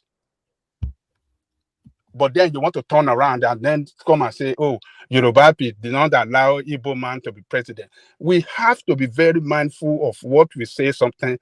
We have to, we shouldn't be saying this, because when you generalize a whole race, then it trigger it triggered pushback, and that is why I pushback. Obi failed in that PDP. It's PDP that failed your candidate, and not Tinubu, and not Yoruba, and not Yoruba people. Yoruba stood with him in their party. Oshitoku is a Yoruba man, and what do you call him? What do you call Doyo Kupe, and so many others that stood with him. How dare you want to blame that Yoruba did not make it happen to him? Baba Yade Banjo, that are not even politicians. OBJ, former president, everybody stood with him. And I was even campaigning that, okay, on the basis of this thing, if we want to look at it, yes. But look, what are you... We don't have more Yoruba leaders that stood with him than the Igbo's leaders that stood with him. Igbo leaders did not stood with, they didn't stand with him. All the Yoruba leaders, look, a lot of people abuse Baba Yade Banjo. They talk a hell lot, even on this platform. They were abusing that man. They were calling him a man of treasury. He abandoned his Yoruba man for an Igbo man. Where on earth an Igbo man support? You know, all these things were all these people face that kind of campaign against their personality. But you are talking all this now. Go and check. Babaja, I still stand by what I said. I said that election. You can continue to say it now. I'm not part of this. For APC, Tinubu is a kingmaker. We have seen that happen. That's what I said. We have seen Tinubu hold on now. We have seen Tinubu. We have seen Tinubu push Atiku, right? We have seen Tinubu push Ribadu in the past. All we are saying is that in this case, it should be kingmaker forever. From APC. So if he like that position too, he cannot pursue his own ambition. He mustn't have the right to pursue his own ambition. Look, why do you think he has been? Hold on. Why do you think he has been a kingmaker for years? Why do you think he has been so? There are many kingmakers that did not become president. Many of them. That is them. That is them. Tinubu is different. No. I beg. Don't put me on the spot. The kingmaker that did not become president. Mention one now. Is it I beg. Mention one. No. Patoski, don't put me on the spot like this now. Why is it? Can I say something? Now you bring yourself. Can I make you talk? Can I make you talk? Go rest. Can I say this? Joel, you see, even though we see some people see the way you explain it, but for me, I've already condemned it. That is why this thing Atiku is doing himself. I'm even angry with him. Even this press conference, calling Obi name, he's even making me angry. You understand? Because I made a very clear statement. There is nothing that would have made Obi lose that election if he had run that election under PDP. You see, Obi would have been the president today, no matter Tinubu or anything. It's very clear. If Obi ran under PDP, it would still have lost. No, I don't believe that. I don't believe that because what Obi would have, let me finish. Where Obi lost, the only people that lost confidence Obi was the Northeast and the Northwest, which Atiku would have helped him do a lot of campaign there. Yeah. So for me, and a lot of PDP, Hold on, Ekene. Obi would have lost. Even if it was just a straight fight between Obi and Tinubu, Obi would still have lost. Let me tell you why. Tinubu, he has the advantage of a long-standing association with the North. That's one. He has the advantage of being a Muslim. That's two. And then there's an affinity between the Southwest and the North. That's three. And then it will hold on to the Southwest. That's four. So he will get there. No. One man, it's a lie. One man is a lie. The only place you see, if Atiku, if PDP had helped Obi, even the vote Obi Tinubu got in the South, he will not get it. He will not get it. What are you talking about? So he lost. Obi lost most of those votes because of. One man, can I say something on I think Ekene is saying the truth, though. Yeah. One man. Okay, I will speak after this time. So. So for me, I'm not condemning Tinubu for anything. I'm condemning PDP, and that is why today I will not like the only protocol. Yeah. If Obi ran under PDP, he will still have. If he ran under PDP versus Tinubu, he would still have lost. It's a lie. Well, that's your opinion. And by a wider margin, because the Atiku votes, they will go to Tinubu. Oh la la. One man, can I come in? That would have been your opinion. Hold on, everybody. Let's hear from Bishop, who has been very quiet all the way through. Bishop, yeah. Okay, I just want to confess what you just said. Good evening, gentlemen. The truth of the matter is, if we are applying politics as straight logic, and it's a straight fight between somebody is wrong with them, please. Yeah, let me. If you are not speaking, then mute yourself. Otherwise, interrupting the feed. If it has been a straight fight between Peter Obi and Tinubu, it has been a landslide for Tinubu. And I will tell you why. It's easy for us to forget the kind of campaign of hatred that was mounted against Buhari and the North. It will have come to play very seriously. Fulanization, Islamization, but everything that was true at Buhari for 8 years that practically made his government almost uneventful. It should have been a straight payback time. But it's okay because it did not happen. We can always argue whichever way. But I know if it has been a straight run between Peter Obi and Tinubu, there is no way Peter Obi will win 10% of the northern votes. No way. Not with the kind of campaign they would have mounted based on the attack, the hatred, the unfortunate rhetoric that pervaded the landscape, the role Christian Association played, making it about religion, the campaign of Islamization, the hatred against Islam and Northerners would have played a very major role. But it's okay for anybody to believe whatever they want to believe. Thank you. Mr. Bishop, just a counter. What you were talking about Islamization and all that, it was not only an Igbo thing, because most times you guys always make this point. Hold on, my brother. It wasn't an Igbo thing. It was an Nnamdi Kanu narrative.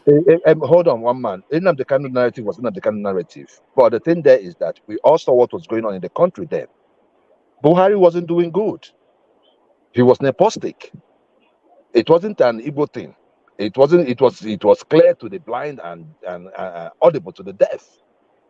We saw it in his government. So Buhari did not just opt. Buhari did not just opt anybody. Buhari was on peacemen. Drew, can I ask you a question? Do you think the North has truly forgiven the Igbos for killing the Sudanese of Sokoto? Hold on. Okay. I think they are Patowski, please let that conversation take place here. See, I am not here to talk about who is going to forgive and who's not going to forgive. In a worst scenario, everything is fair. The life of hold on, now let me talk. You asked me a question. The life of whoever was it Saddam of Sokoto? It's not more than the 3 million Igbos that was killed during the war. That wasn't the question they asked you. That wasn't the question they asked you. Yeah. Then, he's talking about. Let me attach this question to that question too. Do you think the North has truly forgiven the Igbos for the killing of the Prime Minister? Good. And let me answer that question. Both of yes. Okay. People have moved on. From that war, I will tell you, people have moved on. The people that started this war, or the person that led this war. You know, we have a Hassan, a northerner in his 20s, who was speaking with, you would have thought it was his uncle when he was describing how the North feels. I'm not sure the North has moved on. Go and they ask have not Hassan. moved on. And one man. The reason why I say this is this, you right? may not believe me. They have not moved on. Okay, Hold on. They have this apathy for Southeasterners. It's a lie. It's a lie. It is you people that is stoking that fire. That is the point I'm trying to make you understand. Hold on. Let me land my point first. Then you can take it up. They still have that apathy, right? Yes, you have said 3 million lives, 3 million Igbo lives were murdered. That apathy is still there. The North does not fully trust the Southeast because they feel that there may be some rebuttal attack. That trust is not there. They would rather go with the Southwest than go with the Southeast. Okay. You can continue. You. All right. So my thing is this. The only people fanning this ember are people like you. And when I say people, some people, I'm most times in the media dominated by the Southwest. You are the ones pushing it. Stop it. If you don't push it, nobody will talk about it. Yes, it might live in the mind of many people, but majority of people living today did not experience that war. And we have this had is many politics. Hold For on, you to win, you push everything. So no, I know. Sorry to let me apologize for interjecting. It is politics. For you to win, you push everything, and it was done in this 2023. You push everything so to win. Then when you win, you now say, okay, we've won. Everybody calm down. It's politics. Let's not pretend. Okay. Joel, sorry, can I reframe his question to you? Do you think the Southeast have moved on from the? I think the Southeast have moved on. You think so? And there is killing. Which killing? Which killing are you talking about? On? Will you tell Nnamdi Kanu that Southeast have moved on? Will you tell Simon Ekpa that Southeast have moved on? You see, you keep referring to about 0.11% of the population of the entire Southeast. So the Southeast. No, hold on. The Southeast has moved on with that treatment, and now you are calling for a cooperation of the South against the North. You on this platform just some minutes ago, I have said it. I said it before the election. South. I'm not hiding it. That means you are not even seeing. That means you are not seeing the North as part of your brother. No, you are saying, let us come together and fight them. That's what you are saying. All right, Joel. Let me just move the conversation just for the benefit for people that have been waiting. One man. Let me. I will make it brief. Let me just answer this that he just said. Right. I don't want to lose my line of thoughts. Let me just answer this. Right. Mr. Patoski, the Southeast moved on. The North, most of them you're talking about, the only people finding those things or talking about those things are those ones that are even older, and which they have lost the confidence of their people. Some of them. So what I'm trying to make you understand that there have been many events that has taken over that have been worse than the Civil War that has happened under we are not in war. Like what is going on in the Benue, in the Plateau? Who led the war? Was it not Gowon? Are they not killing his people left and right? So a lot of things have happened after that. Who would have thought that Obi would have won in a Plateau state? That is my point.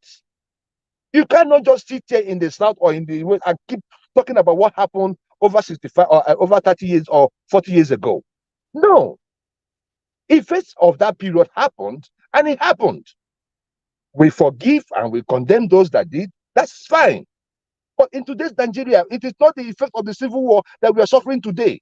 The effect of what we are suffering today is about the activities of the leaders of present day. So there must be some realignment. No, sorry, I have to move on after that. Sorry, Ekene. Patrick, you're up next. Patrick. Yeah, thank you, one man.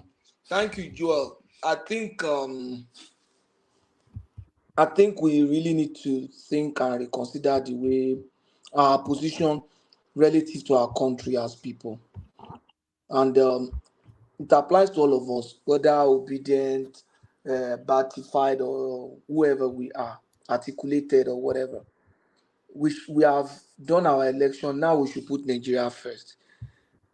We are still in that mindset of, oh, is it turn of the southwest or turn of southeast or this? No, that is not the ultimate interest. The ultimate interest is in Nigeria that is doing very well. It does not matter whether whoever it is, as far as I am concerned, even if it's a foreigner that was born in Nigeria. So it doesn't matter. But I will speak to Tinubu's certificate and everything. It's a very worrying matter, or troublesome, or disturbing, especially for those of us that supported him. He could save us all this stress by just coming out clean and say, okay, this is my O-level certificate, this is my graduate secondary school certificate, this was where I served. You know, Ajaleko, you know, I raised one that we are not even talking about his NYC. I'm happy that has come up now. Because I remember in 2007. Well, was NYC in situation when he? Of course, now 1979. It was NYC now. Gowon started NYC now. After the war. You understand what I'm saying? Gowon left 1976 now. I've been 75. So you didn't graduate before 75 now. You understand what I'm saying? So NYC was established. NYC was 1973. So Gowon started NYC now. So he didn't, nobody is speaking about that. But I remember when Dimeji became the speaker and they say he didn't do NYC. Dimeji didn't even respond. It was one guy that has the same picture that they snapped when they were in camp. The guy just gave it to Punch or something that time. Dimeji doesn't even have the picture. Maybe now remember the guy and say, oh boy, you are still there. They've not been in touch since that time, but it was just there. That this guy was in camp with me. He served in so and so place. He was. So those are the kind of things now. If Tinubu did NYC, definitely because he presented an NYC certificate, nobody that served with him even could say, I did my NYC with him. I don't have any picture from my NYC now, but I know people who have those pictures. That we served together, we were in camp together, we did passing out together, you know, those kind of things. There will be people who just say, yeah, no, it's not like that. So why is this so much of a trouble? We've all been to school now. Obasanjo, Buhari finished school before him.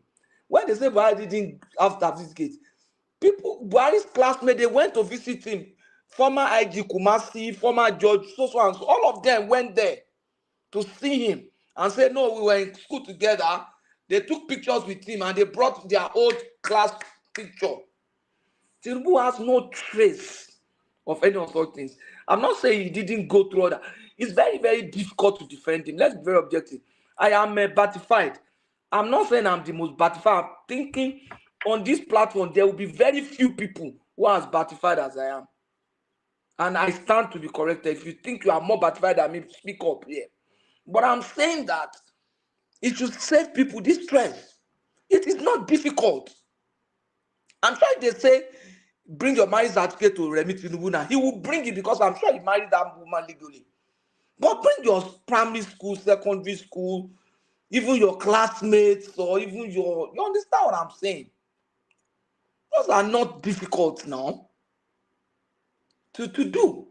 The one they say brought NEPA paper, the one that they have brought NEPA certificate, his classmates were there. Both his classmates in War College in the US, they came out. His secondary school mates, they came out. The ones they joined the army together, they came out. So it's funny. No secondary school, no. You're not that old now. The man is not that old. Forget about his frailness, the way he looks. He's not as old as some of my uncles that I know. And as illiterate as some of those my uncles are, they have their certificates.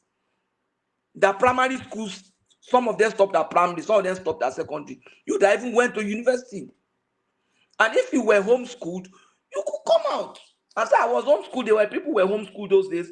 They wrote GC using remember one booklet they used to mail to people that time, Key to Success. GC, Key to Success. Yes. You could read it and pass. Correspondent. Yeah, their office is on a Krodu Road. Exactly. I know a doctor who eventually joined the army and left the army as a colonel. That was a mechanic and wrote his GC with that Key to Success. He didn't go to secondary school. Eventually graduated and became a doctor, went to UI, finished in UCH, joined the army, became a senior. I think even became a brigadier or something before he left the army, before he was retired. So why not bring it out? You understand what I'm saying? Bring it out now. And say, I did external this thing. Some of us, even after I finished secondary school, didn't make our O level. Some people went to do external and we took their paper. It is nothing to hide now. And he had all this time to even go back to school. I think he went to school now and get that Dubai certificate. This man, in Osun, he had the problem first time. He went back and do it. So what's wrong with him? Adeleke, what's wrong with him? Right? They couldn't bring any certificate issue against Adeleke again now. But what's wrong with him doing the right thing? So it's to me, it's very, very difficult and ridiculous. I'm not worried. I'm sure he must be restless now because it takes like 1,000 lines to cover one. If it's not lying, if it's just a mistake he had made in the past, because he had documented it and made some mistake, he will now need to be covering and covering and covering. What is that the kind of state of mind you need to govern a country that is in trouble? The country is in trouble. I don't have any personal relationship with him. I just saw him as somebody who can fix the thing and the best among them. I am not ready for all this crap. I am not going to stick my neck and my dignity for this nonsense here. No. People are dying, people are being killed, bumping, all this kind of stuff, and we bring boys together and just organize them and say we are running the country. And the man lacks the slightest of dignity to say, yeah, there was a mistake, or even when you have made a mistake, you had more than 20-something years to correct it. It is sad. That's just the truth. It is sad. But hold on. How would it have corrected it when he already finished college? You wanted it, so you expected me to go back and sit for school certificate exam again after he has finished college. And what is wrong with that now? He have learned of it for many years now. It's not too bad now. Hold on. Let us ask a logical question. This guy, hold on. Let me ask Atiku this went question. to do his master's in Oxford over the last 4 or 5 years. Obasanjo actually told him to do it. Obasanjo even went to a national open university with his bag. God bless you to do a degree in theology.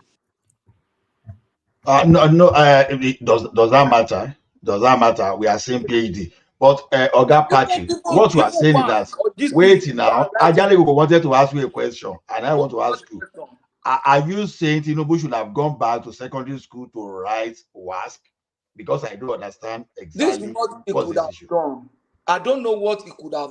I don't know what he could have gone to write. He knows where the mistake was. He knew where the problem was. Oga Patrick. So you are not allowing me to answer the question now. You asked me. Okay, go ahead. If I'm not saying you should go and write WAEC, I say he should amend. So if you think amend what? If he had made a mistake, I'm not saying that he did make a mistake. Let me tell you, there must be something that is not clean, and that's why you walk in darkness. For people to walk in silence, in darkness, in hiding things, something must be wrong there. Anybody that his work is clear brings it to the open. That's what Jesus said. If your work is good, you bring it to the open. But when you put things in darkness, I'm not saying I've seen what is there. I'm saying that there's something you're hiding. That's why it's in darkness. So if he knew something that was hidden and that was in the darkness, why didn't he correct it and then bring it to the open? Oga Patrick, let's look at it. Let's look at it this way. See, everybody here today, you understand? If someone should give me authority to dig into background of anyone, right? I'm not saying anyone is a criminal. That's not what I'm saying. I may find something. Even that thing may not indict you. Even that thing may not lead to any prosecution. But I may find something just to cause you some kind of are discomfort socially, morally. That is the way this life is configured. Now, look at the environment that you and I live now. We are trained to tell lies when we are writing a resume, yes or no? Yeah. Now, so you write a resume that maybe you are an accountant today, okay, because you want to be in a control, you tailor your resume. You know that practically that thing is a lie within this society. Of course, that is why we say, that is why they say morality is different from the law. There are some things that we do that is immoral, that but is still legal. You can see because the law is not going to prosecute you for it. Now, you know, the first day I learned about that of CSU, I was practically mad. I was furious. I was emotional. You understand that day? But later, when I sat myself down, you know, I look stupid when I asked a guy, a friend, a younger guy that, look, what Tinubu did, what do you say about it? Okay, the guy now told me, say, okay, if I want to believe that Tinubu to forge certificate, they say, okay, all his friends that order their own diploma on plastic. That really occurred to me. You know, some people, as we are coming, some people ordered their diploma like a calendar. That some people even get their own, that they now put their picture under it. So he said, it means that all those people that order their own diploma on plastic too, all of them they've committed forgery. It's just I think there are two different things we are looking at here. No, I'm coming. I'm hitting somewhere. You see, one thing is this. I'm not surprised if we Nigerians, if we are seeing what Tinubu did in terms of his diploma as forgery. I understand. If you see your own certificate, if we write it, oh, graduate with 2-1, 2-2, you will see all those things. You will see all those things on that certificate. When in the American system, I don't know if some schools are doing it, but I will tell you that majority, at least the one I've done and the one that I know people that have done, I've not seen where they write your class or degree or your certificate. So it is even now what is happening now that is even opening my eyes that, oh, so all these certificates they be giving us is just for formality. It's just, that's why we can comfortably ask and reorder several times. How many times can you order your certificate in Nigeria? I don't think you can order more than one. If it has changed, then maybe just yesterday. I don't think that. Well, you have not asked me question now. Respond to Ola and then bring it home in a few more sentences so we can hear from Bishop. You have not asked this question. Yeah, what's the question, Ola? So the question I'm asking now is this. When you are saying Tinubu has so many things about his background now, the matter you are asking is this: is it a matter for criminality or from immorality? Because you have to, you know, in this environment we have now. No, let him respond to that question. Okay, sorry, Ola, but it's just the time. But condense the answer so that we can get to Bishop. Yeah. You see, to know whether the matter has to do with criminality or morality, I cannot say, because until he brings the matter to the open, I am simply saying that he shrouded an area of his life is shrouded in darkness. Shrouded in darkness because there are certain areas of his life that are not supposed to be shrouded so much in darkness that is now in darkness. I'm not saying asking him how many times do you stay with your wife in the room. Those are private issues. Things that are not essentially done privately. Things that are done collaboratively, like going to school. You went to school with people. School you went to are public. They are not cult school. You know, it's not an occultic group. So we are saying that, why do you have so much darkness? The Bible says if your hands are clean, if your work is good, you bring it to the light and the whole world will see. So until he brings it out, then we will know whether it is criminal or it is moral. But now we want to know. And the only person that can give us that answer is him. That's my answer, woman. All right, brilliant, excellent, always excellent by Patoski, but it doesn't join us often enough. That's just the difficulty. But joining us after a period of hiatus are the majestic Bishop. So Bishop, the Atiku'S saga, CSU saga, saga fiasco, whatever it is, your thoughts, Bishop. All right. We don't appear to have Bishop for the moment. So let's hear from Zita. I'll come to you, Ola. Hello. No, you're there now. So yeah, carry on. Yeah. You see that you just see it momentarily as we were talking. Anyhow, let me start by saying good evening, gentlemen. Good evening, Nigerians. Wherever you may be listening from, please just click on the like button as we proceed. I'll try as much as possible this 8:12 where I am, and I'll try and be very brief. I want to start from the pain of point. From the point of pain, I feel excruciating pain and the kind of disrepute we are bringing the institution of the presidency of Nigeria into, due to ambition of some individuals. And the fact that we are demonizing and we are trying to destroy because we cannot have it really pains me. It is not about Tinubu, it's about the presidency itself. And Atiku'S was saying something now, I believe, that if your hand is clean, bring it out. I will also add to it that let him that have no sin cast the first stone. If we subject every one of us to the kind of scrutiny that we are subjected, how many of us will come out clean, unscratched? How many unscratched here? How many of us, if things are done and he has a certificate that supersedes the initial certificate of secondary school, and we're just trying to throw everything and see which one will stick. Well, I don't have any problem with continuing to do that. It's just that very soon and in the very near future, no president will be acceptable in Nigeria. No, whether from the north or from the south. We need to Buhari. I know the kind of hula balloon, despite the fact that there were evidences that Buhari went to War College in America and he graduated with honors. I mean, he was almost top of his class. People still continue in that trajectory, throwing everything. He had YX certificate, he had this, he had that, and it became so embarrassing. And we are doing exactly the same thing again now against Tinubu. The problem is this: the time will come, anybody, it will become like a professional in blackmailing. Am I still on this woman? Confirm. Yeah, we're all hearing you. Carry on. Yeah. It should become like a profession, and we will keep demonizing and destroying whosoever is there. And it should be so much distraction. It's so unfortunate that Atiku and whosoever, but they are not even claiming that they won the election, which was actually the crux of the matter. Oh, we won, we are going to prove it.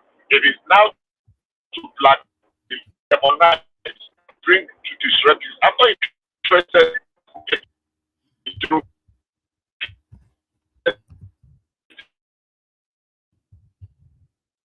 you are breaking off now, Bishop. I'm not sure if you can hear me, but you seem to have gone through a sort of a black spot for the signal.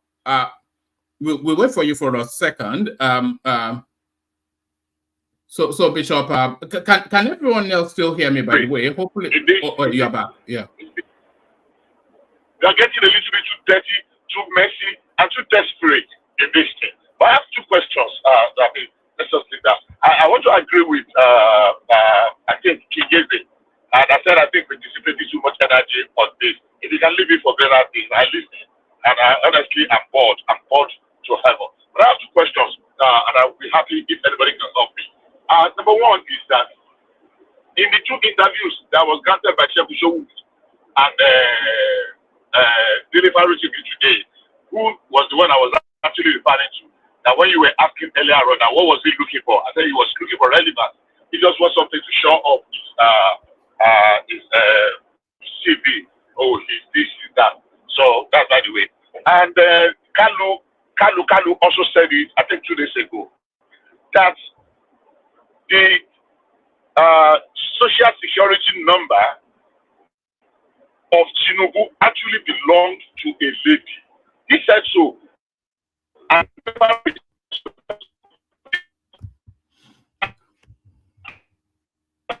the guy, Kalu, did not mention that as part of their smoking gun they have suddenly discovered. So I want anybody, has anybody confirmed that social, because that's a major thing. If the social security number actually belongs to a female, that he used. But if the social security number actually belongs to Bola Ahmed Tinubu, and the only thing we are contesting is the F on that thing, I think it's just all the grammar that you used to describe it. I think it's very apt. It's very apt. And that's that. Then Atiku said something in the course of the press conference. I hope that I'm following my thoughts. He said something.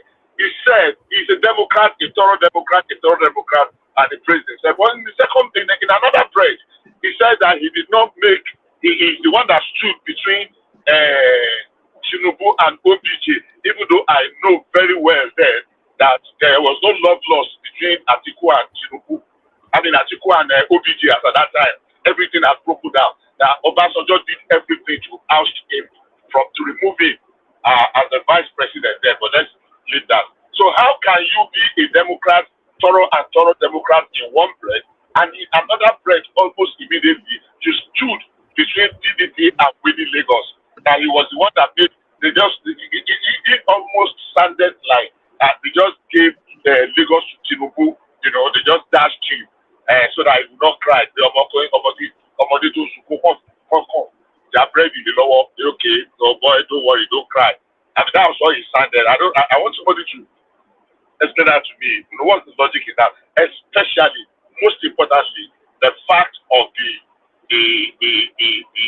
social security number, because both Shegun Showumi and I mean, made serious reference to that social security number he used actually belonged to a female. Yeah, Bishop, I think I'll take on the SS number question. Okay, go ahead. In the questionnaire, the raw copy of this, what do you call it now? The technical, the interview, the questionnaire, the Atiku lawyer had with Caleb. She did not ask of that question. She did not ask any question concerning the SS numbers. But that is one. Two, the SS number, definitely it wouldn't have been admitted into CSU if that SS number is not his own, because that's the first thing they check. That is the first thing they check. And Caleb went on further to certify that junior college daily paper, that look, even though they put F there, that at the bottom of that paper, Tinubu signed, and the signature is signed is consistent with what he signed throughout his lifetime in CSU. So that is why they believed that daily college or something papers. But I was surprised to hear today from Shegun Showumi and Dele Farud bringing that matter up. So I don't think that will go anywhere. Okay, I thought as much. Thank you very much. I thought as much because if it is something that is very relevant, I think that's what we have held on to, more than any other thing. That if it is substance, thank you for that. Bishop, you are breaking up a bit. And now we seem to have lost you. We can't hear you now. Oh, okay, if you have, but okay. No, you're back now. You're back I now. actually just paused because I thought somebody was. You're back now. Because I thought somebody was going to answer my second question. No, you're back now. That's what I said. I thought I stopped because I thought somebody was going to answer my second question. That was why I paused. Can you hear me? Yeah, we can. Carry on with your submission. Okay. You want someone to answer the second question. So what was the second question? I can't even remember. Bishop, can you remind us what the second question was? I think he was talking about people taking Lagos. I think Atiku just made us realize that they didn't really win the Southwest in 2003. That they actually were just taking it. Obasanjo was just manipulating the result. That was what Atiku made us realize today. Okay, thank you. I think both questions are excellently answered. So I'll just round it up by saying maybe until after the pronouncement of the Supreme Court. The only problem I have is the way the Supreme Court is destroying all the institutions. We are destroying the judiciary. We are destroying, because you need to listen to Dele Farutimi today. You feel very bad. You feel very bad that is a lawyer that was talking. Bishop, Dele has a problem with the Lagos State government.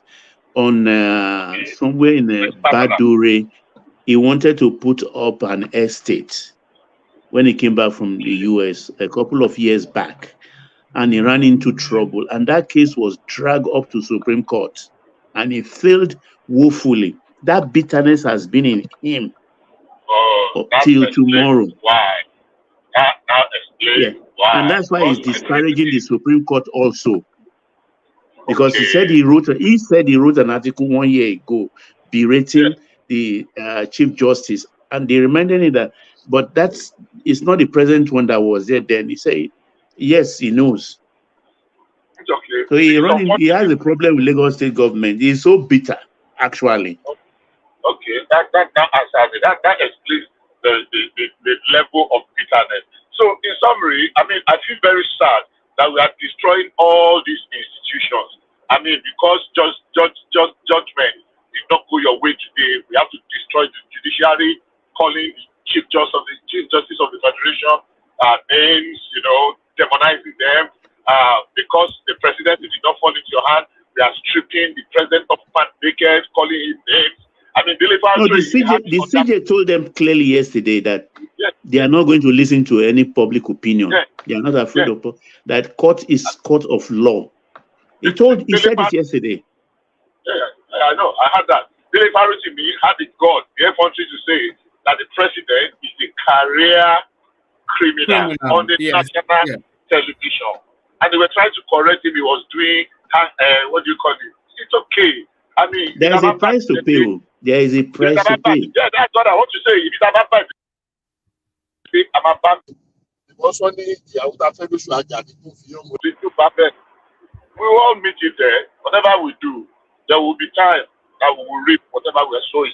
Thank you very much, and have a wonderful expression. Well, all right, brilliant, excellently put by Bishop. So that's the Bishop that you've missed, and we now see why we've all missed him. I was going to go to Ola, but if Ola does not object, we want to go to Zita first, just to break up the testosterone. So Ola, would you mind just? Let Madam Zita go ahead. Yeah, no problem. All right, Zita, good to see you. We only ever see you at the weekend, but I suppose matters have forced you out of hibernation. So Zita, we were going through the Atiku press conference, and we were wondering where the smoking gun was. Did you identify any smoking gun in that little cameo by Atiku? Yes. Oh man, how is everybody? We're all good. I'm not really feeling too good. Anyway. Well, yes, I noticed a smoking gun. The smoking gun is the distraction. That's the smoking gun. But before I go into whatever they are saying, I will try to make some corrections because a lot of people are listening. Before the year 2000 in the United States, whether you are legal, illegal, student, coming in and going out of the United States, if they hand you over any form to fill that needs you to identify your race, there is nothing like others. The only choice, I don't want to talk about the other race. Let me talk about my own race. The only choice you will have is Black/American, African American. That's the only option you have. And when it goes to the system, it will come out that you are an African American. Then come the year 2000, individuals started grumbling, mumbling, because there were multiple race in the United States. So why can't they give them a chance for them to declare their own race, or wouldn't want to declare? That's when they put that order there. And in the year 2010, when they did their census, it became public. And since then, if you have any form in the United States that will need you to declare your race, it will have most of the forms. They have no orders, but some still have their orders. That being cleared, let me say this. These people, according to my brother, Professor First Class Soludo for Solution, said they are headless mob. It took me some time to understand what he's talking about, because he's a very brilliant guy and I'm so proud of him as a brother. I don't like the idea that these headless mobs are being attached to some people. I don't like it. We've been doing that over the years, but they don't have a head. Who was their head when they were attacking Buhari? If Jonathan was their head and it was Jonathan they were supporting, if Jonathan was actually their head, when Jonathan said, oh, well then, I lost, I'm going home. Thank you very much for the opportunity. If he is actually your head, don't you think one man that it would have ended there? But because they do not have a head, they are headless. It went wire. The same thing with NSAS. Who was their head? They were headless. Now, let me say this. It will take a smart group of people to handle APC. I've been saying it. But people who believe I have an allegiance don't want to listen carefully to what I am saying. These are a group of smart criminals. Very smart. I heard somebody saying that Buhari's schoolmates went to visit him. And I asked the person, how long did it take them to go and see him? They allow this headless mob to run around the internet. One man, what is going on is what I call reverse psychology. They did his schoolmate, they did his certificate, some people call it bread. And I keep asking, the other day I asked Mark on this platform, I said, how do you prove a result or a certificate beyond the institution that gave it to the person? Babajani Koko started laughing. How do you prove it beyond the school that gave it to him? I am sure Government College, Lagos, or whatever you call it, is still there. CS2 is still here. But these things are things people put out in the internet. His certificate is 71, the school is 72. Can't Government College speak for themselves? Actually, I thought that what Atiku went to United States to do is to take whatever Tinubu gave to INEC and take to the court in the United States to compel the school to come and say whether it is forged. But I didn't know he went asking for his results ridiculously. Now, let me say this, one man. This headless mob, their job is to tear down our country. And as I said before, they cannot tear down Nigeria. But whatever they are doing impacts Nigerians as individuals, including them. One man, tomorrow call me. I will tell you about a workshop I attended last week. A Nigerian developed one of the best fintech humans can ever had. But he was so scared to announce that he's a Nigerian. I will come to that.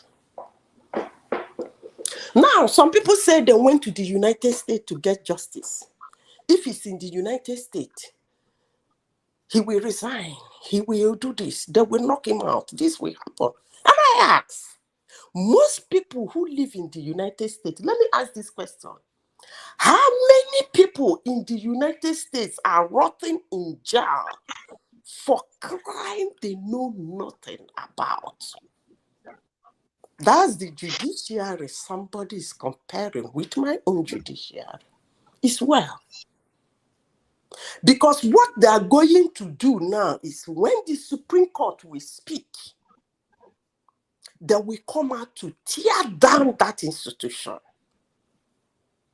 They're coming out to say, whatever the Supreme Court says, we will take it. But watch out.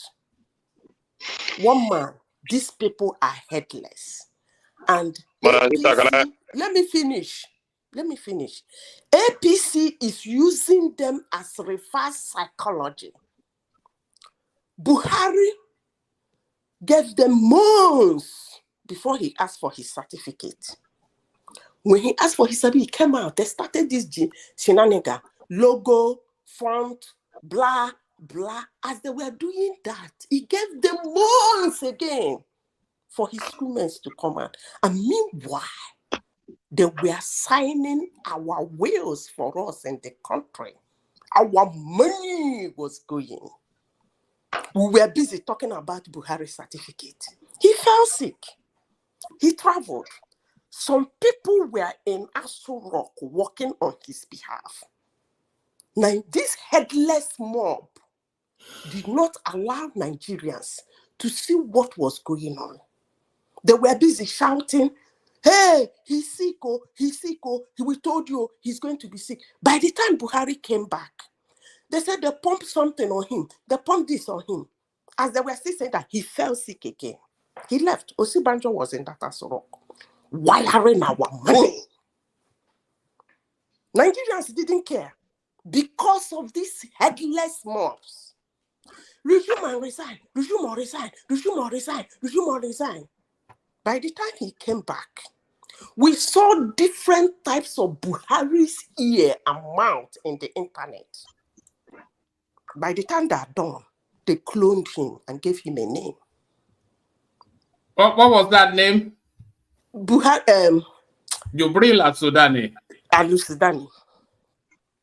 3 months before Buhari left, he turned back and said, I'm done, I'm going. They started shouting. The same headless man. He didn't give us electricity, no food, jagra, suffering, water, everywhere, scatter, no security, everything. And that man ruled for 8 years. Not even one day did the headless mob litter the internet with the insecurity, the maladministration, and so forth. Until he was about to leave. Another person has entered. And you know what? These APC people, they are smart criminals. They give you something to talk about because they have this headless mob that say things. I don't know why you should turn yourself to the mouthpiece of an institution. Well, you can be a mouthpiece of the institution because you don't believe in our institution. Even when the study is coming from them, you will say they are criminals. They are corrupt. They pay them to get it. I ask again, how many people are in the jail in the United States that know nothing of the crime they are convicted for? That's a judiciary.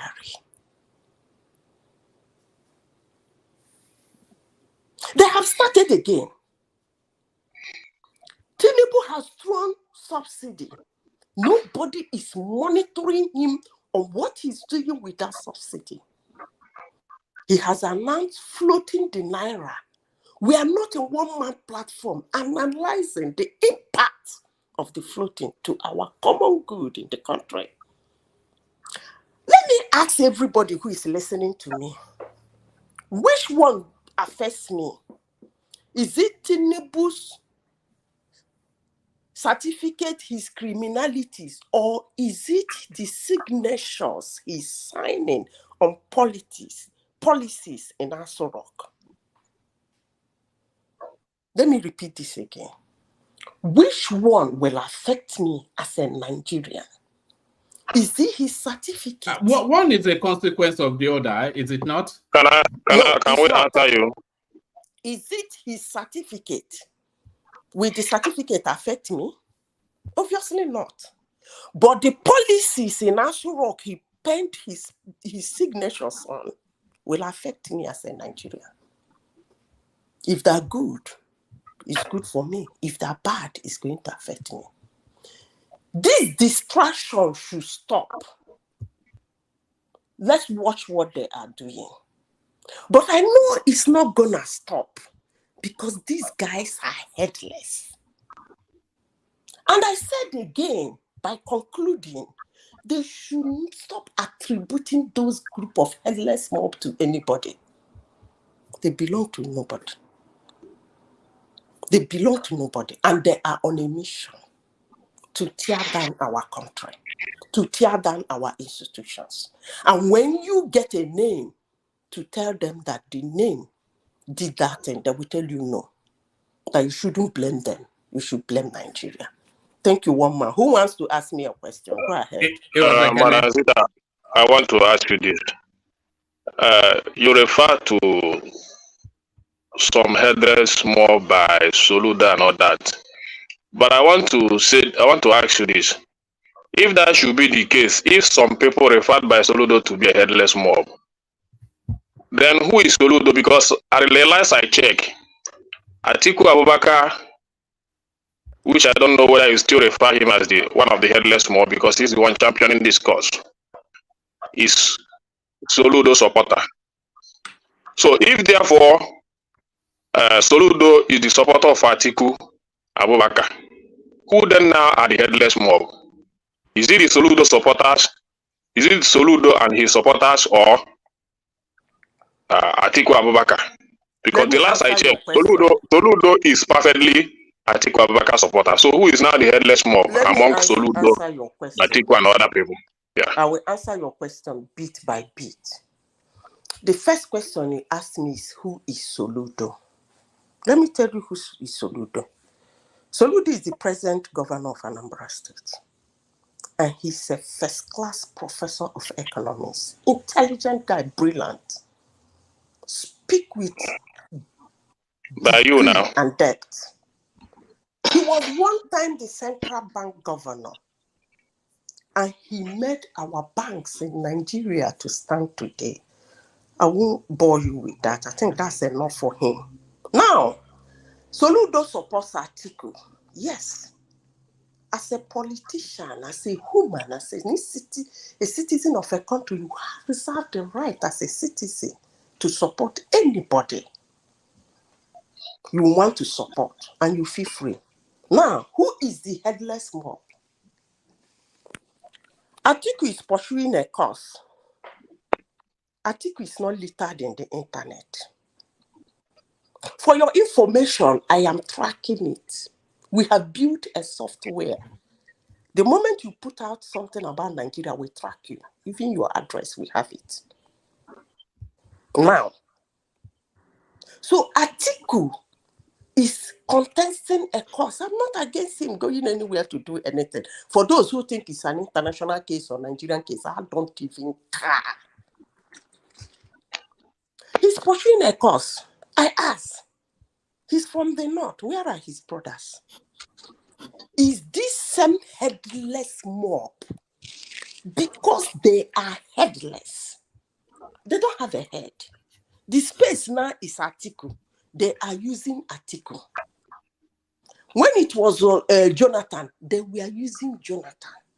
So for any space they find, they lodge in and start disturbing the country. So those are the headless mob I'm talking about.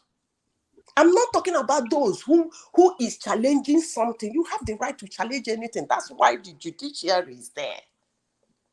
You have the right to challenge whatever But you want. you cannot remove the head, or you cannot remove the head They now. don't have a head. You didn't hear what Atiku is their head. No, it's not their head. As far as I'm concerned, Atiku is their head, and the Soludo is also the follower of that head. Okay, you can believe whatever you want to believe, but what So that's how I believe it. Atiku is their head. Nobody would have been talking about it. One man, can I ask her a question? They are headless mob. They don't have a head, but they want to use every situation that points itself in my country to run around with their headlessness. Nobody is their head. I repeat myself again. They are headless mob, just like my professor, first class Soludo for Solution said. They don't have a head. Zita, but they need to talk about something. So whenever the situation presents itself, they rush onto it. And when that situation goes away, they rush onto another thing. Were they supporting Atiku in 27? No. Were they supporting Atiku in 2011? No. Was Atiku their head in 2015? The answer is no. So they rush on situations that raises its ugly head in my country to run around headlessly like a headless chicken around the internet making mockery of my country. Zita, hold on, Adale Koko, hold on, please. Let Band of Prestige, let him put a question only because we've not heard his voice. Prestige, put your question to Zita. All right, thank you. Good evening, everybody. Mrs. Zita, I greet you. This is my first interaction with you, and I know you're from Imo West. You know, that's where I'm from too. I've been listening to you for a while, but I've never had an interaction with you. But let me state what I'm trying to say. You are very knowledgeable when it comes to Nigerian politics and everything. I give you a kudos for that. There's no doubt about it. But when it comes to APC, I mean that that your integrity just disappear. I don't know what it's about APC. You become so blindfolded.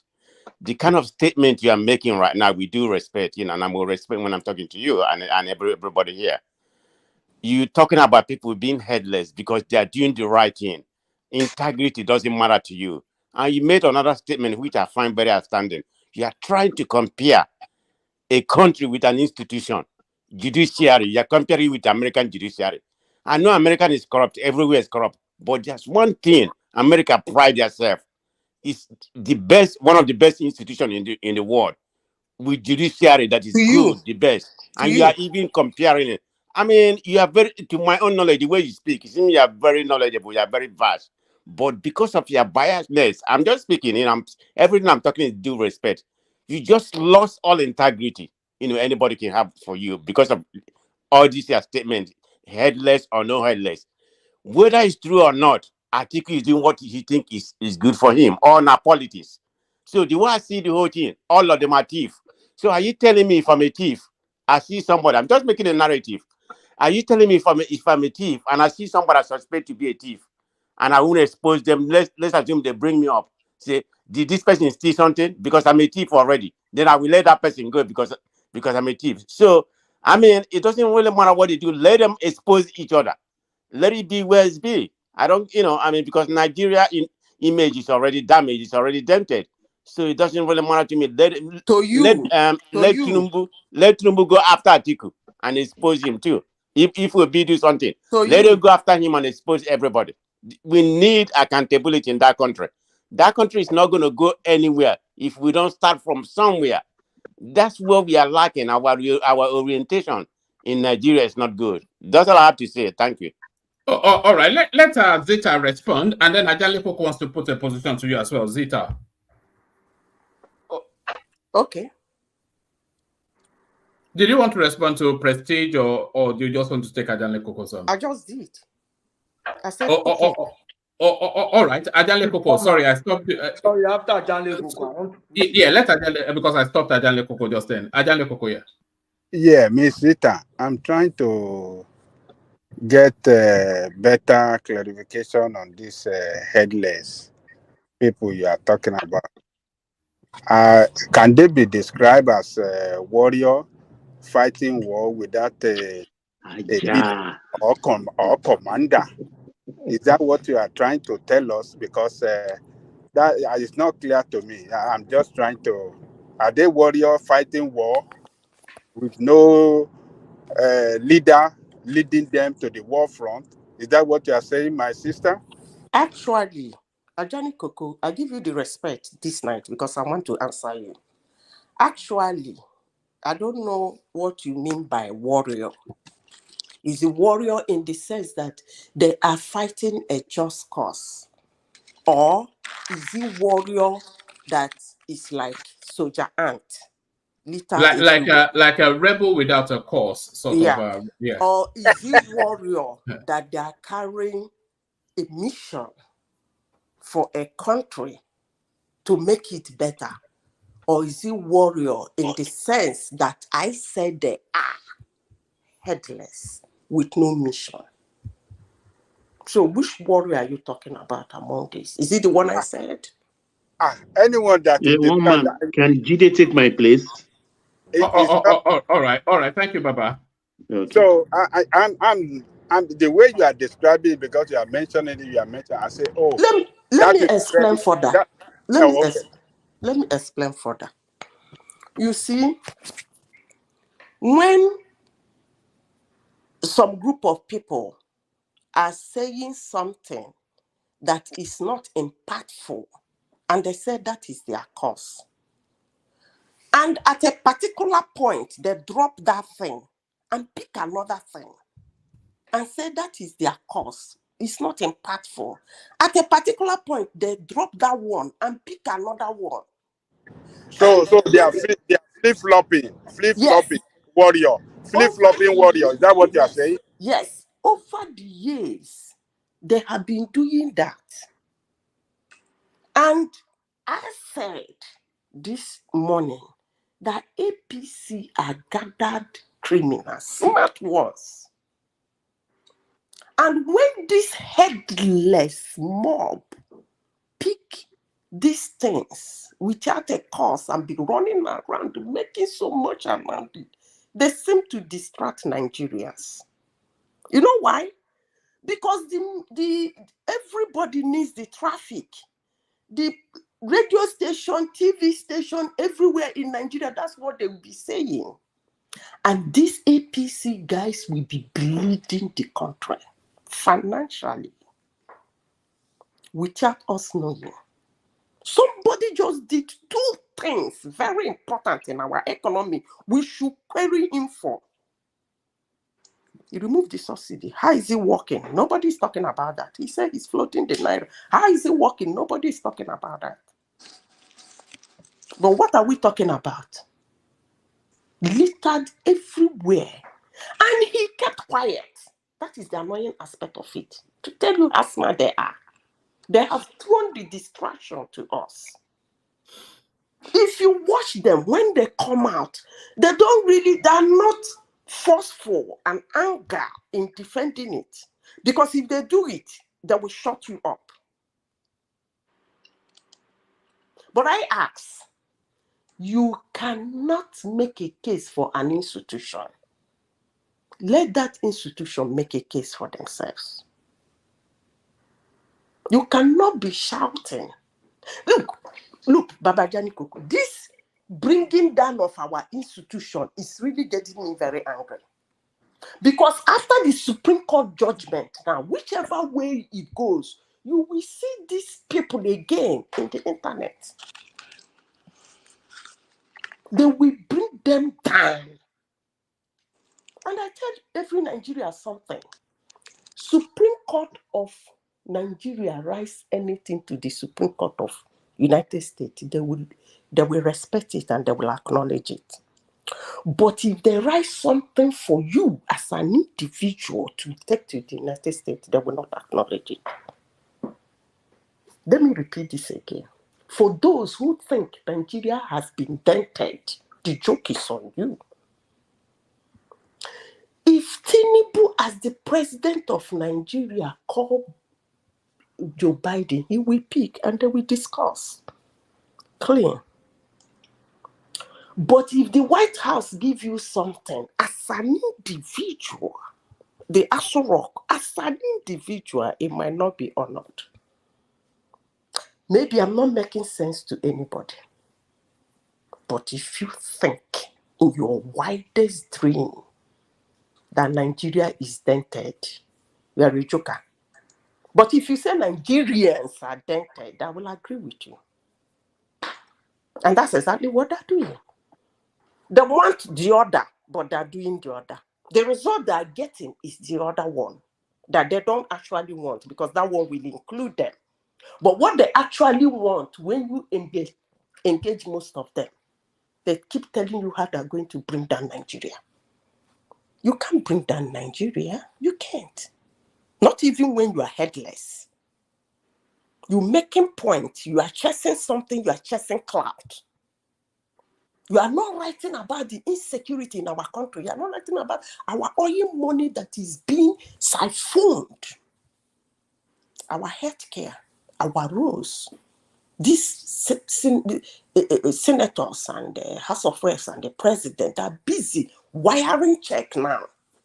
And we're here talking about certificate. Well, since the headless mob give us a solution, a situation to talk about, let's talk about it. And then the day Tinubu will say, I'm leaving, I finish ruling, hey, suffering, hungry, no electricity, no this, no that. He didn't do this, he didn't do that. He's there now. Let's ask him what he's doing. Thank you.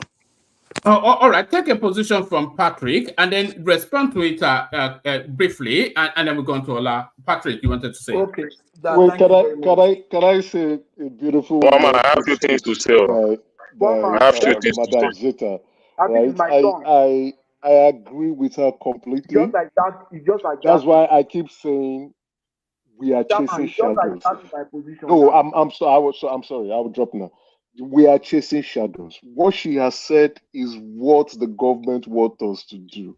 We should use the opportunity to criticize the policy of the government. The government is buying time. And if you go through the news, if you dig deep, especially into the economic news, they are buying time for 6 months. And this certificate is a distraction. Well put, madam. Thank you very much. I'm not far from that as well. I'm not far from the that bit that they need 6 months. I'm not sure if it's a distraction or not. Maybe my IQ is not to that level, but I feel that they need 6 months to bed in. Patrick. Yeah, I also feel it's not a distraction.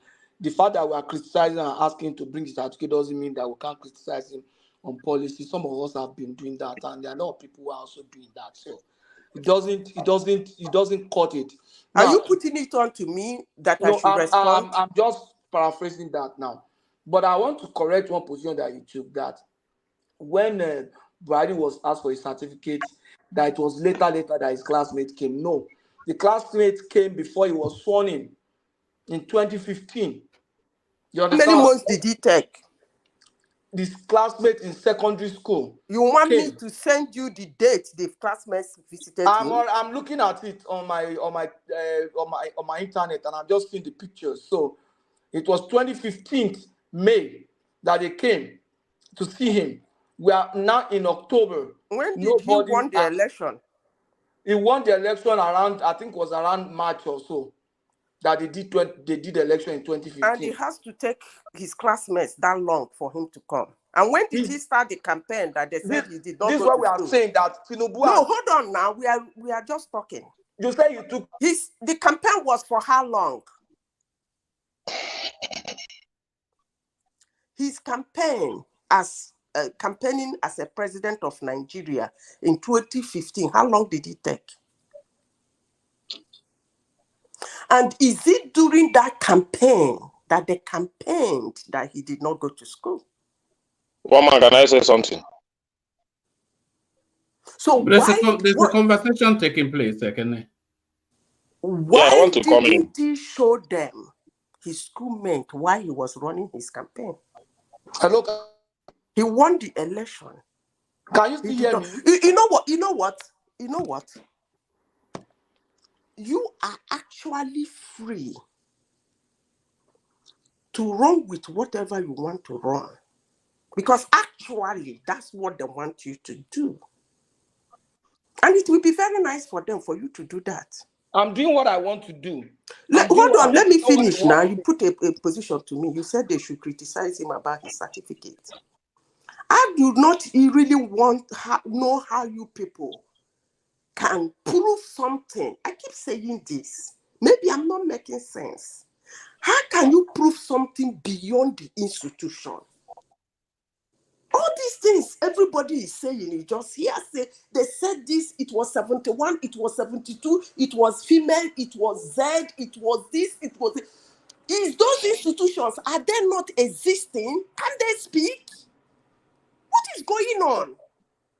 Let me say this. Let me say this. Can I have to move on to Ola because if you say something, then I have something to say now. Should I swallow it? All right, say it. But don't blame me if it takes long to get to you. But I'll go on and say it. Yeah, because for me, sometimes I will be taken aback to what is happening in this platform most of the time, because there was a time we talk about this certificate issue of a young girl here. A lot of women in this platform were very objective, trying to scrutinize it. It's not good for our institution, this and that. WAEC need to do something and all that, and give a punishment to all those things. But when it comes to the head of some people taking charge of our government institution, it becomes nothing. And that time, some people become headless. Why are we doing this to our country? And most of the time, we take those people as if they don't love the nation. But during that time, I know how people were ready to scrutinize that girl. They put out every objective to prove that girl, the certificate was fake. Okay. But now there is nothing to scrutinize. Everything is okay. Headless people. We should move on. The same headless people. We should move on. Everything is okay. Headless people brought out that issue in the air. The same headless people. And for me, I don't know. People think they love it. People thinking that they love the country more. Why they sit back there where they are, and things are spoiling in the nation. But when it is time to speak the truth, they will not say the truth. They will not say the truth because I don't know what they want to gain. What are you trying? What they want to gain? Do you know what people are suffering in this nation? Who said that people are not criticizing the government in terms of economy? We talk about the economy, everything there. Our naira today is worst in the African region. We said it here today. Everything. Then if you don't have if your head is corrupt, the people handling the economy, if it's corrupt, you don't want people to talk about it. But if it's your fellow citizen or fellow woman, you have the time to scrutinize her, tell them why you have to bring everything against her. And some people become headless because they are speaking up on what concerns the system. Everything concerns the system. When your law is not working, nothing is working. When the law of the society is not working, nothing is working. So people can become headless to you. But people that are supporting, even the people that support Soludo, that supported Atiku that goes there, is also headless. Because if you love Soludo, you must be headless. Because Soludo is a lover of Atiku. So anybody that supports Soludo is also headless. If you understand the people I'm calling headless, you will Thank you, man. Any other person can continue. All right. Sorry, Zeta. I'm not quite sure that what Zeta is saying is punching through. Because she's actually quoting Soludo, who is saying that just a lot of people feel that what is actually happening is chaos just for its own sake. Chaos for chaos' sake. Because there's no coherence, there's no convergence, there's no logicality to the narrative, there is nothing at the end of the rainbow, and it's just anarchy for anarchy's sake, and that is headless behavior. And that's what Soludo said, and that is what Zita is echoing. One man, let me say this before I close. The girl for JAMB result, right? That girl's case is not supposed to be in the public domain. And if you go back to the voice record of what I said in this platform, I said I was even wondering why people are saying that. Bringing that thing into the public domain. That's a young girl. I said it in your platform before she even confessed that she did it by herself. That when we are young, we think we are too smart to do things. And somebody said I was drowning her. I said she did it by herself. So let her face nobody should be littering the whole story everywhere. But the same headless mob, they littered that story everywhere, fighting her cause that was actually no cause. It's just a young girl that did something. Instead of them shielding her, they exposed her with their headlessness. They were busy writing that thing. So I don't even know which one they're saying a woman, somebody supported the jump or the girl. I did not speak anything about that girl's case. I said she did it from the one. And I said, why is everybody jumping into that case as if it's a big deal? But this same headless mob, they have a way of distracting Nigerians. They are headless, one man. They are headless. People should stop attributing them to anybody. They are headless. I asked, who was their head in 2007? Who was their head in 2011? Who was their head in 2015? Who was their head in 2019? Who was their head during the entire SARS? They are headless and they are a big distraction. We should focus on what our government is doing that impacts us. Zita, Solly has actually said something similar, but not quite with the same high language that you've expressed it. It says that these Nigerian youths, that they are just in it for the cruise. That is just for the excitement of that moment, irrespective of whatever the situation is. Let me show you something, which I think makes the point. Let me show you. I hope I still have it. But if I can find it, this really makes the point that you are making. During that Mohbad's pay, yes, listen to this guy. We are black and black. What did happen? Sure. Oh, guy, we die. What did the name? Sure, Mohbad. Mohbad? Yeah. Who be Mohbad? I want Calabar guy. When they say you work for your Ghana, Mali, you not settle and I can sell people go kill him. The Calabar boy work for your Ghana? He work for your Ghana, and your Ghana won't be and you know what settle him. So the boy won't come out, now he send people go kill him. So that's an example of a headless mob, right? It doesn't have a clue. It doesn't have a clue. It doesn't have a clue what is going on. Hold on. Yes, it doesn't have a clue what is going on. It just heard that there's something happening there. So he picks up his sachet of Indian hemp and he goes to where the party is, essentially a party, and that's the headless mob. Zita. That's who they are. Some Nigerian, I was expecting some Nigerian youth that felt our government is not doing okay. We should be asking, what is floating the naira? If you doubt me now, let me send somebody in Nigeria to go to the street of Nigeria to interview people and ask them what is floating the naira. You'll be shocked. And the naira in their pocket doesn't make sense. But they don't care. They say Tinubu'S certificate is an international case and it's going to bring dent to Nigeria. I love that.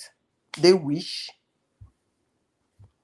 Okay, we're waiting for the dent.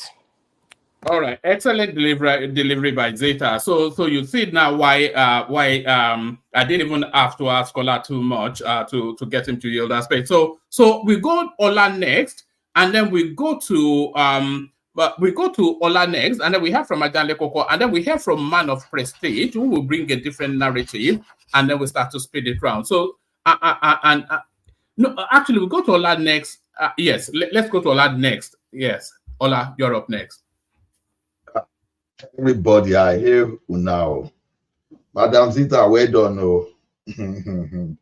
You see the way I think they hear you here now. You be your Thank organ, you. and I'm not. You know, you should be wearing a helmet when you come in Zeta. All the missiles that come in your direction. I don't even care. You see, when she's talking, I know say she's capable. That's why I call organ and Anoswasrinja together. They know they never reach. So already he has already demobilized the the rebel camp already. So that one is even enough to cope with for the next 2-3 weeks. Allah, you are calling for war. Be careful. Don't. I'm not calling for war. Okay, don't worry. You don't really know what this kind of misinformation flying in space. You don't really know what those things is. I'm actually, sometimes I can be so emotional. You don't really know how this thing is giving me serious emotion. People are enjoying creating unnecessary lies, misleading people. Now, the question you now ask now is that what exactly do we want? When we are doing this now, for what purpose? What do we want to achieve from all these things that we are promoting? Are we really fighting for a candidate, or is all about, oh, if my candidates didn't get this thing, then nobody is going to get it. So let's just scatter everything. Because okay, look at it this way: if obedience are celebrating what is happening in the US more than the articulated, then I seem not to be able to corroborate or to be able to match what is happening together. You understand? Now, if you are doing this with the right intent and you're just for people to learn, I will understand.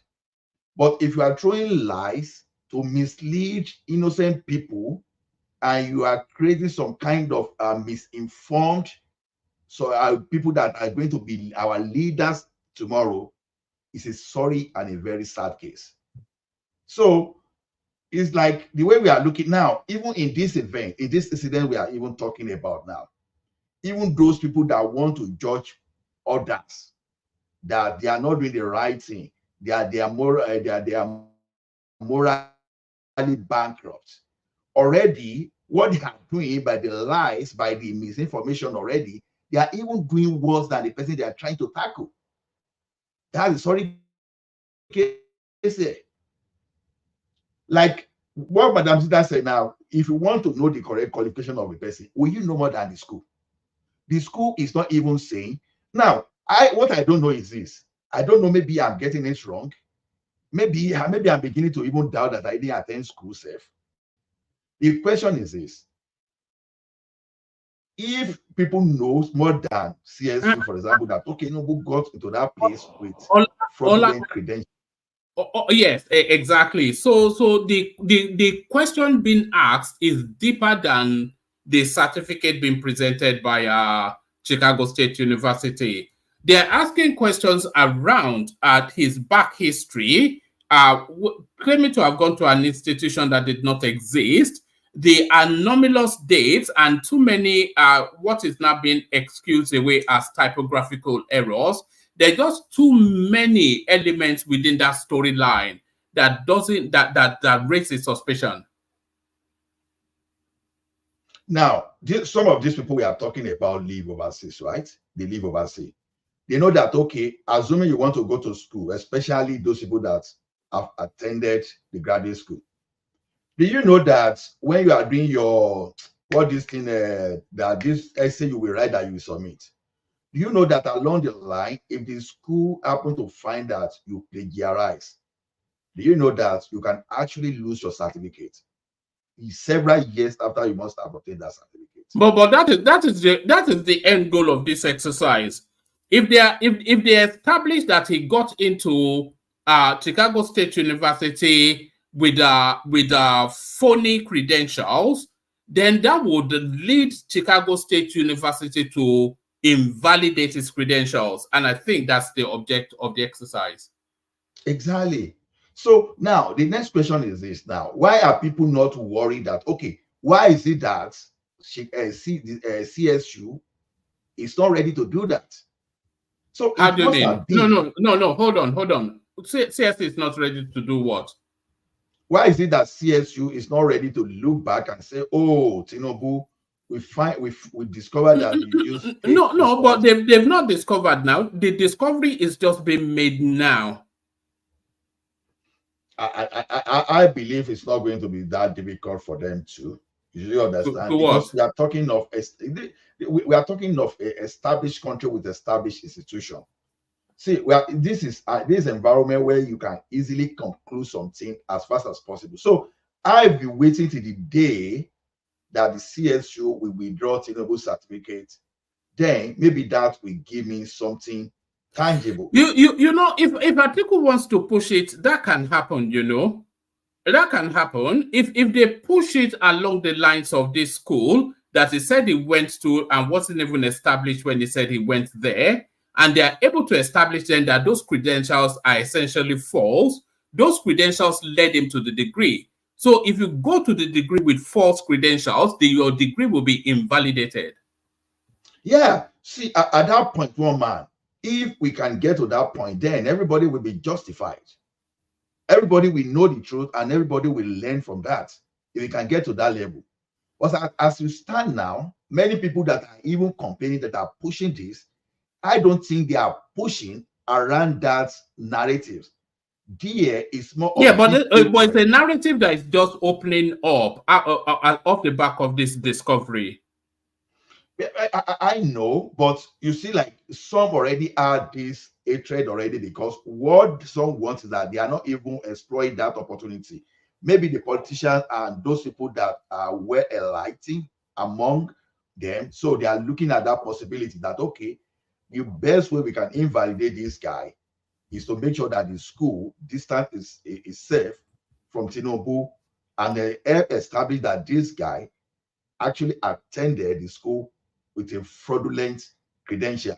Then that's right. In fact, at that level, nobody will be bold enough to come out and defend Tinubu, no matter the level of love you have for Tinubu. Nobody will want to do that at that level. But now the next question is this: assuming that Tinubu is even invalidated, and assuming that we now manage to push Tinubu out, how many of these guys are ready to accept even Atiku that is pushing this as the president? Because it may look like it doesn't matter, let's not just push Tinubu out. But do you want Atiku himself? That's one point. Now, if you don't want Atiku, who do you want? You want someone that constitutionally it didn't meet the requirement that will make him become the president of the country. Head or tail, neither Atiku nor Tinubu can be declared to have met the requirement to become the president of the Federal Republic of Nigeria. So that's why I'm saying, what exactly are we fighting for? Okay, if we are fighting for, okay, let's find a way to nullify the election in totality. Then, how do we cover the lacuna? Because I'm not a lawyer, how do we cover that gap there for us to hold another election? I think this is a serious challenge that even if we want to discuss, we should be discussing around this. Not just Tinubu. To me, I've established on my own that whatever Tinubu did or CSU is not forgery. I've listened to Professor Farouk. He play, he's a grammarian, so managed to play some kind of grammar around it, and I think people misunderstood the guy though, and I think they are lashing to that narrative mostly to now say, oh, Tinubu forged. But from that deposition itself, from the transcript, I've not seen anything like a forgery date tomorrow. So to me, I don't know exactly what we want. So if we want Atiku, then let us know that we want Atiku and start talking and start championing everything for Atiku now, instead of hiding the hatred under someone in order to promote what we know that is not going to be possible. The earlier we wake up that Obi will never become the president of the Federal Republic of Nigeria, even if you push Tinubu away, the earlier we realize it, the better. The earlier we realize this, the better we strategize. Not just for you to be shouting. At the end of the day, whether Tinubu is out and Atiku get to that place, you lose both sides. You are never going to win. So let us minimize this hatred and even think of how we can even move this country forward instead of joining hands together to destroy our skill, to destroy our institution. So if everybody from Nigeria now is now seen from someone that is carrying fake certificate, although I know that there are some kind of situation, there are some institutions that World Education Service will never evaluate. We know that for sure. But this one we are not even doing now is even making things work. But thank goodness, Nigerians in the Western world, they are well known when it comes to academics. They are well known for their brilliance. So I think that is what is serving, is giving us some kind of how do I call it, the mitigation against the damages that people are doing to that country. To me, I think we should be focused more on how the government can even deliver the country, because all this one we are fighting for is not going to solve the problem of the masses. Just shout from now for the next 2 months, before you know, people will just turn against you and they start demanding for better economy. As Yoruba will say, Tilenjo, Tole Banja, any people. The question is, the people cannot be hungry, and people, they are homeless, they are jobless, and you keep these narratives. You can only sustain this narrative for maybe for the next 1 month before people turn their back against you and you become the enemy. So whatever we are doing, we just have to be cautious and apply our wisdom. You know, I don't really have much to say around this thing again. So maybe when we open that of petrol subsidy and economy, then maybe I can talk. But thank you. All right, brilliant. Excellently delivered by the elegant Ola. So thank you, Ola, for that. So let me go to Ajande Koko next, because Ajande Koko has really not spoken outside of interjection. So Ajande Koko, you're up next. Yeah, thank you, one man. You see, Atiku, you see, that statement he made that it prevented the better power, federal might.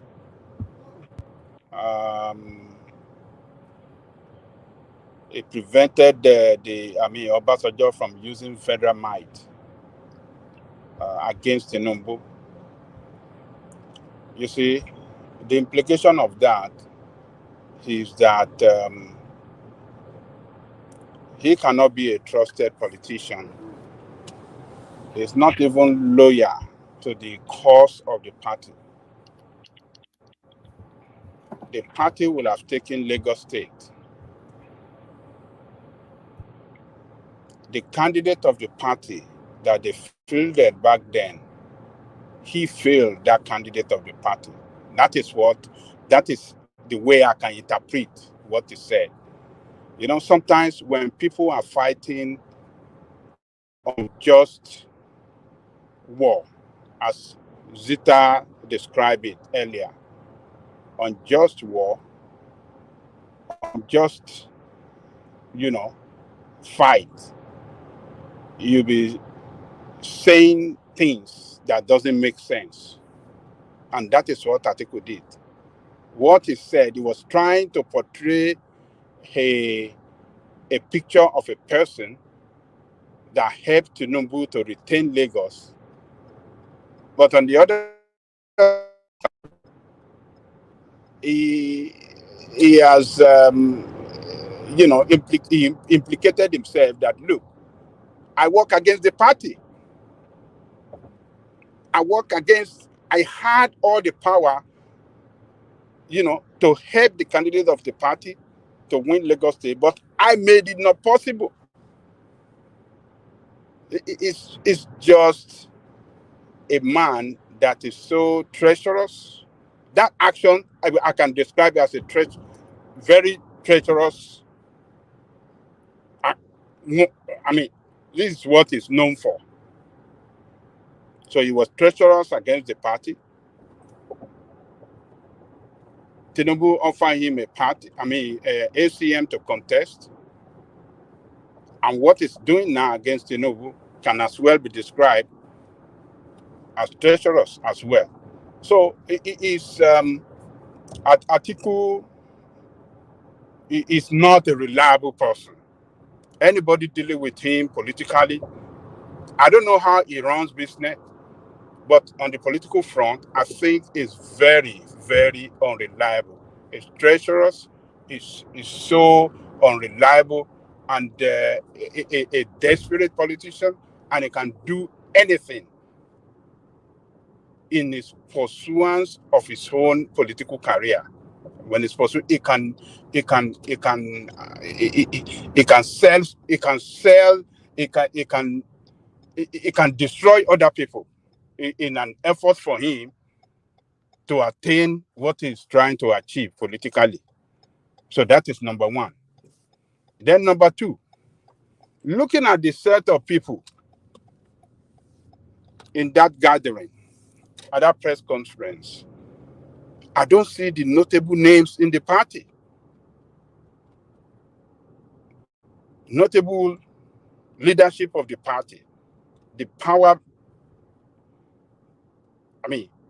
the who and who, the shakers, all the powers, all the faces of the party, the know-how, I didn't see them. So that can be interpreted as it can be interpreted that there's a division among them. It can be interpreted that as a party that is not united, as a party that don't believe. Maybe most of the leaders does not believe in this cause. I think he held it in Abuja, isn't it? Woman. Was it in Abuja? Or where did he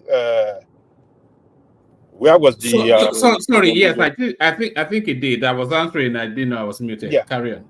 Tambuwa should be there. Tambuwa is a senator. Why is Tambuwa not there? Where is Saraki? Where is Dede Bomodu? Are they broke or what? Can't they afford to buy a plane you know ticket? You know that Uber is expensive these days. Uber is Are they broke? Because they've been out of power. Well, they all live in Abuja anyway. They all live in Abuja now, all these people. So maybe the taxi fare is Why are they not there? Have they backtracked? Have they told him that they don't believe in this fight? In what he's pursuing, as if he's fighting for the people, as if he's fighting for the interests of the party, whereas he's fighting for you. Some of the leaders doesn't believe in what he's doing. Why are they not there?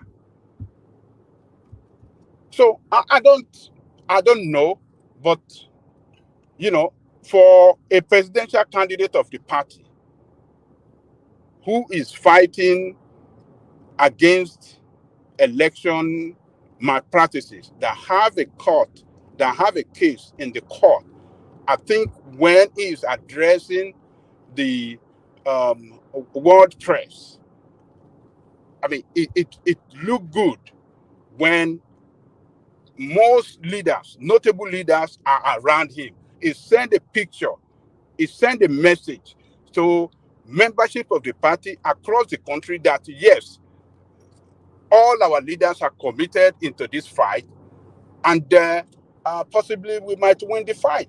But when they don't see notable faces, it will give, if we send a bad signal and possibly give a kind of how do I describe it? A setback in this in what he's pursuing. So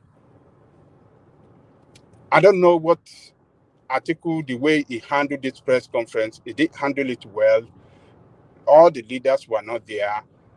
Then he made a very useless statement that he worked against the party candidate when the leadership of the party and the president back then wanted to take Lagos State. He worked against the party. So that is a stigma, another stigma. That is another message that he has pictured now, that he is not a reliable person. So, and the third one is that the name of Gani Fahimi that he used, oh my God, I felt so bad when I heard him using. That's another bad way. Oh God. I was checking my day. I said, oh, this guy is this guy, I couldn't believe what I was hearing from Atiku. Gani Fahimi from your mouth? And he made a statement that now it can finally rest. Are you telling us that Gani Fahimi I've not been resting well where he is until today because you are pursuing your own useless selfish ambition? Because you are pursuing your own selfish ambition, that is when Gani Fahimi will start to rest well where he is. It's unbelievable, man. That guy can say anything, in an effort to dribble the people, to badger the people, and to deceive the people. It's just unbelievable, one man. What is Gani Fahimi got to do with your cause? What is Gani Fahimi got If to you do don't with your mind, just cause? a second. Okay. Do you know that Atiku represents almost everything that Gani Fahimi fought against? It represents exactly almost everything that man fought Almost against. everything. You're right. And then you are saying that, oh, you are fighting. How can? Oh my God! Just present your own issue, present your own position. Let us know what you are fighting. Don't drag the name of Gani Fahimi into your corrupt, useless, and nonsensical, aimless, unachievable political career that is pursuing. I can't believe it. And then he was just like one man. Maybe one man is a prophet now. One man, when I was asking the question the other day, yesterday or a day that, when I was asking that question what do they want? When I was talking about Tinubu, that look, they are presented his the school has acknowledged that he graduated from their school, he gained admission. The letter of admission is addressed to him as Mr. Tinubu. And I was asking, what do they want? Remember, you said, oh, it is Udeyi. No, I was saying, what does Atiku want? You said, oh, it is Udeyi that is working in its brain or something like that. And I was surprised when he's giving praises. And he mentioned him. Yeah. And he mentioned him. I was surprised that he will actually stoop that low because it gives that guy even more credibility. Not that he's ever had credibility, but it's notoriety more to it. It gives him more notoriety now. So he will use that comment to go around the media circuit again and collect another round of money. This David Udeyi. Your good friend, woman. Where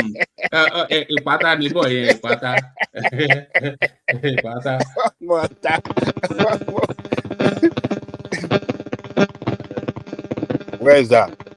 I don't know who that is. Who's that? Hold on. Oh, that's Jide. Oh, yeah. No, Jide, your thing is woofing heavily. Static. So yeah, carry on, Najan Lekoko. So one man, I Can can't you hear me now? believe it. Yeah, we can hear you now. Yeah, you sound better. So okay, so Baba Janle Koko, I'm very sorry, but I want to ask a question. Okay. And my question is this. From what that man has done, I mean Atiku, don't you think it's an indication that he knows that he has failed? Because if he has a case, I feel if they are asking him, even if the press wants to do something out of it, what you should be hearing from him is, we'll meet in court. We'll meet in the court. But for him to call the whole world to come and see whatever he's saying and trying to publish a lie, package lies, so that everybody will believe it. I think what he's just trying to do is just character assassination, sympathy, vote buying, and things like that. I don't understand, because I feel if you have a case, the next thing will be we should meet in court. I don't even think Tinubu or his camp should know what you want to present to the Supreme Court. But this guy knows he has no case. So he has come to with his babyish, useless ideology of calling the whole world to what does he want to get to say that the president is okay at this point, even if Tinubu has no certificate, leave him like that. That is who we want there. That is what Nigerians will start telling him. So, but that's my question to you. Do you think what he did is because he feels he has a case, or what he did is because he knows he does not have a case? know that it doesn't have a case, so he's just trying to, create a scenario. Ajalo, I'm going to take about 5 minutes. When you bring it to a crescendo, Fatai comes after you, and then after him, Prestige. But try and keep an eye on it so it doesn't get too rowdy.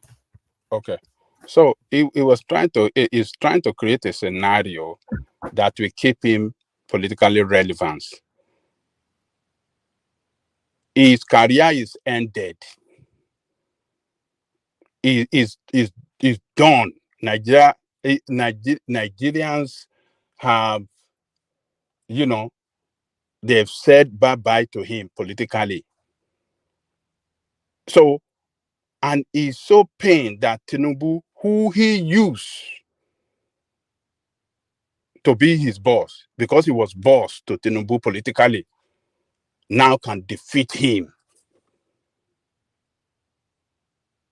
So he couldn't believe what happened to him, that Tinubu can beat him. First timer in presidential race to defeat a man that have contested like 4 times, a man that have been contesting since 1992, and when this very one that he contested with Tinubu looked the last chance for him, and he failed.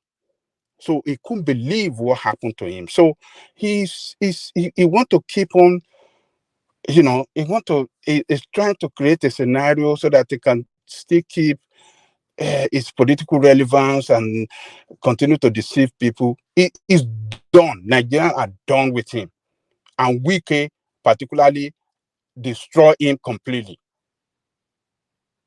Wike is like a olikumo to bakumo molori and destroy him. So he is, politically it's ended in Nigeria. So all he's doing is just to keep on deceiving some of the gullible that are supporting them. But I am not surprised that most of the, leaders in the party were not around him today. And that tells me that it is not all of them that are with him in this selfish fight that is, fighting, So, and the last thing I want to say is that, look, on the Tinubu issue, on the certificate, the secondary school certificate look really, really bad. We don't know about that. If we really want to deep into that, nobody really understands. It's not clear how, the school that he claimed he attended and the time that he claimed he finished his secondary school, the school was yet to be established. So that one really, look really bad for Tinubu. But this guy did not mention anything about that school in his INEC form. So I don't want to take him up on that. For the sake of fairness, I don't want to take him up on that. If that had been on his INEC form that is submitted to contest for this election, yes, we can say, look, this guy lied to the country. But this is not in the INEC form. It's submitted only the Chicago State University certificate. He submitted that one, and he claimed on his form that that is the school I graduated. And the school confirmed it, that he graduated with honor, and he was student union president. And the yearly book of the school, graduation book, we have his picture. And his colleagues, they finished together, came out, and the school attested to that yes, that guy that claimed to be his friend in school actually, finished in the school as well. And the admission of the letter of admission into the school, his name appear on it as Mr. And the female, they claim, the PDP claim that, oh, this name, on that form, on the what do you call it? The credential is submitted from the West Point School, so CSU is a female that appear. They said it's a typographic error. That is what the school said. That's a typographic error. So, look, on the basis of all these facts, Baba Janegoko, if you don't mind, but who owns that social security? Who owns it? I don't know anything. I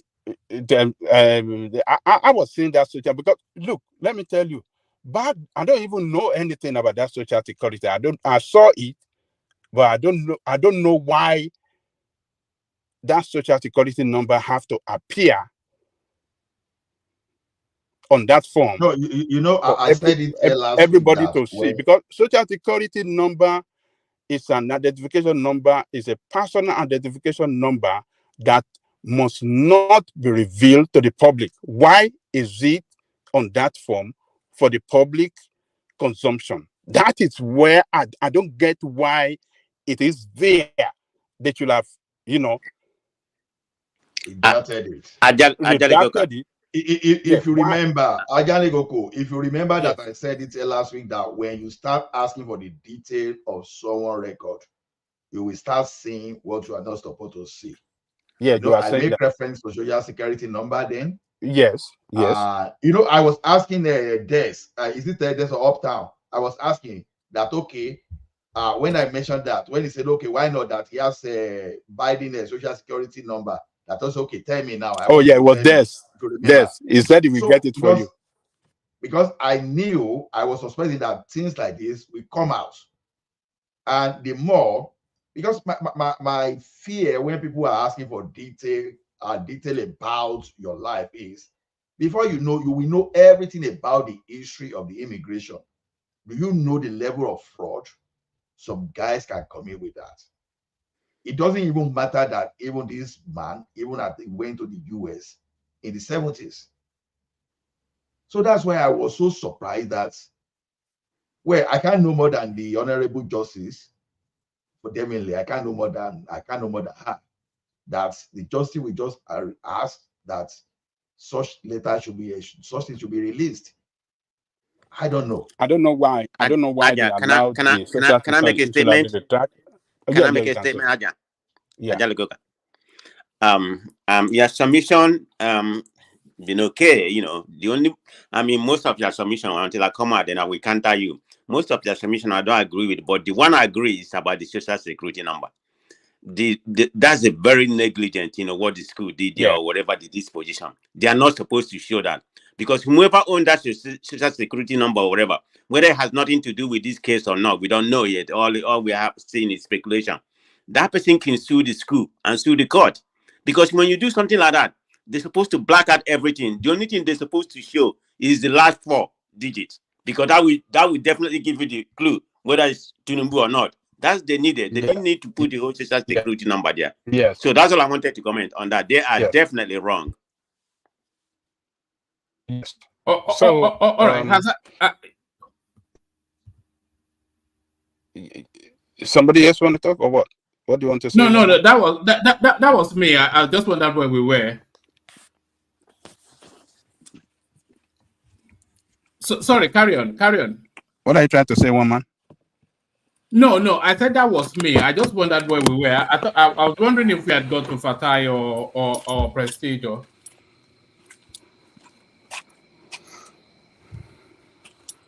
Are you still there? One man, what are you trying to say? No. What are you trying to say, one man? No, I said I was wondering where we were in the conversation. I didn't know who had the floor. Oh, I was still on. So they interjected me. So let me round up. So that's social security number on that form. I don't know why that should be done. I don't know. But for the spirit of fairness, I think this guy presented on the form in Chicago State University. That is the only thing he presented on his sign form. He didn't present secondary school form. I don't want to take him up on the secondary school form. So everything the school have acknowledged him as, one of their product that finished with honor, one of their celebrated, product. So what is the who and cry for? What is the who? What are we looking for?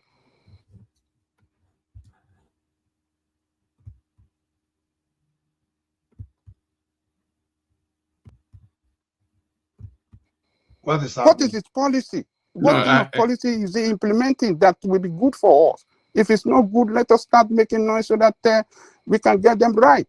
And so far, so good. He has been listening to criticism. You remember the last time when we were talking about this 25,000 that he unilaterally announced that he increased the salary of average low grade workers. I criticized him here strongly, and then the labor they met the next day. They sat down and they both agree and increased that pay across the board for all workers to 35,000. For the next 6 months, they'll be taking that just temporarily while they work on a new salary structure for them. So he listened, and on the which other thing he agree with them that he agree with them that they can go and start inspecting the the refinery, so that both the union and the workers will work together and make sure that the refinery get back on track. You see, we just have to, that country must just work for us. This guy must not fail. If we think his failure will benefit us, we better start having a rethink. His failure will fail all of us. That country will go down. If you I think tried to explain that to them on Rudolph's face, and they didn't understand it. That if this guy fails, we all fail. That is you can't win when your country loses. What victory do you get? You are diminished. All these are bad marching of Tinubu. The next time you are crossing a border and they are giving you an even harder time than they usually do, that's part of the offshoot of all of this narrative that is going on now. So when you go and apply for a job in the United States, Sweden, etc., and they're grinding you through the mill, it's off the back. We all lose now. We are all losing from all of this. People are giving us anecdotes that their workmates in America, Sweden, everywhere, China, they are coming to ask them why their president is a drug dealer. They are not asking you why your Yoruba president is a drug dealer. They are asking you why your Nigerian president. We all lose from all this. That is it for us. Everybody will lose, and that will be very, very, very, very bad. Nowhere, no part of the country will stand. No part of the country will stand. Everybody will go down, and that will be, doom for black race in this world. Nigeria go down, the entire black race is gone. It's wiped out. It's wiped out. So we should concentrate on how we can fight him to govern well. But under this nonsense certificate that they are talking about, nonsense certificate that under the law of that country, this guy have not committed anything wrong because he didn't fill on his form anything about the secondary school. He didn't fill on the form any other schools that he attended other than Chicago State University. And did he attend Chicago State University? Yes, he attended. The school said, yes, he attended. What else do we want? One man. Do you have answer to that? What else do we want? I cannot think what else there is. Can I come in? Yeah, come in, Zeta. One man, Ajadiku, you people just presented a scenario that I've been talking about. You said when a Nigeria gets to the border, after this headless mob running around the internet like a headless chicken, the Nigerian will be stopped and it will be given double scrutiny. But that same Tinubu they think they are trying to destroy flies with his Nigerian presidential private jet into that country. Children will line up with flowers and executives of those countries will line up to welcome him. So who is destroying who? That is what I keep saying. But will they listen to me? Mbano. Because you know, Zita, if they write the history of Nigeria today, it will not be complete. If they sack Tinubu as we are speaking now, the history of Nigeria would not be fully written unless his slot as a president is added. Just like Enesionekon, who was there for 2 minutes, if you list Nigerian president or heads of state, he's there. Yeah, but one man, even apart from being a president, Tinubu is not a small person in Nigeria now. That's what I keep saying. I think this guy had a show of a naked fight with Obasanjo. So why didn't Obasanjo use all these things that these headless mobs are running around everywhere like a headless chicken? Why didn't Obasanjo use it against him? They had a naked fight. You people, have all of us forgotten? So if he has all these things, by the way, let me ask a question. There's something I want to get clear. All this, there is F. It's not the date. Where are we getting those things from? Is it the school that gave it to us or said that it is F? We made a mistake with a typographical error. Or is it these same headless idiots? No, it's the school. These things all over the place. No, it's the school. They've actually released documents. No, one man, you are not getting what I'm saying. You are not getting what I'm saying. I believe when it comes to certificate, these people, most of the things showing on the internet has been redacted. You know, there is one thing this headless mob don't know. The world has gone beyond all those redacting and moving around, cleaning things and adding your own. They're just a scanner. You scan it and you will know that there are things that are removed from that document. But this headless mob, they don't know. So all those things you said the school has released, one man, did you get it from the school as a journalist? You must have seen it in the internet. Put out by the same headless mob. There are a lot of story going on, but the question I am asking, and I will continue asking, even when people don't like to hear my voice, can you prove a result beyond the institution? Nobody is able to answer that question. You went to United States, talk finish. United States say, which school where you talk? He said, Chicago, go bring and come here. Chicago, where the result? You know, Zita, they could have saved themselves the border. Reno Omokri went about 4 months ago and he said he did a video in front of that institution. He, a PDP man, and said, look, I went, and they told me he went there and he was a brilliant student.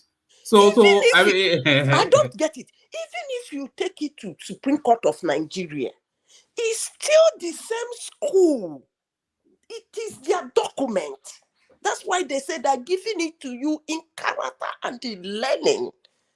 They reserve the right to withdraw it. They reserve the right to authenticate it. Take it or leave it. It's still that same school. If you like, go to court of the world, then we still call that same school. So the question I'm asking, how do you prove this shenanigan outside of that school? Nobody wants to answer me. All right, they can't prove it now. There's nothing they can do. But look, it is better for us.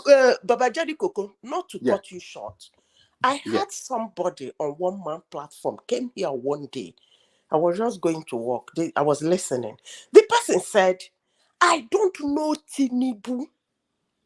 Everything about him is shady. I don't know him.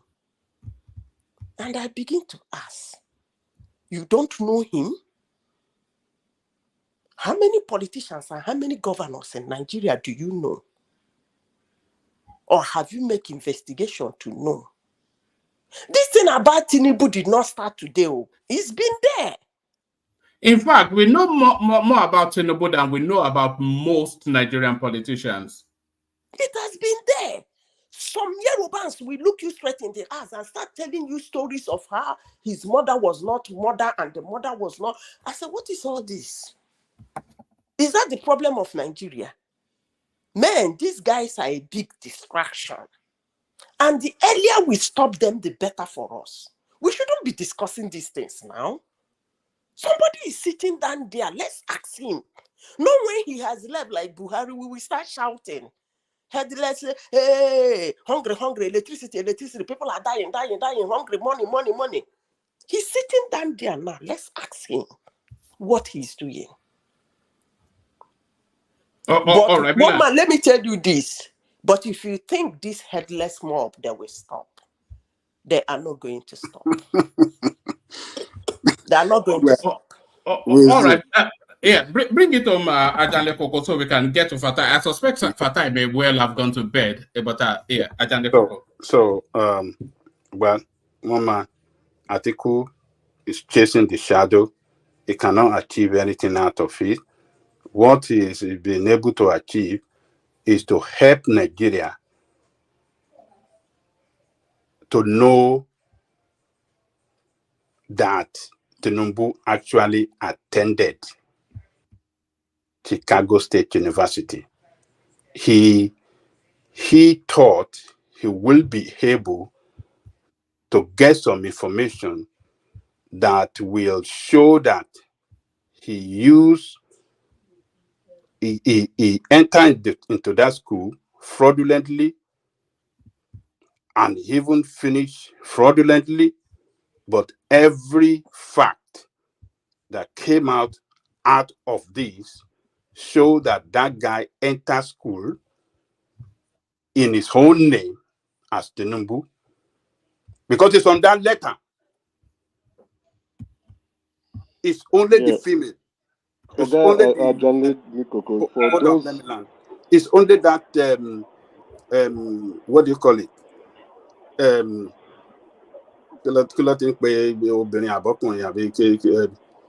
Male, female. The male, female. Is only where we had the mistake. And the guy finished there. And what else do we want? I mean, everything is clear that he entered that school with his own name and he finished with his own name. I don't care about any other thing that you want to. And he didn't write his name. He didn't put secondary school on his, what do you call it, annex form. How do you want to hold him? How would you present a case that he didn't go to secondary school, or he went to, he lied of the school that he claimed? That did he fill that out on his annex form? Let me tell you where this journey is headed to. The journey is not headed to INEC. It's headed back to Chicago State University. So if they are able to establish that in the course of whatever documentation that they have, that he falsified documents to access that education he got from Chicago State University, that will invalidate his Chicago State University degree. And once that is invalidated, that invalidates whatever he submitted to INEC, and then the story starts from there. It's not going to happen, one man. Can I tell you why? Because it transitioned from one school in the United States into Chicago State University. Chicago State University doesn't care about its secondary school. Hold on. Degree. Hold on, Ajale Koko. Yes. So you went to UI in Ibadan, and then you presented WAEC results to say that you got all these fantastical grades, AA levels, and then in the course of investigation, long after you graduated, they discovered that those credentials that those A levels that you used to get into that university is false. So that's what they are pursuing. I understand where you are coming from, one man. But in the United States, the way it works, the associate degree is what he used to enter Chicago State University. And before he entered that school, they would have conducted an aptitude test that will show clearly to that school that, yes, this guy has that brain and is capable of going through this, of taking this course. That is it. Aptitude test.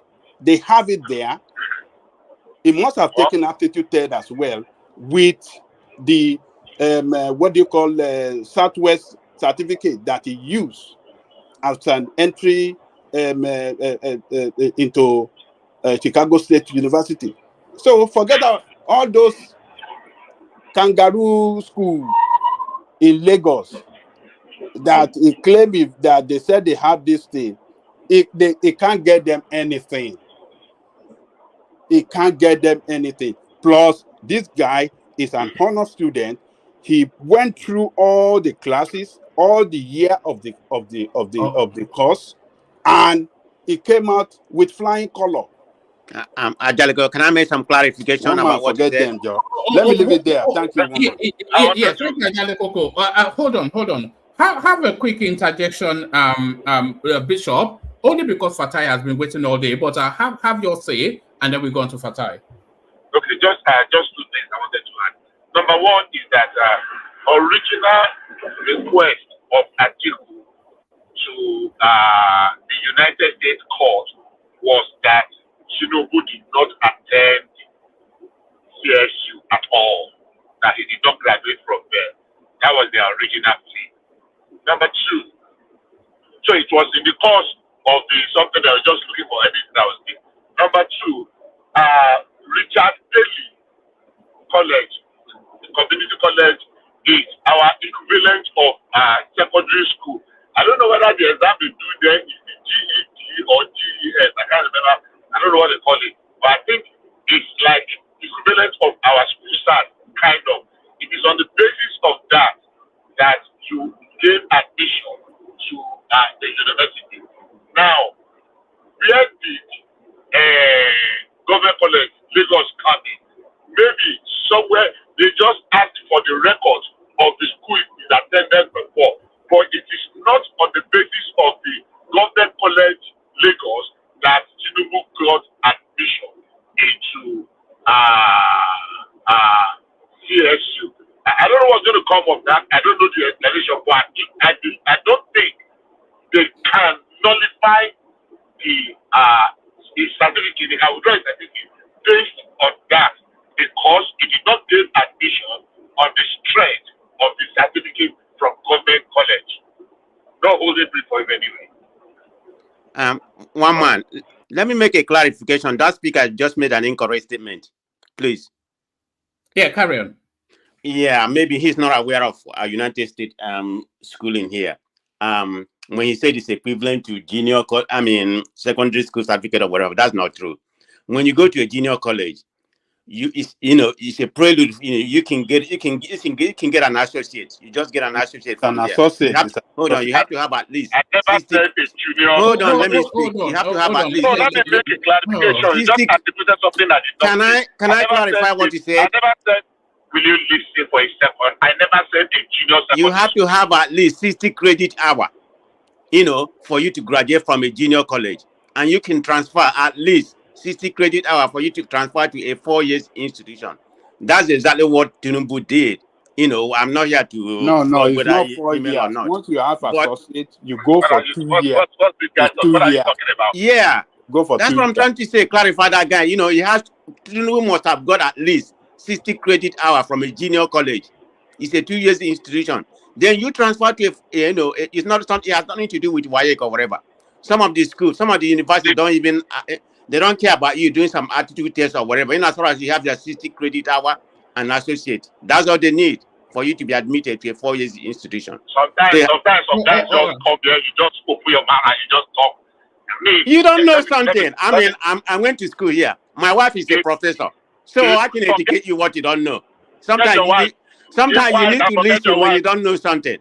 And it is you that don't know something, so just keep quiet. You can make your point without being condescending. Just because I exposed you, you're crying right now. Expose you? Are you? I don't know. Do we still have dumb people like this? No. Let's not go in that direction. Oh, hold on, Bishop. Let's not go in that direction. Let's not. Did you listen to him? Did you listen to him? No. You went to school here. If I'm wrong, you correct. Hold on. It did not. Hold on, Bishop. Bishop, can you hold on 1 second? It did not approach you in an aggressive manner. It said, "Let me make a clarification to what that last speaker said." So, if he misheard you, just tell him he misheard you. If that's what the only thing you had, okay, no problem.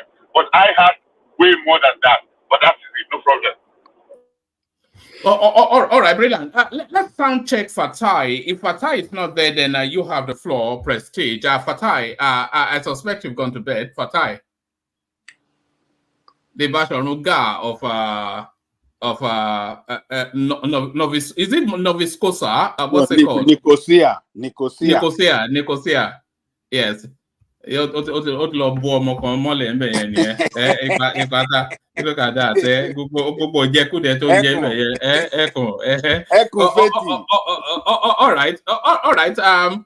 All right. So you have the floor, Prestige. So we are reacting, analyzing the article press conference. So how did you digest it, man? Yeah. Thank you very much. But before I proceed, when I interjected earlier, not this time, Madam Zida, I do respect her. She did not converse what I presented, but she said just okay, but that's fine. So my understanding about what she's saying about headless, mob. So in other words, she's talking, she's talking about people, people with no chief, lack of good sense or prudent, just foolish. So that's what she's really talking in that regard. I just want to clarify that area. So let me dive into what the conversation is at, today. I'm probably going to be one of the few people that, that's going to come from a different direction. I mean, everybody here has kind of have what I consider to be a party prison, which is a hidden agenda, in whatever they're talking about. Everybody has their own opinion. People are misunderstanding what Atiku went there for. He did not go there to state that Tinubu did not graduate from that school. He went there to say that the certificate that was given to Tinubu was forged. The one that he presented to INF was forged. And during the deposition, I don't know if everybody listened to the deposition. You can go look at the transcript and see exactly what they said. That particular one, yeah, Tinubu went there. Forget about the female something else, and I'm not going to flog that anymore. Let them. That will make a difference in Nigeria. In Nigeria, so let the school decide on that. So the main purpose of Atiku, is it what he's doing? Is it good? In my own opinion, yeah, I think it's good. I mean, that may be demarketing Nigeria image. Nigeria is already demarketed. So how low can it get? So it doesn't really make any difference. I'm looking at it from a different prism. Let them expose each other. If Tinubu probably know where the body of Atiku stuff is buried. So come back, you have the bullpen, a very large bullpen as a president. Go and expose Atiku. If we do something, expose all of them. Let everybody expose. I want integrity. Because if we don't start taking steps right now, because everybody is speaking right now, they forget about the integrity. They say it doesn't mean, why are you doing all this? It needed to be done. What is Atiku? Atiku is a thief, right? Tinubu is a thief. Obi is a thief. Everybody is a thief. So are you telling me because you are a thief and you see a thief steal something and they marshal you, you're not going to expose the thief? That's exactly what's happening. They're exposing each other. So I don't see anything that he's doing wrong. Yeah, he's demarketing Nigeria because I went to the gym today.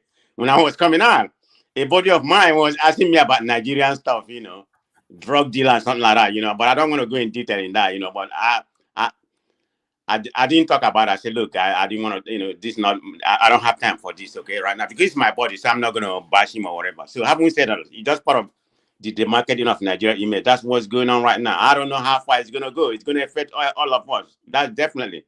But we've been affected already. So I'm looking at it, the angle I'm looking at it, maybe everything they are doing right now is good. Maybe the next election, whatever it is, 4 years time or whatever, Tinubu is the president, let's not equivocate on that. And he's going to be the next president the next 4 years. So everything Atiku is doing is not going to make any difference in the Nigerian, in the INEC. Even in the Supreme Court, it's not going to make. But if we have to go by, by precedent, that could have, make some difference. Because if you look at Uzodinma, this is exactly what happened with Uzodinma, because he was able to find something against the sitting governor at that time, and they took it and overturned the election. But in Nigeria, it's going to be technicality, And moreover, you're talking about the president, for them to overturn the president and give it to Atiku. Oh no, that's not going to happen. I can bet my money on that. Whether it's valid or not, that's not going to happen in Nigeria case. We don't have that kind of institution to withstand that. It's going to be chaos all over the country, military and all that kind of thing. So let it be what it be. We need to find a way to solve the problem. So going back to the Atiku presentation, he went there not for whether Tinubu didn't graduate or Tinubu graduate or not. Is that the certificate was forged. And that particular certificate that was presented to the INEC, it was a forged certificate. No, you can't. There's no doubt about it. I mean, people can say whatever they want. It's a forged certificate because Tinubu, neither he was lazy. All he needed is about $26. In California, here it's about $37 to obtain the real certificate, because you can get it through a vendor, but not outside vendor or from the internet. It has to be a vendor. My wife told me everything today. She's familiar with everything about how the school system works. You have to go to the school, and the vendor has to be affiliated or embedded inside the school.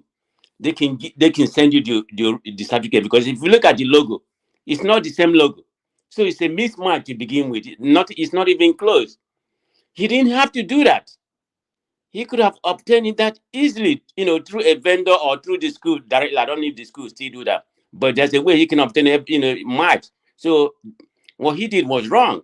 And if we don't stop, all this integrity in Nigeria, and try to curtail whatever is happening, this is where our country is heading downwards.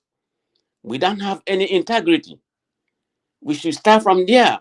Corruption and other kind of things, because or else this is going to be prevailing forever. It doesn't matter what they do in the economy, if we are not able to stop, be an integrity, have some integrity, build a strong institution. People were saying that American institution, judiciary is corrupt. How can you even compare that?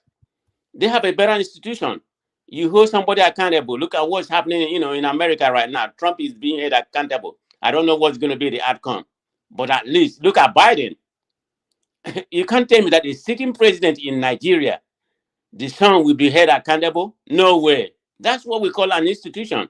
Whether it's corrupt or not, human beings, we're all corrupt.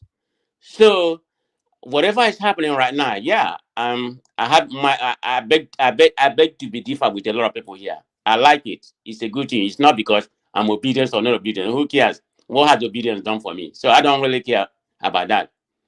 So let it be, and let them expose each other. Maybe the judiciary before the next election, they can take a lesson about what happened. Say maybe we need to govern well, we need to adjudicate well. So that's the way I see things. Other people may differ from me. Thank you. All right, brilliant. So thank you, Oliver. So thank you, Prestige. So that's the elegant man of Prestige. So thank you, man of Prestige. So let's go on from you, Prestige, and let's go to Jide, who hopefully has not gone to bed. Jide? All right. I think Jide may well have gone to bed. Who else has not had the floor? One man. You are there. Okay. One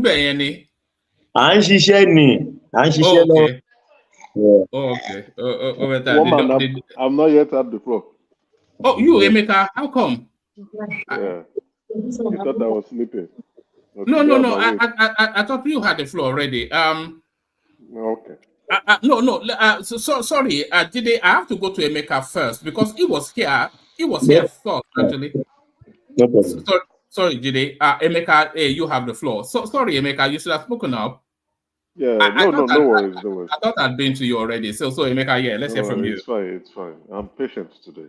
Anyway, like I said, I agree with Madam Zita. This, like she coined it very well, headless mob. What they're doing is they're just a bunch of distracted folks with no coordination, no outcome, and they don't know what to do. They just look at the trending topic and they hop into it and blow it out of proportion.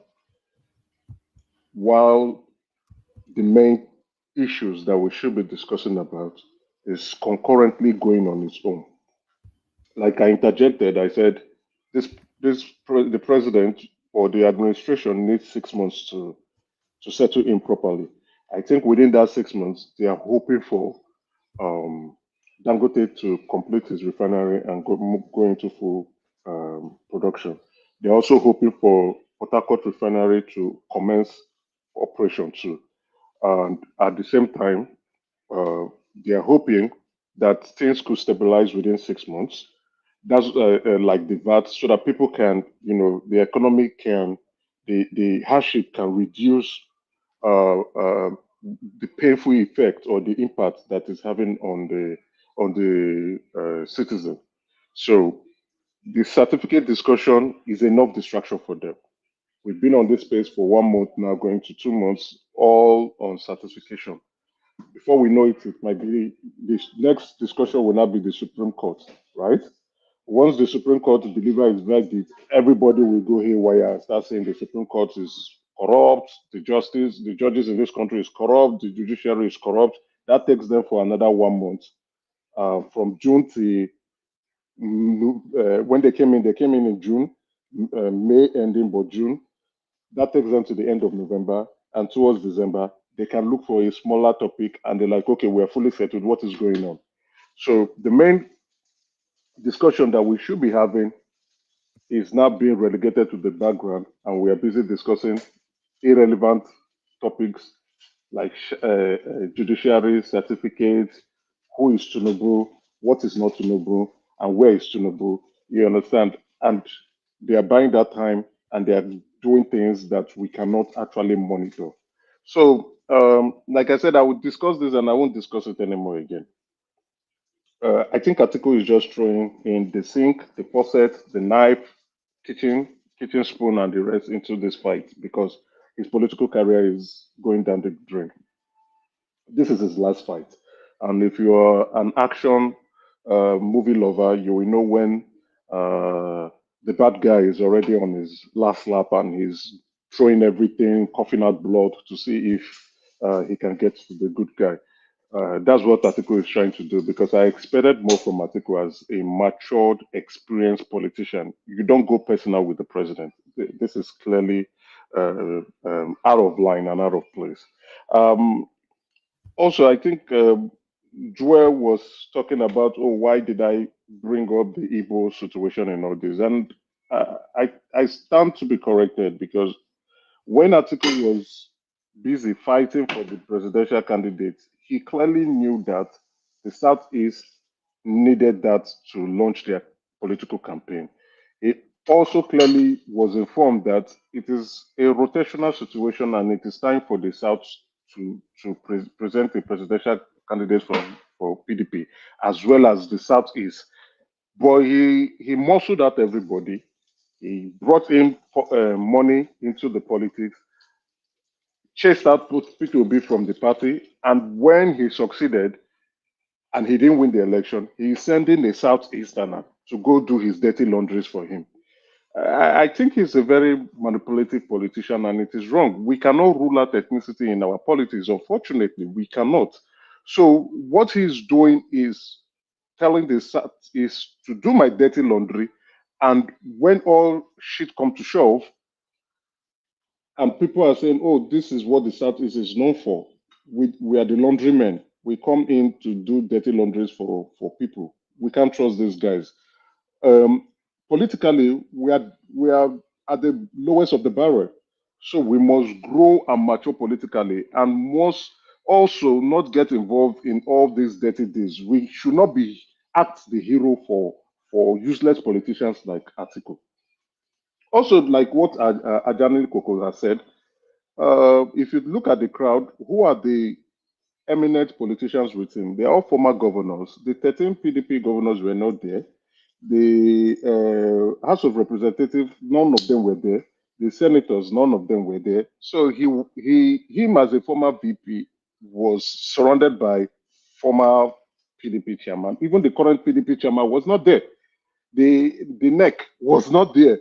So he's surrounded by former PDP chairman, former PDP governors, and his press secretary, and a bunch of journalists who were asking questions. So I will label that gang the dead zone gang because they are on their last lap. Once that verdict is over, Wike will step in to kick him and his bunch out of the party. So to actually conclude, how should the president or the presidency respond to this statement? Because I'm really shocked that nobody from the presidency is yet, or the president's spokesman is yet to actually say anything.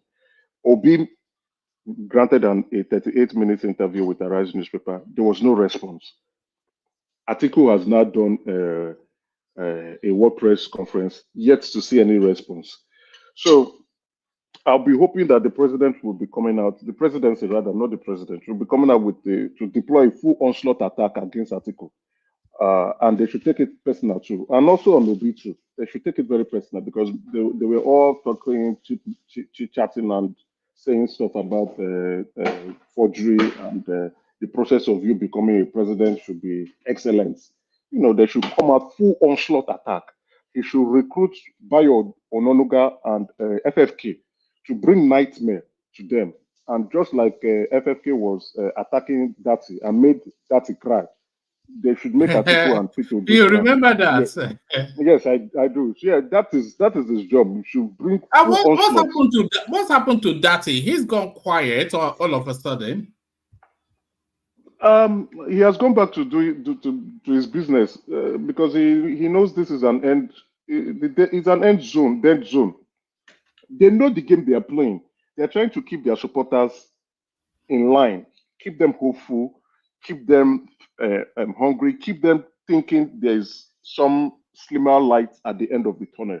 That's what they do. They know the end result. And, it is good that some APC affiliated individuals have been going to the media and they are exposing their lies and telling them there is nothing coming out of the Supreme Court. So the presidential tribunal done by the Court of Appeal judges, after that verdict, that through that 13 hours that they made the rulings, you could tell that this is just too clear that there's nothing coming out of it. So they know. So they've all gone back to start addressing their strategy. You understand? You would see it's a repeat of the circle. Once they, yes, we accept the judgment, but justice is denied. We would not do anything, but we will go back and re-strategize for 2027 and see what we will come up with. It's all a game for them. But why I want the president or the president's spokesman or his team to go personal is because Atiku has gone personal on this situation. It's no longer politics anymore. It's not a personal battle. Then with Obi, with the statement he made 2 days ago or 3 days ago that Rise newspaper, is not personal. So they should go personal and give them the heat so that when they are thinking or when they are sleeping, they are dreaming of the president attack dogs. Now, number two, so they should, in 2024, full-blown EFCC investigation on Atiku or all his businesses for corruption, tax evasion, money laundering, anything at all. Even if it's a small customer complaint, they should go all out to investigate him. So the whole idea is to, his financial pulse, weaken his financial pulse, make him lose a lot of money. Emeka, remember that Atiku played a fast one when he concluded his speech. When they asked him a question, rather, that what will he do after the judgment? He said if the judgment does not come his way, he said he will accept and he will move on. You remember that? I remember, yes. Right.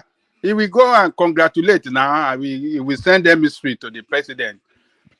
There's no need. What with the congratulations statement? There's no need congratulating. You are accepting the verdict and you are moving on, right? For what sorry, Emeka. Ajani Goko, if someone should do that to you, will you take that? Because a person like me, what Emeka is saying is exact thing I will do. If found myself in that situation of Tinubu. After this, I will give Atiku the same treatment that Jonathan gave Ibori. You understand? I will that US something that they thought was dead. I will revisit it. Anything at all. In fact, let people shout which odds. I will do that. Case. Thank you, Emeka. From Halliburton to the BPE, from this privatization program, anything at all, from his business not paying complete tax, for even customer complaints, anything at all, slam him down, lock his shop up, strangle him financially, because definitely he will be in Dubai, right? Strangle him financially, and then, even if he wants to claim that it is a personal attack, the question will be, but your business did the wrong thing, right? Say yes, okay, leave it at that. Then, instigate, and I'm hoping also presidential spokesmen or ministers like Wike grant press conference on Atiku and disgrace him personally on it. Then also instigate an expulsion of Atiku out of PDP and the supporters. It's gone anyway. If he loses this case, Wike will kick him out. He's losing. Yeah, he's losing. That's part of the process. That how would they deploy it? Kick him out. Bury him politically that this is the end for him. You mean that you send the wicked to go and bulldoze his house in Abuja? Exactly. No, that's wicked. That's wicked's plan. You know, everything to cripple him. His plan that scatter his house, kick him out, let him go to Dubai and stay in Dubai, strangle his business so that his business cannot fund his lifestyle. Go after anything related to him, even his associate family and friends that want to still support him. Go after them, strangle them. That people are scared to want to touch Atiku or relate with him. And then in the first or second quarter of 2024, the president should now address this certificate issue once and for all, either granting a formal media interview or maybe through satire, just make it a joke, just like what Obama did. Maybe a satire, just like, okay, I see people dancing around looking for my certificate. They want my certificate. They think I didn't go to school. Oh, yeah, I see my certificate now. Everybody, what are you off for? You understand? So, close that matter up. Emeka, the point has never been, does he have his certificates? You are actually reframing the arguments. The argument is, did he perjure? So that's really please keep that in view. Don't talk about whether he has a certificate or not. Did he perjure or not? I'm giving the strategy here, right? What I would expect them to do. Go ahead. What I would expect them to do. So in that case, if you are saying if it's perjury or if it's forgery, then maybe he might want to take a formal statement on it and explain himself, but not now. But the prerogative as to answering the question of whether it's perjury or forgery does not lie with Mr. Tinubu. It lies with the issuer of the certificate, who have deposed very clearly that. But they didn't say it was forgery. They did say that the certificate that he handed. The transcript didn't show that. The transcript clearly shows that. You can show us the transcript that we have seen. It is not mentioned expressly the way you are saying. It's not mentioned expressly. They said I've got the transcript here. If you want to point out places. Okay, please do. Yeah, please. It's a long read though, but you know where it is. I'll be expecting the Emeka, if you don't mind, just few seconds. Okay. You see one thing. I don't know who is talking. Is it Tone? So the thing is this. No, it's not Tone. It's Ed. Ed. Whether explicitly or implicitly, nowhere in the transcript mention anything like forgery. As a matter of fact, to even vindicate you're actually expecting to see the word forgery. Is that your definition? No. See, okay. See, if someone commits violate academic principle, won't they mention it directly? We are talking of institution. They don't care. You are the one reframing it. The university. I'm not the one reframing it because no. Let him make that point. Then counter him back. Yeah. The point is clearly not whether, because what the university can, of course, say he attended their institution based on their records. That's not the point. I went to university, and I believe you did. So the question is, because you went to university, does that give you the rights or the moral grounds to go maybe print your own certificate for that university? And if but it's not been established. No, hold on. It's not been established that he did do that. But that's what you're showing us here, because they're asking CSU's lawyer about the seal, and you're seeing it right there, but you're still arguing. It says between 1999 and 2003 was when the seal was changed from what we have on INEC to what we have on INEC, and the president who signed it was not there at that time. So do you want him to just? Of course, no. So where does it say that? Where does it say? Don't make me have to read. You said sit. These questions, can't you deduce based on these questions that what Atiku'S lawyer is pointing out is that this is inconsistent with your records at this particular time? All right, you're going to make me read this thing. So if you want me to read it, then I will. It says okay. All right, but I don't know quite the bit that deals with that. But let me take it from this 19. It says question. and you'll see, and you will see. One. No, keep going. I'll try to do some counter research to whatever you're going to show us. Yes, it says, and you will see the seal on these diplomas from 2003 are the seals with a tree on them, and the guy says, and then the next question, and that seal is different from the previous set of diplomas, correct? And the guy answers, correct. And he says, when did the seal change? The guy answered at some point between 1999 and 2003. He says, and you don't know which date, so I'm not quite sure. Is this the area? Because it's a 155-page long something. So if you're able to identify that, and this is not even, I don't think this is certified, the certified transcript. But no, it's just a certified transcript. No, it is. You're correct. Yeah. You're correct. Okay, so 2 points here. I would have to go through the entire document to point out that part, which I don't have the convenience of doing now. But 2 points that are very clear. Mr. Tinubu, or whoever graduated from CSU, has a certificate, or as they call it in America, a diploma still with CSU, which he could have gone to assess. He did not do that. No, I don't. He has collected his diploma. No, a lot of mix-up in this. He has collected the diploma. He collected his 1979 diploma is still in his file. That's what the lawyer said.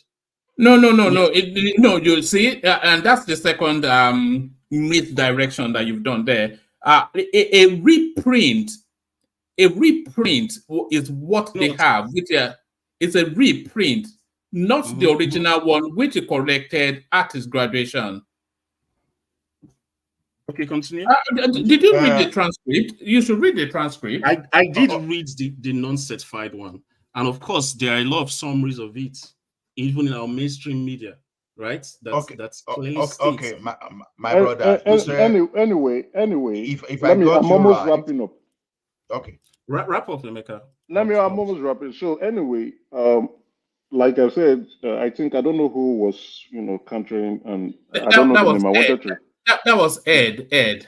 Okay, Ed. All right, Ed. Right. The onus is not left for anybody who wants to approach the court. I don't think the president will be doing that. If anybody wants to approach the court to test the theory of whether there is a forgery or whether the president forged the certificate or didn't get the true certificate, they are free to approach the court to do that, but not within this election tribunal process, because this is a concluded matter.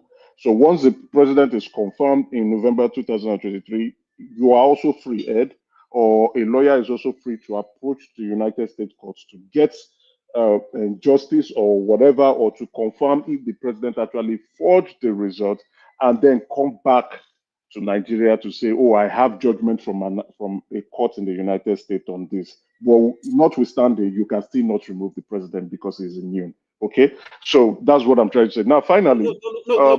Can I? Sorry, please. You cannot remove the president through the Supreme Court's ruling, or you cannot remove the president after this whole cycle. Is that which one? November 2023. The whole stuff is ended now, right? Yeah, so that's true. But I want to ask you a question, King Emeka. And I'm going to phrase this question from a moral and from a legal perspective. Are you saying that because, okay, if you see someone actually shoot a relative of yours, and please don't think that I'm emotionalizing this, and if I do, if you think I am doing that, but the analogy is not fair. Wait, no, because the truth is, until we start taking issues of our democracy and of our national existence at that personally, we won't make headway in our country. It was an American president that said that if I was given the opportunity between choosing a very good government or a very good media, I would choose a very good, in his words, good newspapers.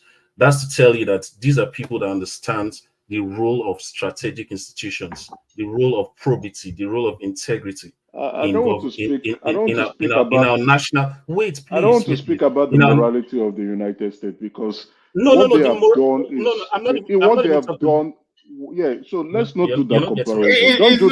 It's not sacrosanct just because Don't do some the random comparison. American Don't do said the so. don't do the comparison. Not because Please. American I president don't said want it. to. I don't want to I'm get not. it with the United States. All right. My Hold brother, on. sorry, Hold on. I don't want to. Everybody, hold on.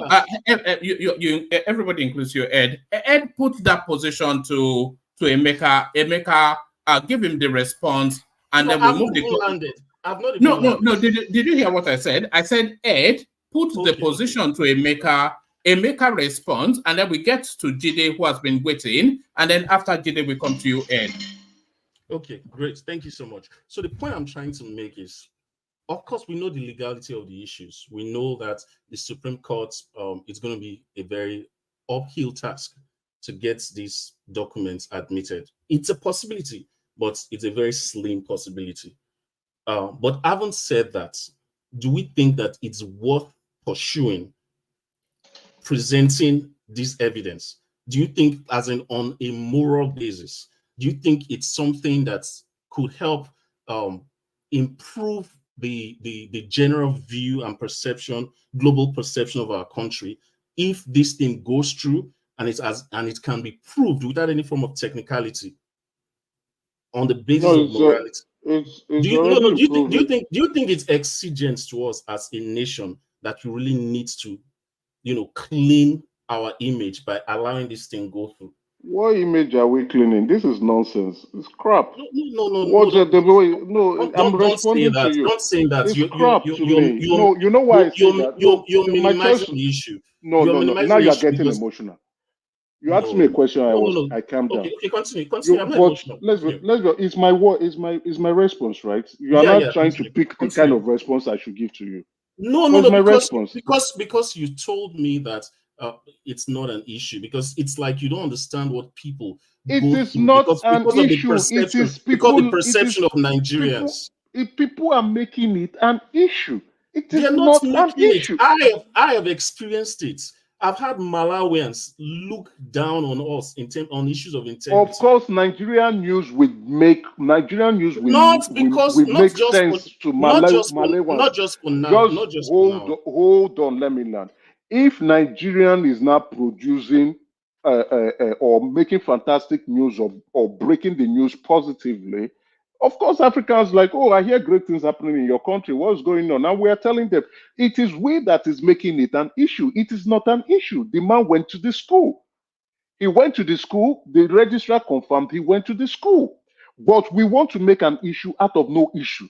So those who want to make an issue, go and test it in the court. That is what I'm saying. So you are bringing morality here, and I'm telling you that is crap. Go and test it in the court. Feel free to go ahead. But again, they didn't put it in their original petition, and the Supreme Court is not where you go and be filing fresh evidence, except you want to make a case that they say, okay, but they are not going to accept it. So on that basis or on that premise, the Supreme Court will confirm him president. But again, if those who still are not comfortable and still want to keep chasing shadows, feel free, go ahead, spend your money, fly a first-class ticket and chase the shadows properly. And then when you are done chasing shadows, come back home. Like Atiku he went shopping and he came back home with something that is not yet clear and trying to create an uproar, a national security crisis in the country. But we will not want to have that once the Supreme Court has confirmed the president that he is the president. We will not want to hear that nonsense again. You cannot create a national security crisis in this country. How you is must this mind a your national business. security crisis, please? If you won't mind. Now, I will tell you. Obi granted an interview 2 days or 3 days ago. He was making some statements that do not make trying to. Can you repeat He was making statements. For us to have a good process, for us to have a good democracy, the process must be excellent. For you to answer the excellency, the process must be excellent. Do you disagree with that statement? Do you disagree with that statement? He's not the one to. He's not the one to. Why? He's not part of. He's not the process. He's not a contender. He's a contender, but not the referee. The referee is the one. The referee, which is INEC. He's a citizen. He's not the one that will determine. Because he lost an election. He's not the one to determine the effectiveness, the quality, and the strength of that election. Let INEC be the one to do that. INEC has said, okay, we had some issues, and they've started their meeting on looking at the fallbacks and the limitations of issues that occurred in 2023 election and build on it. That is what they usually do after every election. Do you really think they are building on it? Because it seems we are retrogressing now. Can I land? Because you're preempting me. There's an election that's about to take place in Nigeria. I can't remember the state off my head, and that is if it's not Kogi, it should be Bayelsa, and they said they are going to manually transmit. Exactly, is that progress? Yeah, that's now progress. You see, we might not want to call it progress, but they said they are going to manually transmit. They want to remove all gray areas because it became a contentious issue. It became a contentious issue. Okay, don't go ahead. Give INEC a break. It became a contentious issue, and they said they are going to. I don't want to hold you up. Let me finalize. So, Ed, I'm finalizing in 2 minutes. Ed, please. I know it's emotional and painful, and I'm not that kind of person who means word. I stick to the fact. The president is not going to be removed. He's going to be confirmed and returned as a president by the end of October. Are you not preempting the court?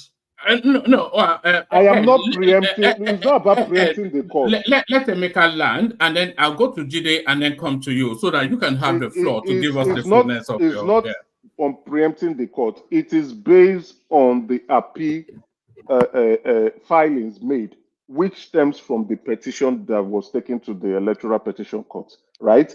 It is a weak petition. If they were bringing in this certificate issue, if they are brought it in, maybe they can look at it collectively. But it's a weak petition. This issue was always Ed, you have to let him land, otherwise. Sorry. I'm not trying to be rude. I just wanted to correct something. This issue was there. The only problem was that Atiku did not present his own the evidence from himself. It was more like a third-party evidence from what David Udenyi and Enao Eba submitted. And whose fault is that? Whose fault? No. I'm just correcting that point you made. The point you made. Whose fault? I understand you're correcting it, but whose fault? Is it my fault? I'm not here to answer that question. I'm just correcting the point you made. So you are doing the what ifs, the would haves, they should have, and no. I'm just correcting the statement. I'm just correcting the statement. I'm not advertising. You see, the fact remains: Atiku and Obi lost the election. Now, because they knew that they lost the election, they were going to attack other things that are not important to the election. Really? They lost the election. Yes, really? They lost the election. Obi first of all ran to the media. Ed, you have to let him land. Obi ran to the media to claim that he won the election. And when they expected the results, they saw that they lost the election. Now they started with, this man is what was the first claim Obi came up with? I'm not remembering now. Atiku came up with other ones, but they could not challenge the fact that we won the election. They could not prove that they won the election, and that is why they are running around and chasing shadow. Did the president win the election? Yes. Did the president defeated Atiku and Obi? Yes. Are Obi and Atiku sore losers? They are. If they are not sore losers, they would understand that, yes, I lost this election, and what I am chasing is not relevant pertaining this election. Because what they are chasing is disqualification tactics. Why do you want to disqualify a man that has beaten you hands down? It's just like going into a boxing match, and then the guy beat you blue-black, and then you say he has a stone in his hand. But he has beaten you. So why didn't you inspect the stone in his hand if there was actually a stone in his hand before he beat you blue-black? You're already on the floor. So that is what crybabies do. And let me round up, please. I expect the president should address this issue by the first or second quarter of 2024. By that time, he is fully settled. He has landed good economic reform policies, and things are beginning to shape up. He can settle this once and for all, and everybody move on. Either through a formal interview or through satire. And just make it. Easy. I'll move on. Thank you very much. Put me at the backstage and let Kulata in. No, yeah, Kulata can hop on. He has the link. Jide, I'm done, one man. Yeah, thank you, Emeka. Jide, you're up next. Okay, one man. Good morning, everyone. So sorry for the long wait, Jide. Yes, but I want to say that I didn't stay all the night to come and get 3 minutes. No, carry on. Give us the fullness of what you have. Very good. Thank you, woman. See, on this program today, I want to be calm because I notice I get... Good luck with that. Have you ever known it? Calm, we don't do calm here. We do war. We don't like peace. We like trouble. What's that thing? Carry on. I think I've been a bit violent with our people these days. Yeah? But the truth of the matter is this. Madam Zita spoke excellently well today. And that is why even my wife was saying, wow, no wonder you've been saying when Madam Zita comes, everything is always fire. The truth of the matter is this. I think it was Emeka that said the president has not responded. The Minister of Foreign Affairs was on channels, which day was that, and he was asked this question. Yusuf Tugar. Yes. And he said something. He said, we are battling economy. We are in a state where our inflation rates, this is going up and that and that. He said the government care less about what these people are parading. That they can go ahead and say whatever they want to say. But the truth of the matter is this, when you read people's body language, I feel the body language of that man is, like the Yoruba will say, Towe ni oba ti te kuda. If your hand never touch, which you will take the power, you no go ask which kind death kill your papa. Let them, by that November, and at the Supreme Court, give the verdict that this man is the president of Nigeria and he's unshakable. Some people, earthquake will happen in their business and in their life. Because what these people are pushing, the problem is you're just looking at it from the myopic view of Tinubu'S this. And I ask myself the question, when you call everybody that has been shouting, the president is this, president is that, I ask them, what do you have against this man? And they start rambling and mumbling and just mixing words. Hold on. Ed, did you run away? Kulata came to tackle you. Come back so that you can get a flogging from Kulata. Sorry, carry on, Jide. Yes. So, these people will just be saying rubbish. Atamo. And he has embezzled all the money in Lagos. But they will come to this channel and compare leaders, big leaders, and they will go and call Gaddafi. Yeah, Gaddafi did well for his people, but Gaddafi also did well for himself. If you look at it that time, Gaddafi was ranked among the richest, if not richest in the world. Where did he get the money from? Is it from his hard labor? Now you're talking about Tinubu in Lagos. Point out one place that you have seen or one fact, one document that says, okay, he embezzled money here. You don't have. But you keep saying so many things about this man that are unfounded. Atiku approached the court to say that this man did not attend Chicago State University, that was claiming that he attended. And that is what he filed as his case in court. But now the school has said he attended. He graduated with honors. You are now saying, well, which secondary school did he go to? Are you normal? Are you normal? Now, even the man that was from the school, they were asking him when did they change the logo or the seal of the school. He was saying around 1999 to 20. Somebody that works for the school cannot say precisely.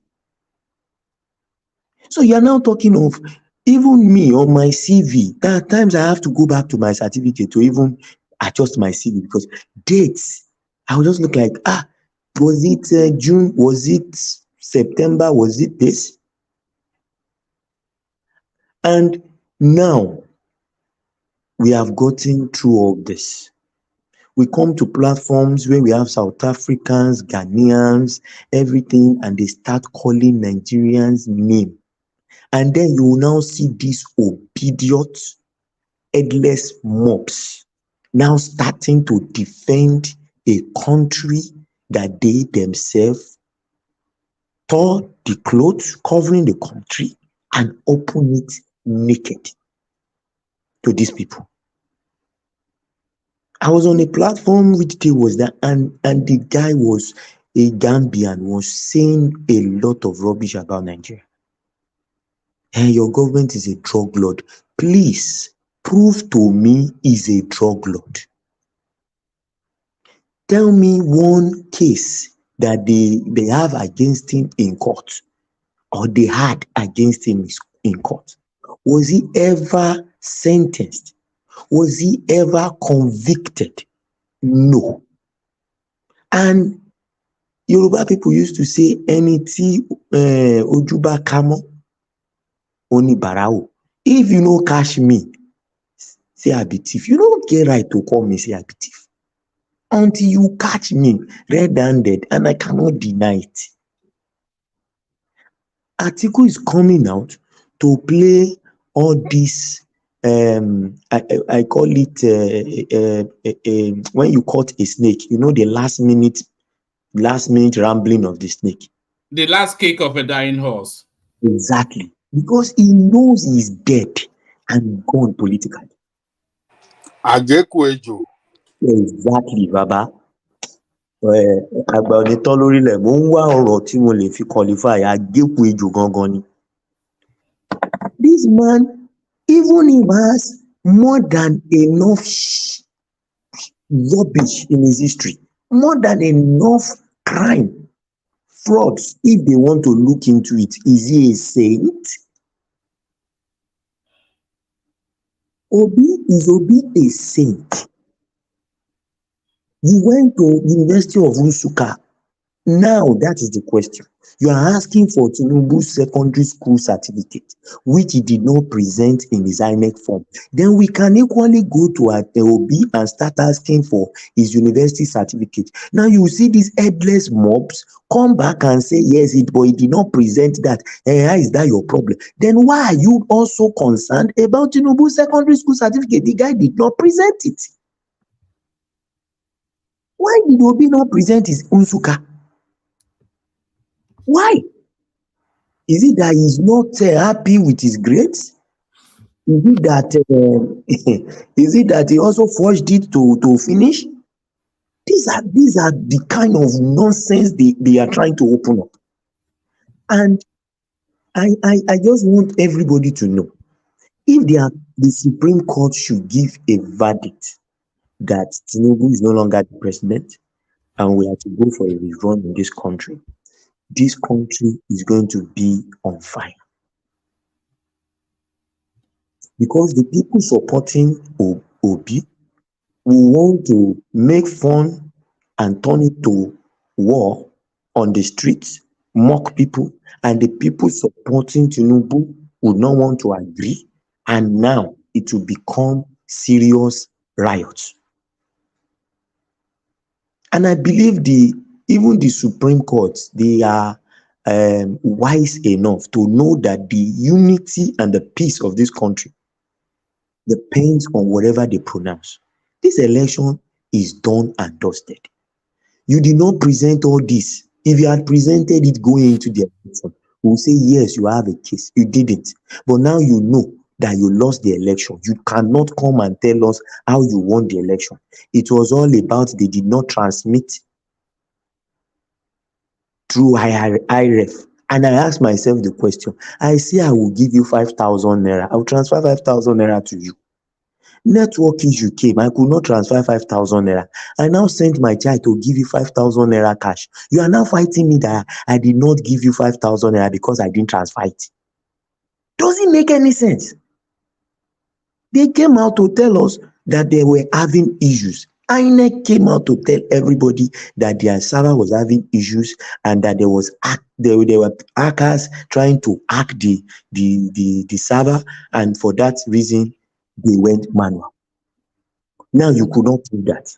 You have gone to say you did not go to school. Now the school have said he has gone to school. Now you are saying why secondary school? When are you going to be tired of all this and let us move forward as a country?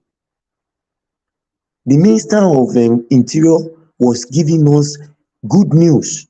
In fact, I know of somebody that went for his, he did his everything online 3 weeks ago. They just called him today to come and collect his passport.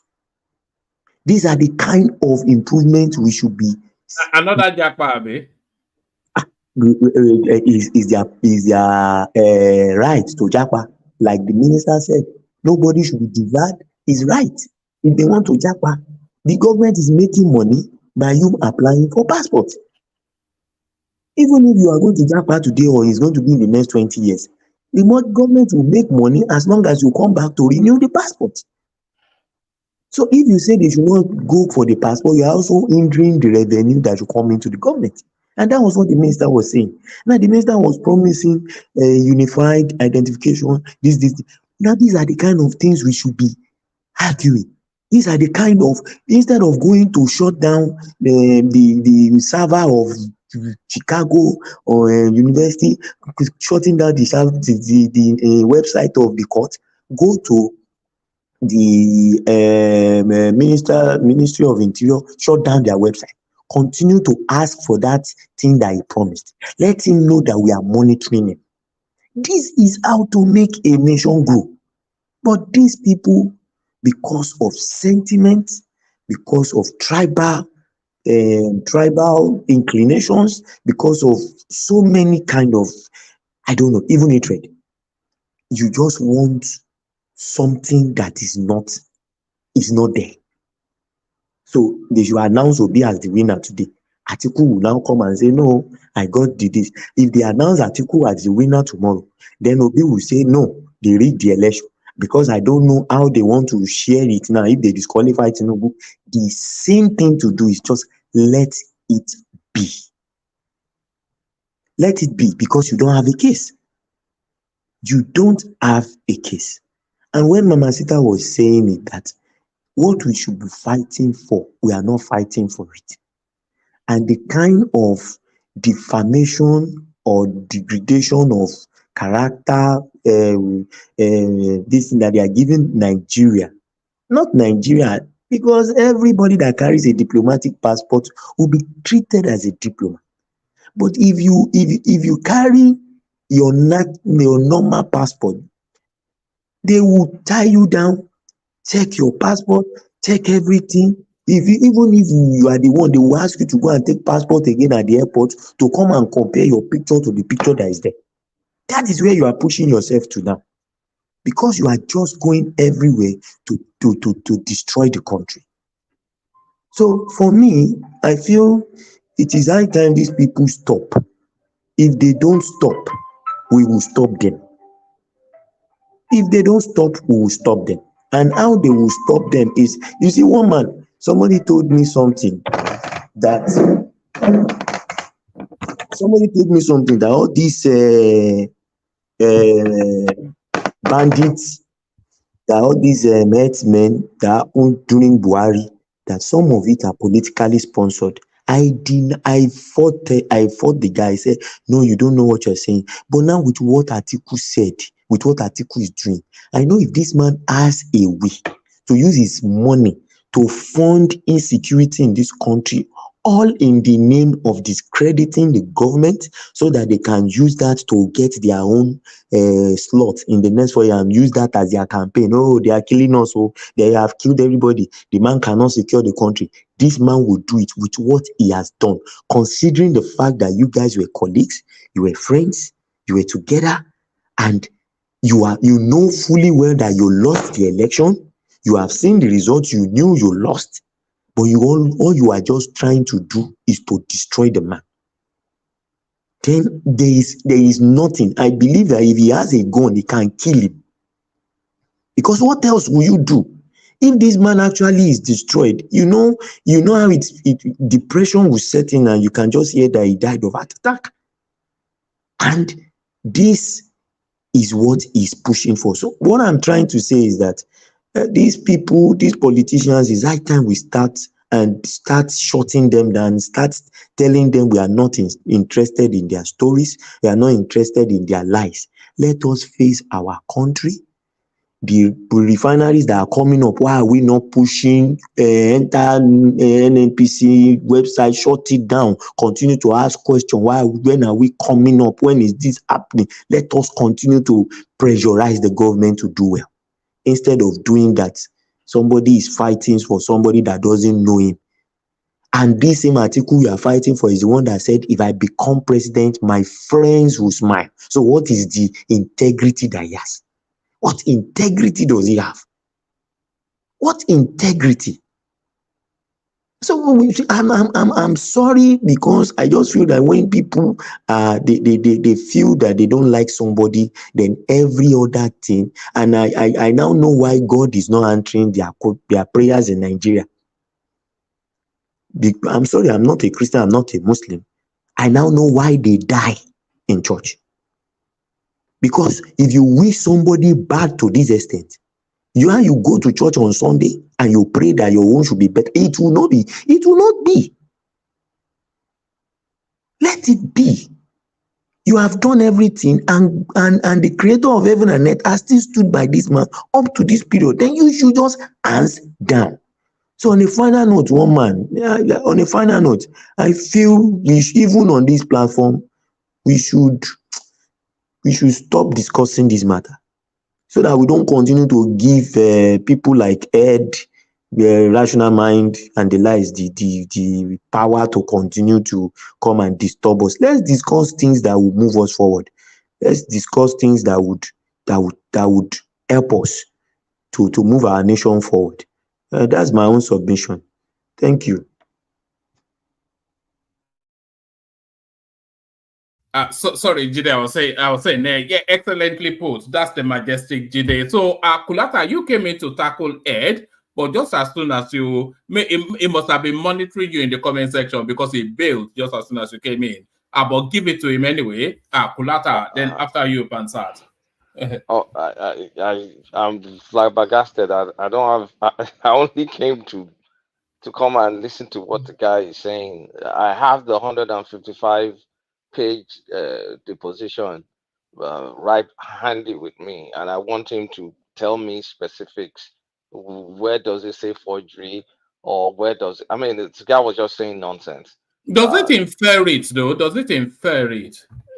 No, I mean, what is being said is that if you understand, I need to ask you the meaning of ceremonial. If you know what ceremonial means, then you will not be running your mouth and saying unnecessary stuff.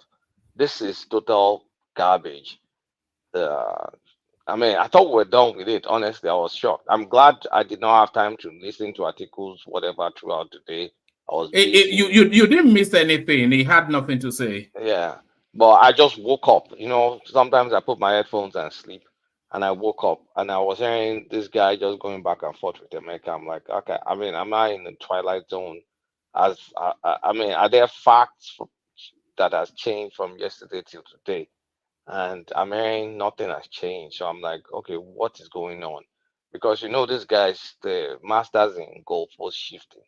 They just shift goalposts. The guy doesn't have a degree. CSU said he has a degree. Oh no, he forged a certificate, a diploma, because America doesn't care about diploma.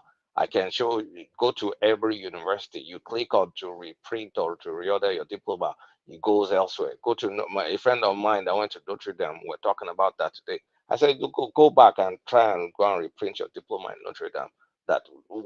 Where does it take you? You say, okay, yes, third party, because this is not important. It's not the official transcript. In America, it's transcript. So at this point in time, let me just go back to bed. There's nothing to. It will have been fun to hear what that guy would have said, but he's left now. So yes, I'm rather sad that he did actually, because for the balance, I wanted to hear what he had to say. Yeah, but he's left, so I don't have much to say. I think I've been about this. Yeah. Kulata, you know one thing. I was chatting with a friend yesterday. Yeah, I think it was early this morning, and this friend is the only one that is working outside the academic in the entire family. So we were discussing this matter, and he just asked some people too that just came to that forum, was saying, no, he forged. And the guy just intervened. I said, look, in America, he was educating in America, you can print your diploma as long as you put the name you can recognize and you do not mess up with the school brand. You can do whatever you like with your diploma. Nobody takes your diploma seriously. Nobody cares about that. Nobody cares. It's your transcript. So it's irrespective of whether you even apply directly to the school or you print. Because that's where we even go to the stage. Okay, what about those people that normally we order their transcript in calendar form? What about those people that, as a matter of fact, you may decide to, as your name is Kulata now, you may decide that, okay, you want your diploma to be Oni Kulata. Meanwhile, by the time they request for your transcript, you will never find Oni Kulata on your transcript, but your diploma will say Oni Kulata. If I start identifying as female now and I go and reorder my transcript, they'll have to change me to a female identity. And I just hear some of this diploma you meant to say, not sorry, my diploma. I'm sorry, my diploma is what I meant. I misspoke. And I've been hearing all this brain dead idea that the person that was registered in 1979 should be the person signing a reprint. I mean, the register probably is long dead. The logos change, things change. They do it based on the current register. So, I mean, these people, they're hopeless. Kulata, do you know how we try to convince these people, but they will not understand? There's no point. It's no longer a rational conversation anymore. Exactly. To tell you that American system will not place so much importance on this thing. Have you ever come across any diploma before that say, okay, first class, second class, upper distinction? What does that mean? You never see it in America. You will never see it. But when you go to the UK system or Nigeria, they will write it there. Oh, second class upper, this and that. It simply means that Nigeria and United UK. My children said, "Oh, this is your Nigerian way of grading, putting first class, second class. They're just trying to discriminate among you and discriminate." Exactly. I can't believe it. Now, someone even said this yesterday that even the registrar was somehow perturbed, was worried when people were asking that, because he was looking at them that this diploma you are asking about, that he was not even aware until it came to this Nigerian situation, because they were like seriously, diploma that is just ceremonial, nothing more. And this is where we are all putting our energy. We are just trying to. Well, good luck to those people that are doing with the shopping for the mantle for, because I was asking the other time, what exactly do you want from this? What's the outcome? What outcome are you even expecting from this? So, Tinubu, you are impeached. Here comes Atiku. How does Atiku favor you? I don't know. Which guys are taking it too far? If this is not going to be a Supreme Court is not going to care about this nonsense, because you won't even have the opportunity to open it as additional evidence to Supreme Court. Stop it. There's no point thinking, oh, what will happen, blah blah blah. From a legal perspective, if they reach out to prove, because if you even pick the worst case, you're talking about perjury, and then you have to say intent. that, okay, you intentionally perjured or something like that. And if they're going to look at this on face value, what will anybody do if they want to confirm the authenticity of your certificate? What will they do? They will call the school. You already heard what the school said. He graduated. So all this is just noise. Emptiness. Kulata, is there a danger that Tinubu might escape scrutiny under this noise in the same way that Buhari escaped scrutiny under the Jubril Sudani? So here's what people don't get. Well, people are saying, oh, why is Tinubu's media team not fighting back? Why is this? Guess what? Dollar is over 1,000 naira to a dollar. The more people spend time wasting time in rubbish, the more Tinubu gets time to strategize over important things like the economy that is in the tank, that's bleeding. If all this wasn't happening, everybody's attention will be on the economy. But now attention is divided. Tinubu is enjoying that divided attention. He doesn't have to say a word. He just has, it's like people that will run mad, let them run mad. But guess what? They are distracted. The other person that is excellent in doing things like this was Donald Trump. But I don't want to open up that space because all you have to do is create distraction and chaos. But in this case, it is Atiku'S distraction that is distracting the entire Open country. that space. Prince Daddy is here for you. No, please don't open no American politics. I'm going to see straight no. I'm not opening that space. I'm not opening that space. So it's a good distraction for Tinubu because guess what? All this is teething problems they're having, struggling with the economy, struggling with this. All these guys have lost, they're not focusing on that. If their focusing was real opposition, they should be hammering on the economy, because I've read articles that shows that the Naira route is just starting, it's still going to get worse. So, and if they continue focusing on every other thing but the economy, every other thing but that, Tinubu will just coast away till by the time they settle down on what's important, he could have found his footing on the economy, and then it's too late. So it's a distraction. It's a distraction. Kulata, are you more concerned about the Naira US forex, or you are even concerned about our own local productivity? Which one? No, our local productivity is the biggest concern of mine. But that's a long-term problem to fix. It's not a short-term because the dollar devaluation you mentioned, that's why I asked, because people need what job. I'm saying, a normal Nigerian reaction, or a normal Nigerian reaction, Nigerians see economy as exchange rate. They can't really separate the two. Since I've been because that's my problem. Someone in my village, on the street in my village, that is not even thinking of even traveling to the capital city of Ekiti, talk less of Lagos, talk less of outside the country, we'll be discussing dollars. For what purpose? Your concern there's a reason though, because we depend so much on imports. More, when they're talking dollars, the reality to them is increased cost. So because everything is imported. Kulata, see, average local Nigeria should be talking about the local productivity. That's why I'm concentrating. Okay, how to send your children to school? You are doing that locally. You don't have the means.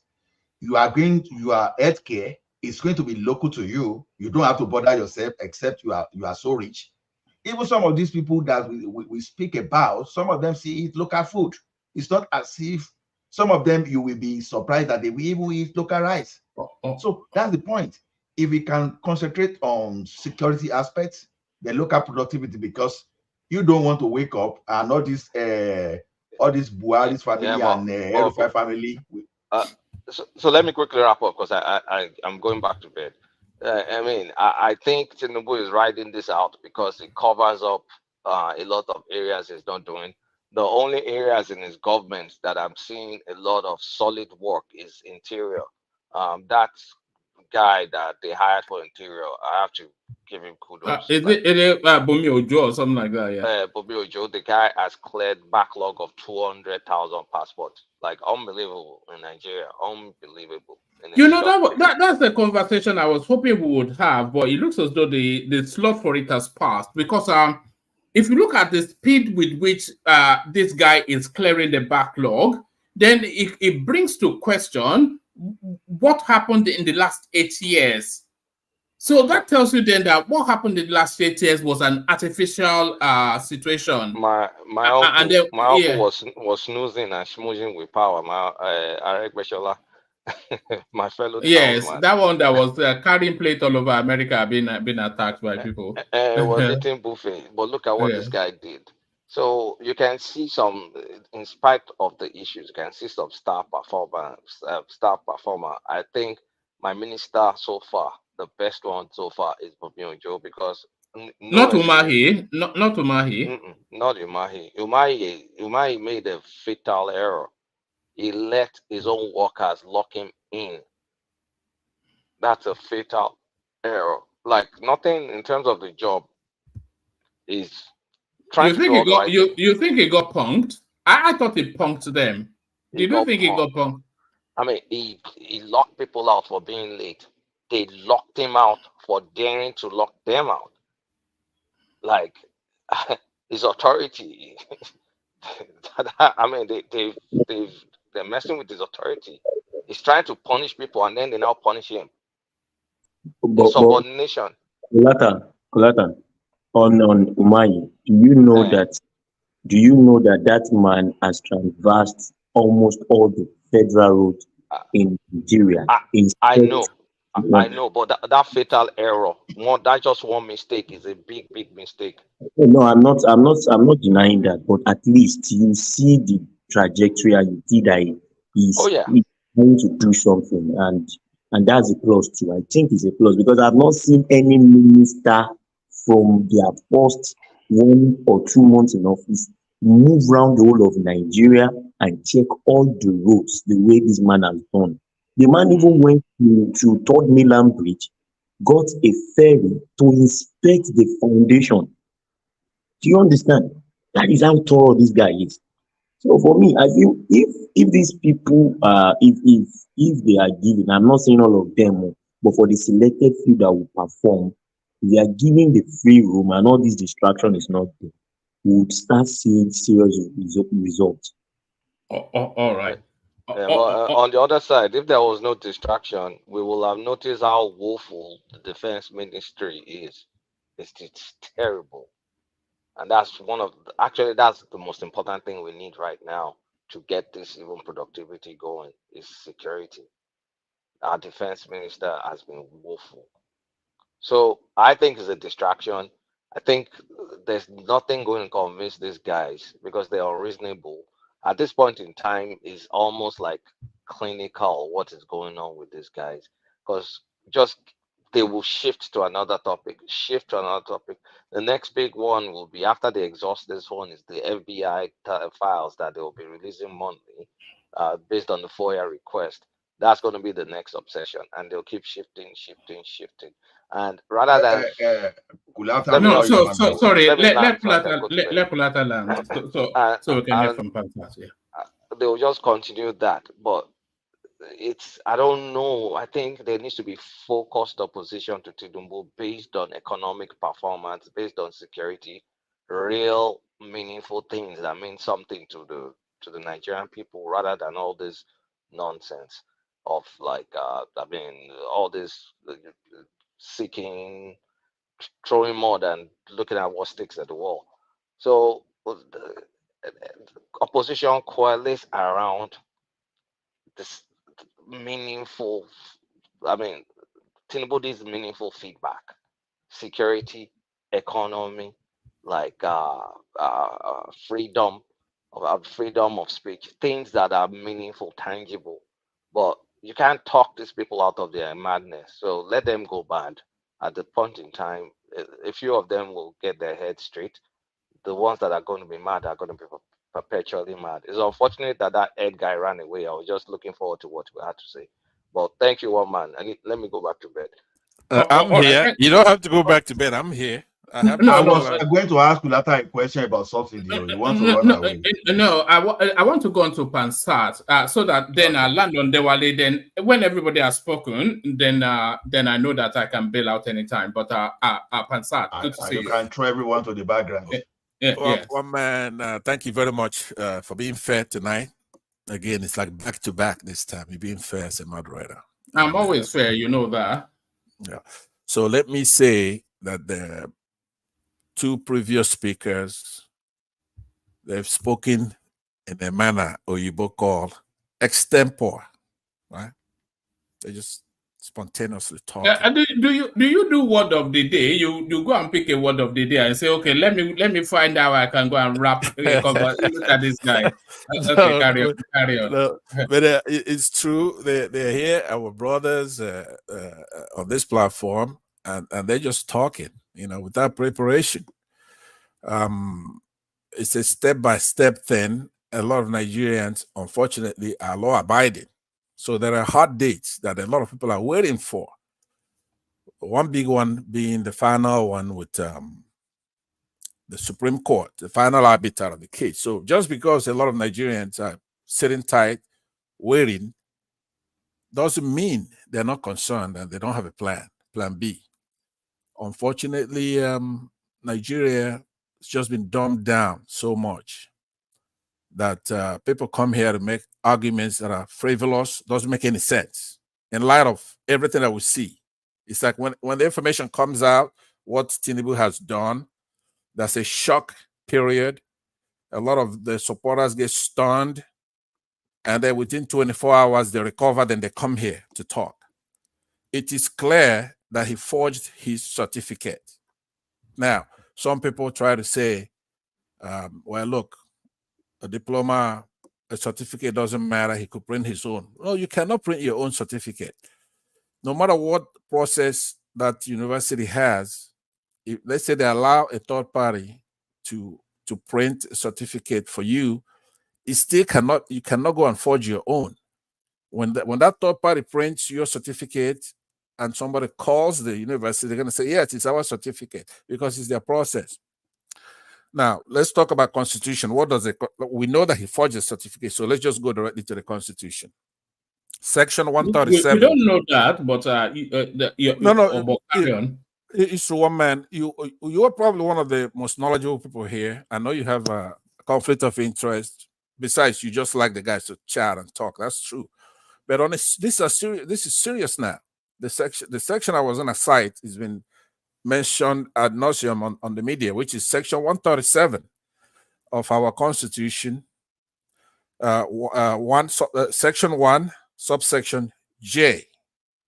I'm going to read it ipsissima verba. He has presented a forged certificate. It says, a person shall not be qualified for election to the office of president if, that's one, right? Section 1.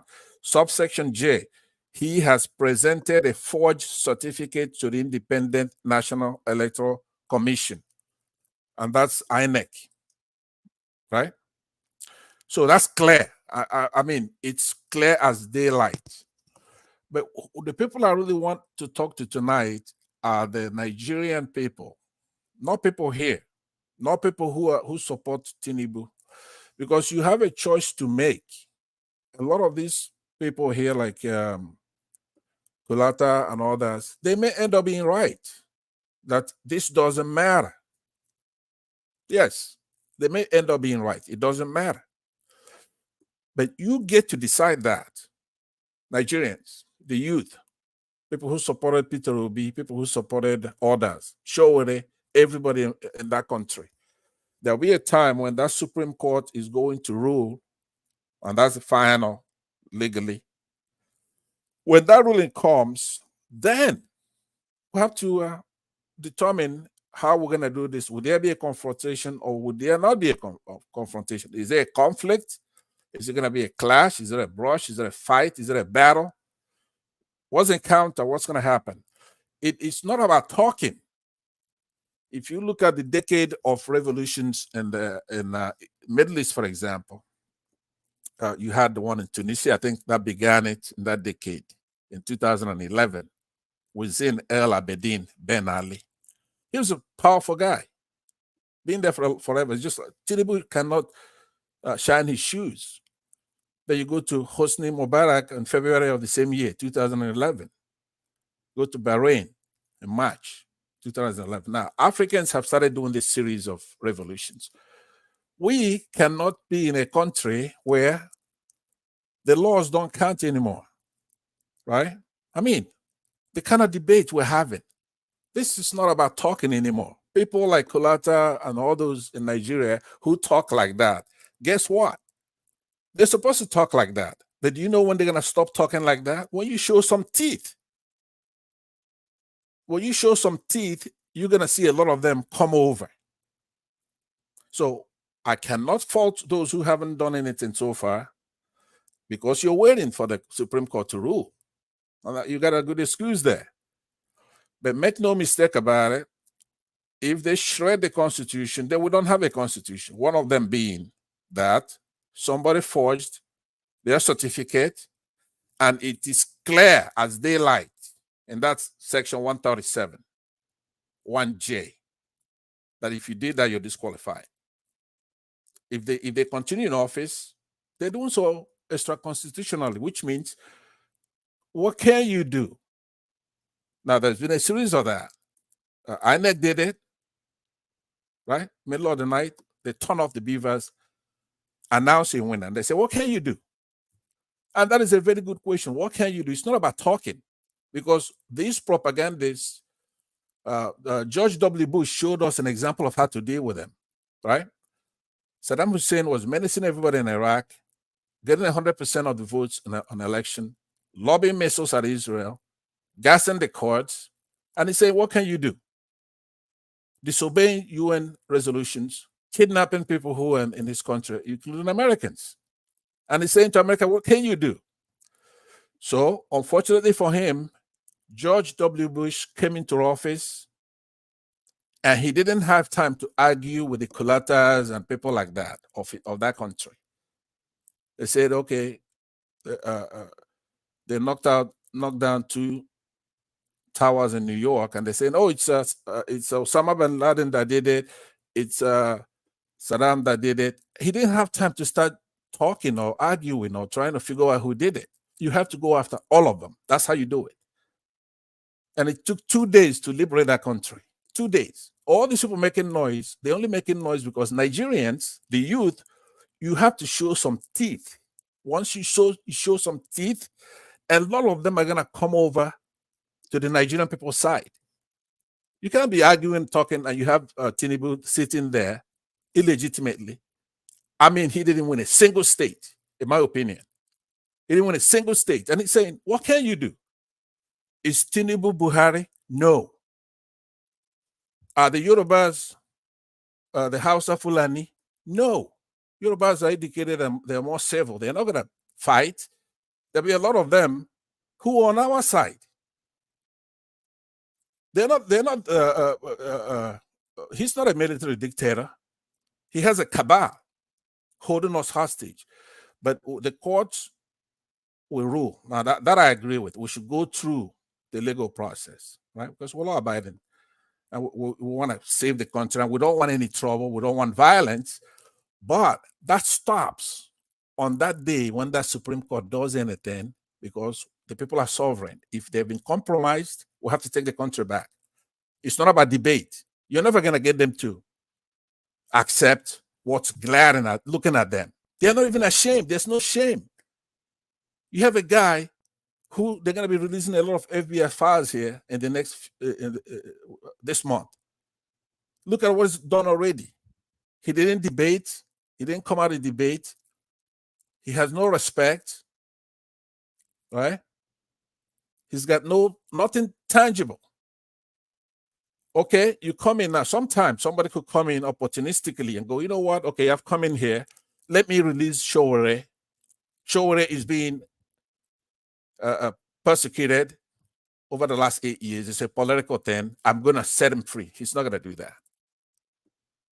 Nnamdi Kanu has been released by the courts. if the federal government wants to file other charges, they can do so as far as it's not double jeopardy. I'm going to release him.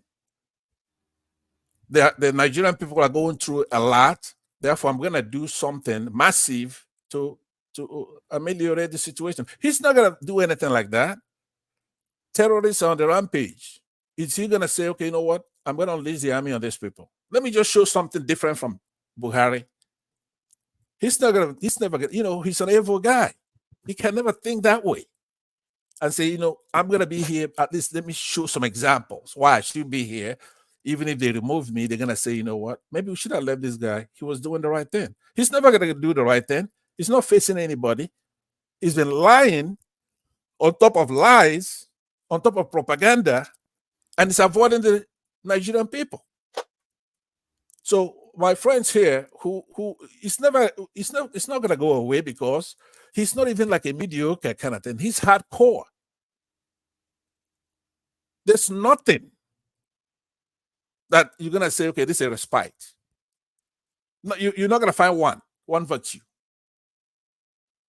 So let me appeal again to those who come here and taking advantage of people who are civil, who are waiting for the laws to take their place, and things are going step by step, right? Bit by bit, gradually. You go through the processes according to the Constitution. Don't take that as weakness, or that you've seen the bottom of what people are going to do when this thing comes to a head. In order for you to be president, there are requirements. It's not everybody who's meant to be a president. So coming here making makeshift arguments, things you throw together, spur of the moment, ad libitum, improvised comments, especially in an uncivil manner, and not try to be in brotherhood with the Nigerian people who are suffering right now. And you think it's a joke. Every day you come here and you're talking nonsense. You wake up from sleep and you start talking. How do you think that's going to work out? It's extempore. At least wake up, brush your teeth, think before you come here to talk. We're not wasting our time here. We're here to solve these problems, okay? So I'm asking you again, politely, Kolata, politely, I'm asking you to tone it down a little bit. We're going through a process and we're going to get to the bottom of this. It's not going away, no. If he forged those certificates as been indicated right now, we're going to have to make sure that he's disqualified.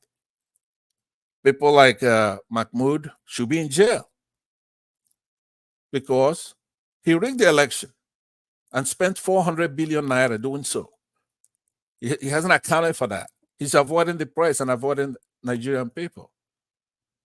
So let me remind you, the Igbos and the Yorubas are not Northerners. They're not Hausa Fulanis who do their thing by violence. We're civil, and you cannot substitute for using Buhari's cover to harass Nigerians because we're going to come to get him out of there. Once that ruling comes into play, it will be up to the youth now. Could I be wrong? Yes. I'm hearing a feedback. Please, one man, help me remediate that feedback.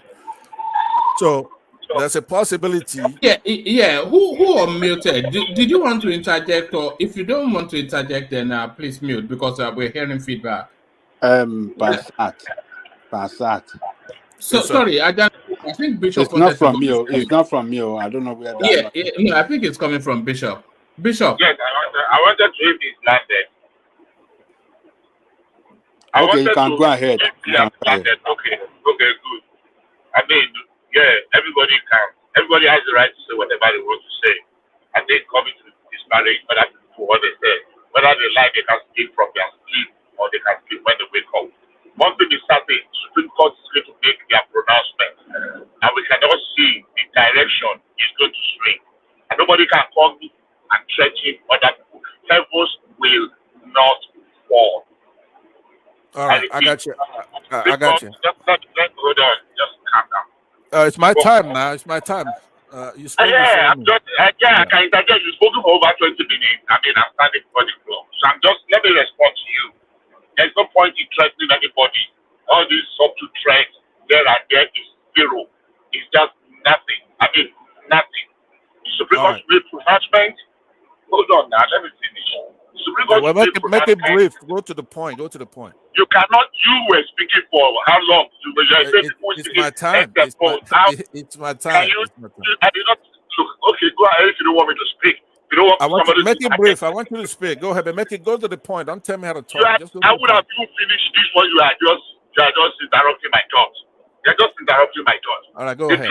You have a nice wife, so I'm gonna because of your wife, I'm gonna let you talk. Go ahead. The truth of the matter is there is no point in making any subtle threat.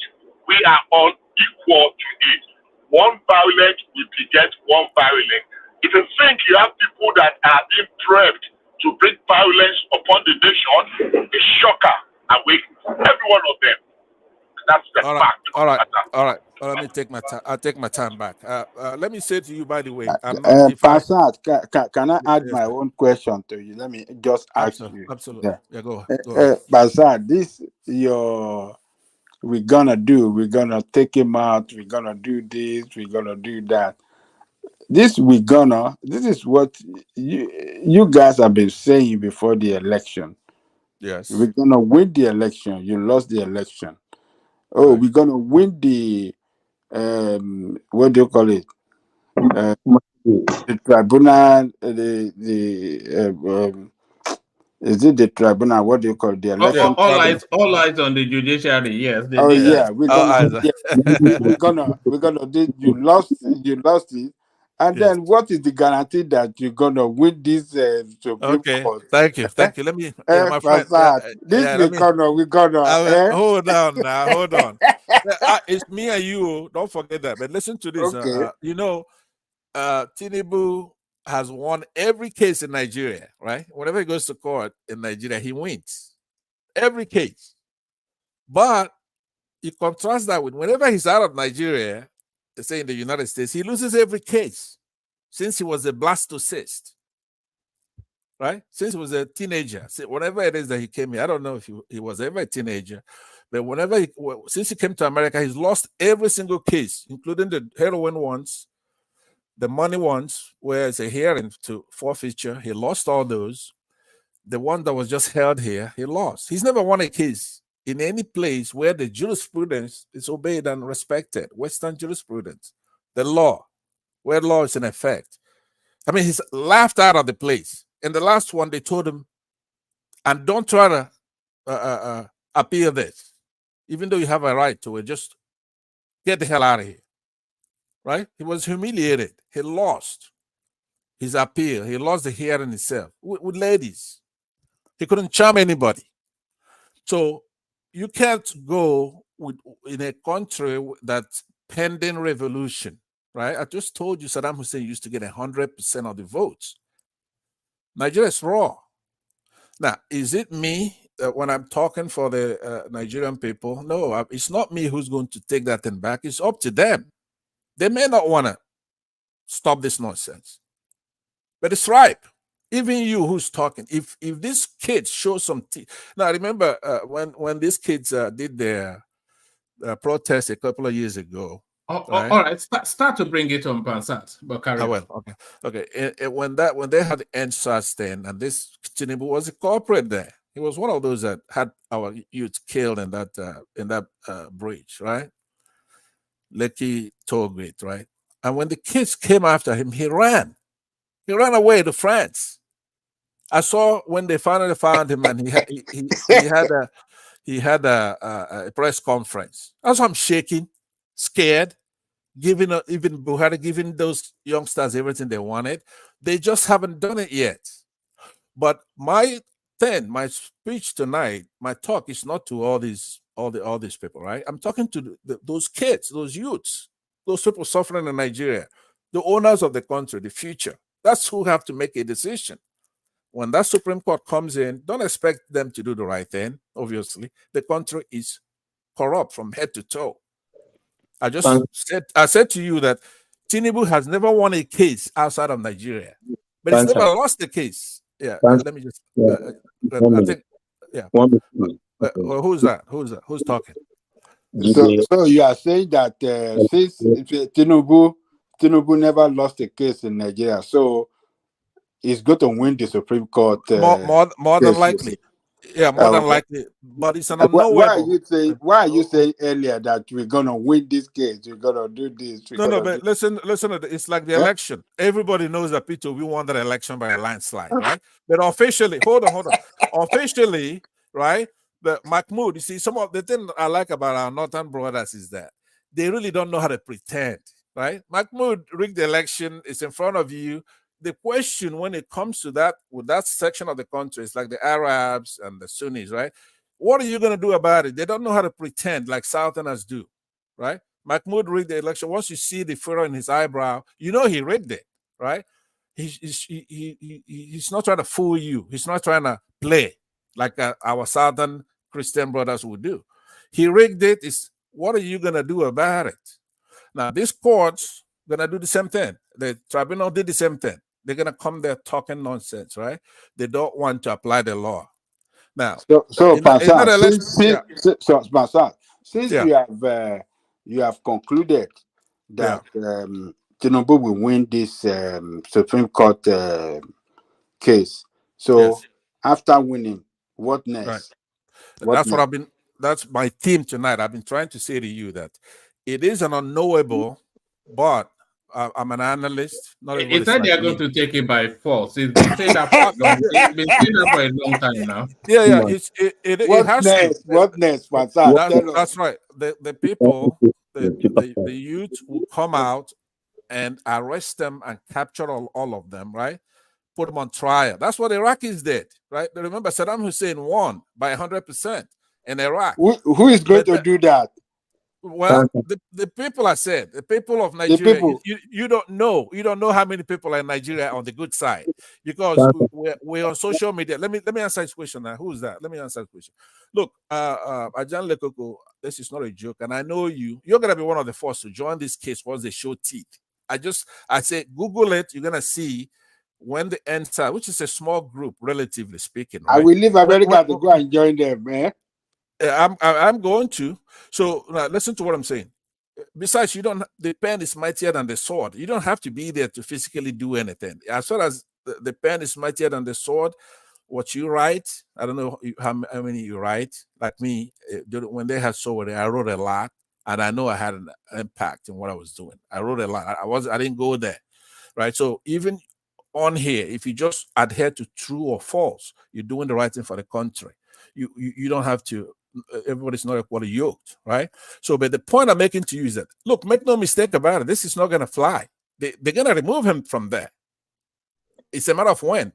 In essence, most Nigerians are patient. I don't know if you know. A lot of Nigerians are very conservative. Does their patience stretch to 8 years? 8 years? Well, it's up to them. It's up to them. If they want to do that, that's a vote, right? If they let it happen, to me, that's democratic. If they don't do anything, as soon as that result come out that afternoon, everybody's out there to go and capture them and put them on trial. There's no other thing to do here because let me tell you, Ajan Lekoko, can you believe this? Listen to this, right?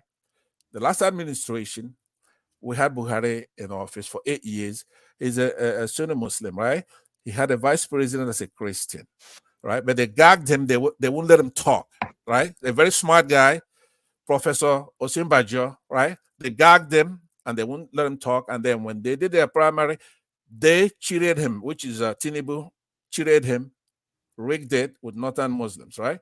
So now we have a Muslim president, Muslim vice president, Muslim speaker, Muslim president, president of the Senate. You might as well say he's a Muslim, but it's Akpabio, right? And then go all the way to army. Akpabio is a Muslim now. All right, Chief of army staff. Yeah, bring it home. Chief of army staff, right? All parastatals, all ministers, the police, everything is by the Muslim. And then they are kidnapping our girls from our secondary schools. The provocations are one on top of the other, provocation upon provocation, right? But because we're docile Nigerians are not really into revolutionary change, it's not really our thing. That is true. But now, this is too much. There's no way in hell that because the opposition is not as formidable. Right now, you have a flank, Atiku Abubakar's flank, you have Kwakwanso's flank. These are northerners, Muslims, right? Then you have the Southeasterners, you have the Edo people, you have Christians, both North and South, who are against Tinubu. How many soldiers do you think you have, the Yorubas have in the Nigerian army? If you have a mutiny tomorrow, right? And the people from all those sections say, you know what, this is unfair. And that's a mutiny. How many, can you defend yourself against Nigeria like Biafrans did? No, you can't, right? So you cannot. So when you're here running your mouth talking about, come and get it, come on, Tinubu's just gonna run. If on that day Nigerians vote, they make a decision. But we can wrestle him to the ground now if he's trying to run. You know, like they do in WWF. I hope so. If I'm there, I'm gonna bag him myself because I'm 6'4", right? I'll put him in it. I'll bag him and bring him to justice. We have to say the country back. Will you tag him as well? Will you tag him as well? Will you tag him as well? Bag and tag. Man, I yield back. All right. Thank you very much. Let's hear from Dewale. Let's hear from Dewale. So Dewale, good to see you. Adewale. Good to see you too, one man. Brilliant. So you're the last to speak. So let's hear from you. The floor is yours, and we're reacting, analyzing the Atiku press conference. Atiku Abubakar. Thank you very much, one man, and greetings to everyone in the studio. Tonight I'll be brief and I won't take much of your time. I hope you're not going to shut down the show. No, I am actually, because Thomas is not here and I'm going on 8 hours. So that's why I'm speaking towards you. Yeah. Okay. So today I was. Oh, I could shut it down and leave you in the back end. Yeah. Go on. Okay, that's fine. I watched the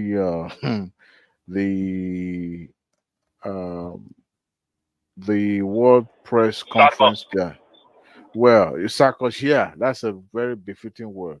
The demagogue called Waziri Atiku, the man that is so envious of his political associate, so much to the extent that he even asked people to be addressing him as Waziri instead of Alhaji Atiku. That's to tell you how envious he is to Bola Ahmed Tinubu. But you see, that show of shame called World Press today is what I found really amusing, number one, and at the same time intriguing. Why do I say this? This man was eulogizing Gani Fawehinmi of all people, which is very, very funny. At the same time, praising David Udein.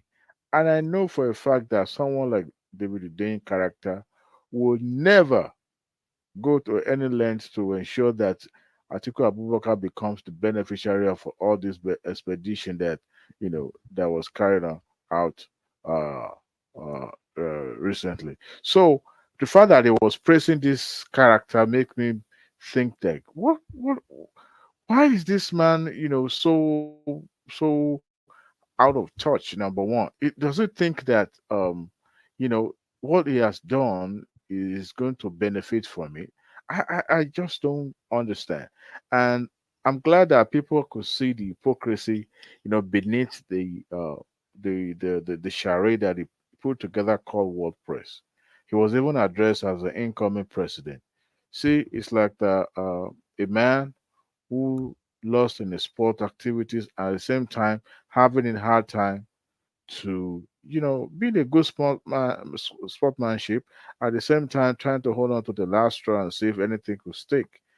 However, I don't really have to convince anyone. We've tried to use logic, we've tried to use technicality, we've tried to use even law, to corroborate and at the same time explain the reason behind all these hula baloos and all that, and people seem to believe what they want to believe. Even the educated ones are having a hard time to wrap their head around this. There's no denying the fact that the system where Bola Tinubu went through It's quite different from the one that we are having issue with. I'm talking about Nigeria and American academic system. So now we're having two different academic systems that is conflicting. And I tell you this, Nigeria constitution is not going to cherry pick. They're going to look at the fact that the system where Tinubu went through is going to prevail. And I've heard an argument about the deposition and all that. Look, the deposition, what I could deduce from the entire thing, because I haven't read it, but going by the uncertified copy that is circulating on the social media, the registrar of the school testify that this subject matter actually went through the school. So that makes it authentic that he actually went through the school. Now we've explained, the circumstances around the certificate, but people seems not to want to hear it. They want to believe what they want to believe. If Tinubu had not gone through that school and then parading that certificate, we will not be discussing what we are discussing now. It would have been a different ball game. Atiku Abubakar attacked Buhari, challenging about his authenticity of his certificate. Even Jonathan, he accused him also. He went on the television and talked about his doctorate degree, all right, that is questionable. So, for how long this man is going to play this game of let me see what will stick, that doesn't make him a good politician to me, as far as I'm concerned. He is a brutal individual that wants to anything that he could find, to throw at the opponent. Look, I understand politics is not a fair game. Politics is not a child play. I mean, I won't be surprised if they're asking Bola Tinubu how his own mother, slept with his father to make him, demanding for every details of their conjugal activities. So that is the level we found But ourselves. Tinubu doesn't have a mother or a father now, according to what we heard. Well, today I even found something really, really surprising. One of those egghead on X that that they usually, I don't know why that it kept popping up on my thread. This guy put a picture of Tinubu. I believe it was the last birthday celebration of his mother. Put the picture on his wall where they were actually having a French kiss. I French kiss my daughters too. Don't do that. Is that not against the law? Well, I don't know which law. My daughters, they all did it to me. They just, mush and French kiss me. That's the way, I did it to my mother too. As a matter of fact, I don't know. It's a common thing. And this man was asking. It's not. If you do that in the UK, they put you in handcuffs. Well, well. See, we are now beginning to make it look so. Well, that's for those people that want to time it the other way. It's about affection. It's about showing love to your offspring. So Tinubu was French kissing his mother. That tells you the bond that exists between the two of them. And this egghead was challenging the picture. Then how come? And people are challenging, that Abubakar Mogaji is not the true mother. Even Tinubu himself was, at the Chatham House saying that they should go ahead and do a DNA. That is the extent that these people will go. As far as I'm concerned, it's not because of a show affiliation or my love to Tinubu or no. It's sometimes there's a limit to all this nonsensical what you call it. Today this one story, and tomorrow is another story.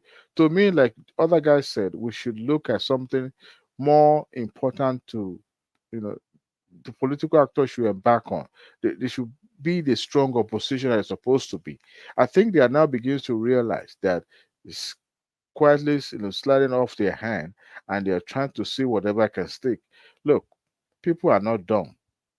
Most of the people that are actually, going around all this are most of us in diaspora. Nigerians that are working 19 hours, 20 hours, 40 hours, they don't really have enough time to be doing all this.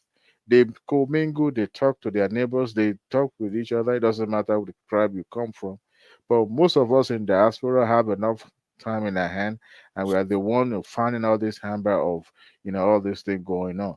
But what I would say is this: it's just a noise. I would not be surprised tomorrow something else will pop up, and before you know it, it will be from certificate to something else.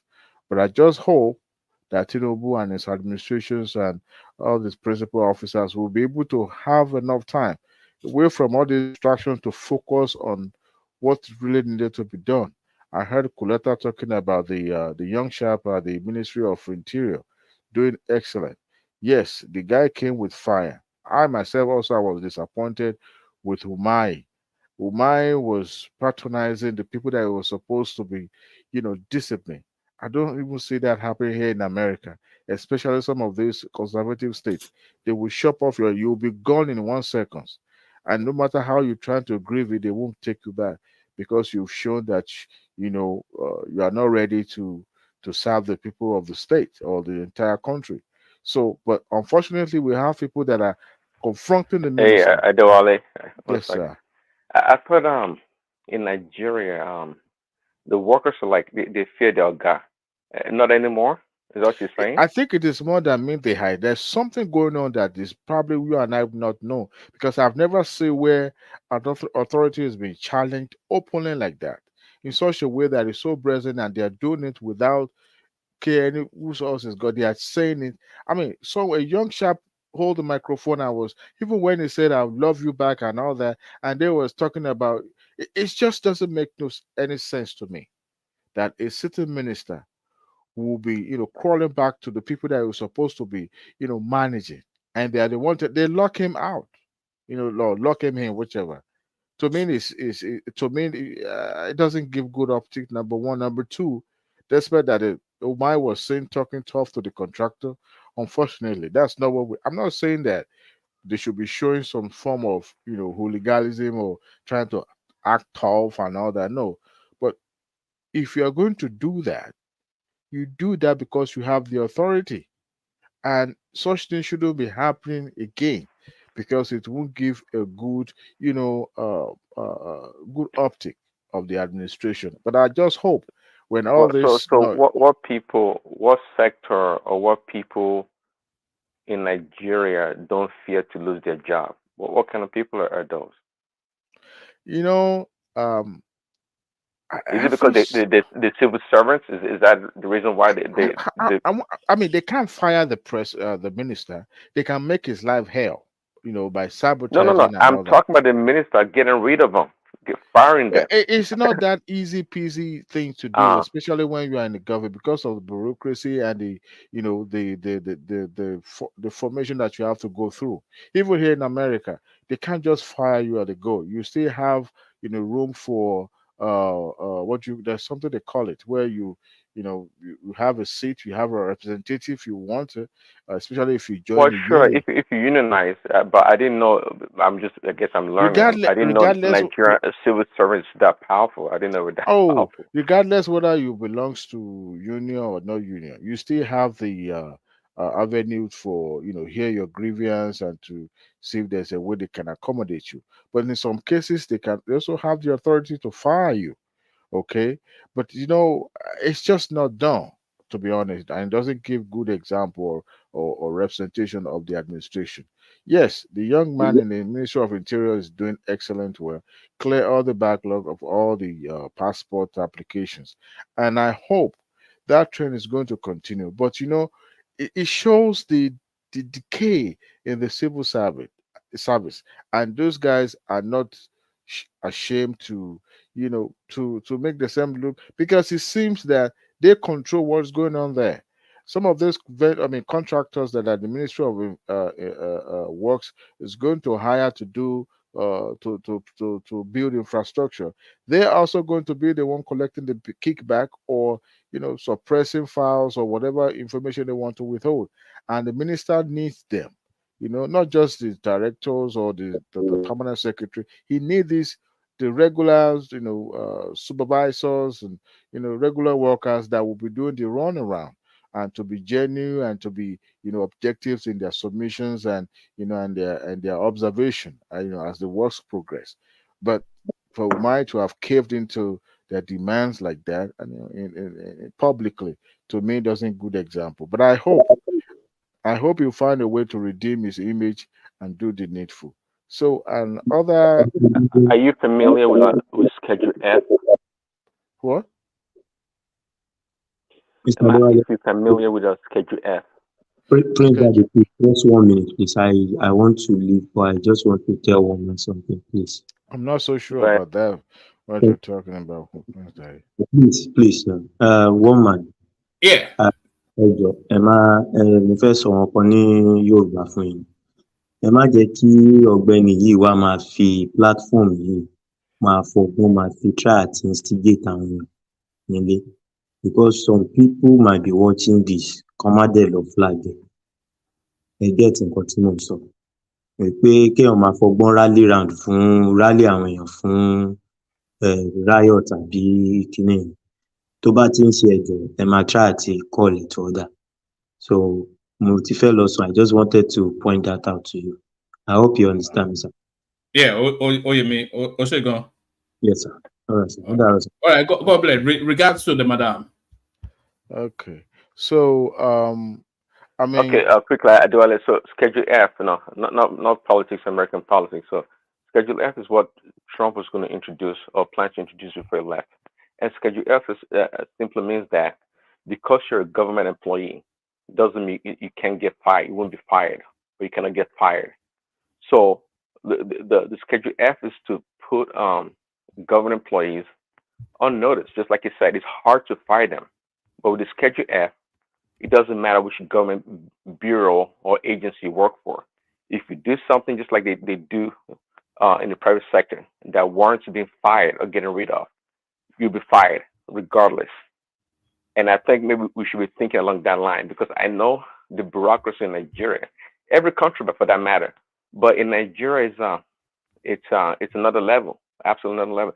It sounds like these people, they have a lot of power. They have a lot of power, and that's why a lot of things don't get done. It's really amazing that they can undermine a minister, not even a commissioner, a whole minister. That's big time. Okay. And important ministry like Ministry of Health, and also Ministry of I mean, they're all important anyway. I hope they'll start, providing the blueprint, on how or what are their policies and what is going to happen in a couple of days. We can't wait. I don't think the administration would do themselves, any good by trying to wait for the decision of the Supreme Court before they start hitting all the right nails and making the right decisions, because Nigerians need to be carried along. They need to be informed. It's not just about today they're not yet sure of what, and a lot of distraction. Honestly, the NLC and the TUC, they are the biggest distractor in currently. It's not even the Atiku'S and his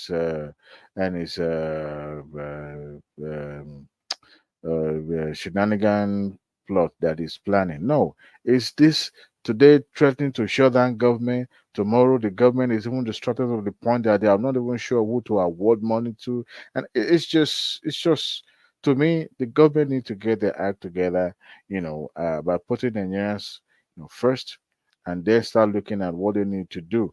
Right now, I haven't. Last time I saw Better Edu, the Minister of Humanitarian, came to Sleep TV and make some speech, and I haven't seen any concrete thing that he has embarked on or any concrete policy that is going to, introduce to people and all that. I heard that he's trying to audit the state social register bill and all that. So I haven't seen something concrete. But Tinubu needs to start, regardless of what Supreme Court decision is going to be. He's the de facto president, and he needs to get his team, to start eating all the right corner. And then, of course, are you saying they're not working? I think they're working. I'm not saying they are not working. No, the I'm guy not saying with the passport. I'm not saying they are not play the working. backlog. Okay. What I'm trying to say is that they need to stay close with the media. They need to stay close to build that bridge between them and the people, because when there's too much wide gap where people are not even sure what government is doing. Do you know that yesterday, was it yesterday or day before yesterday, this week actually, a representative from United Arab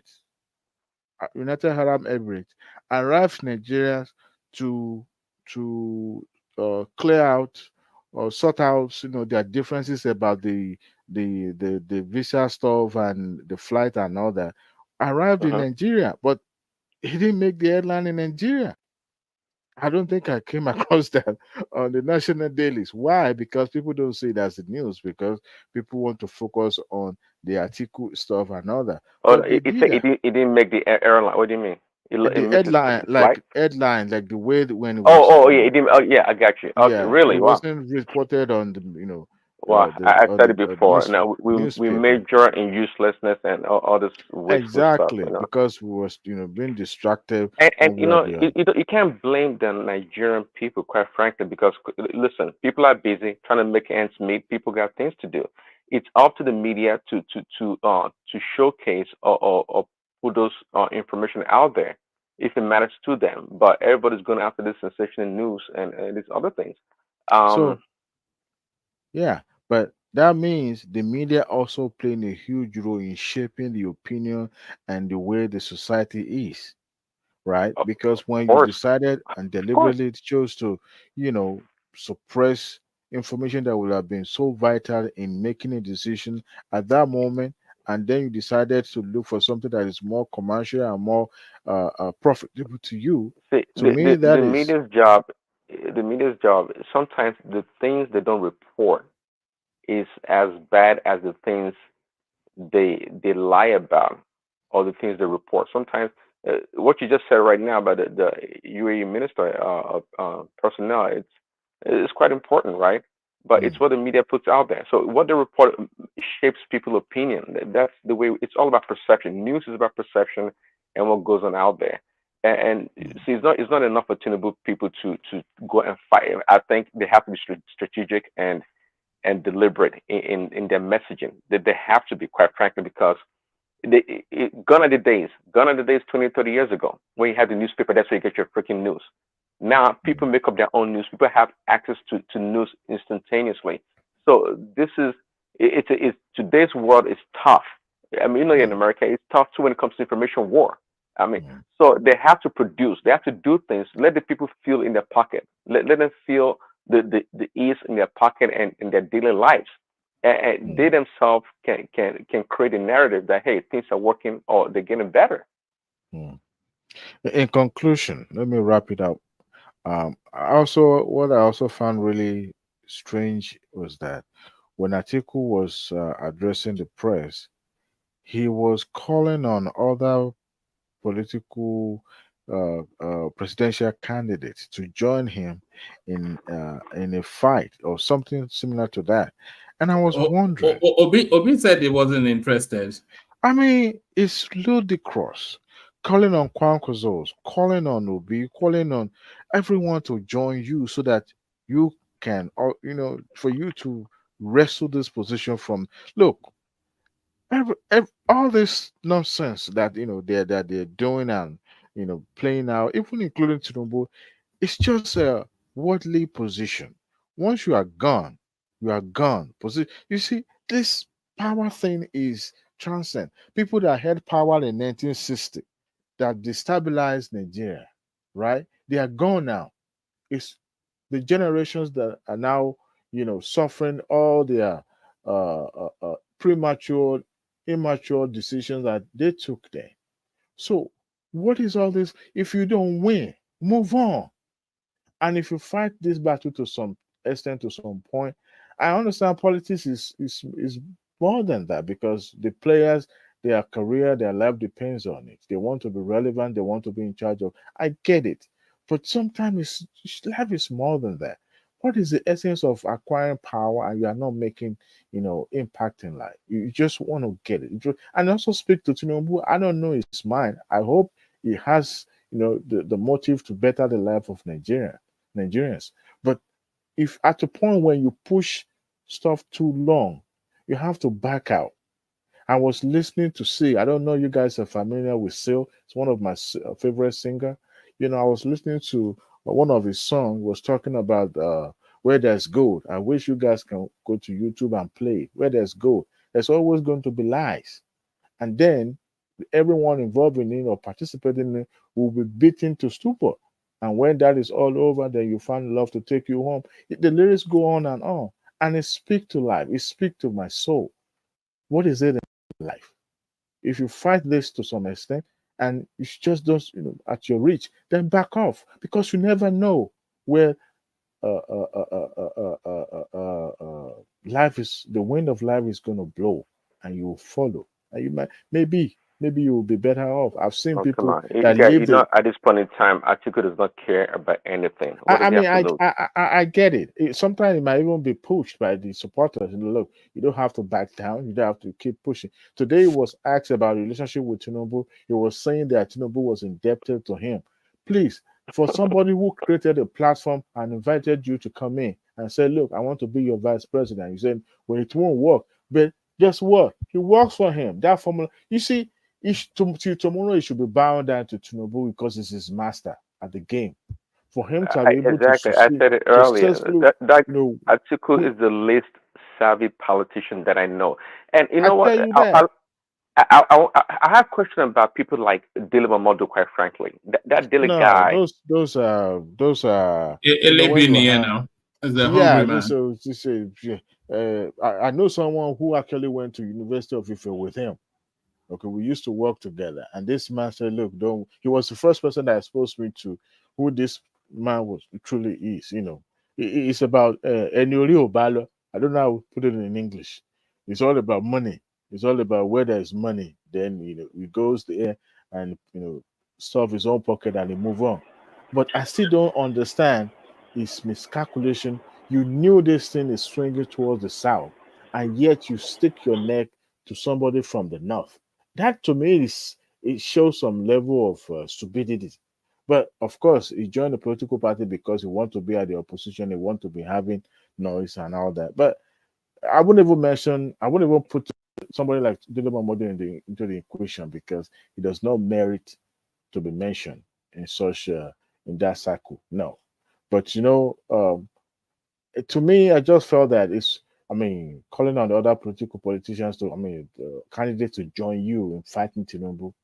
Who knows whether they also are going behind? Kwak also visited Tinubu at the Aso Rock, probably to strike deal with him. That's how politicians work because he knew he has no ground to challenge his victory. But here you are unsatisfied. Even his kinsmen from the north are not behind him. Hardly you will see northerner lurking around him whenever he's in the public because they knew that this is not your time, Wasiri. And yet today I saw what is this man from former minister? What is it called?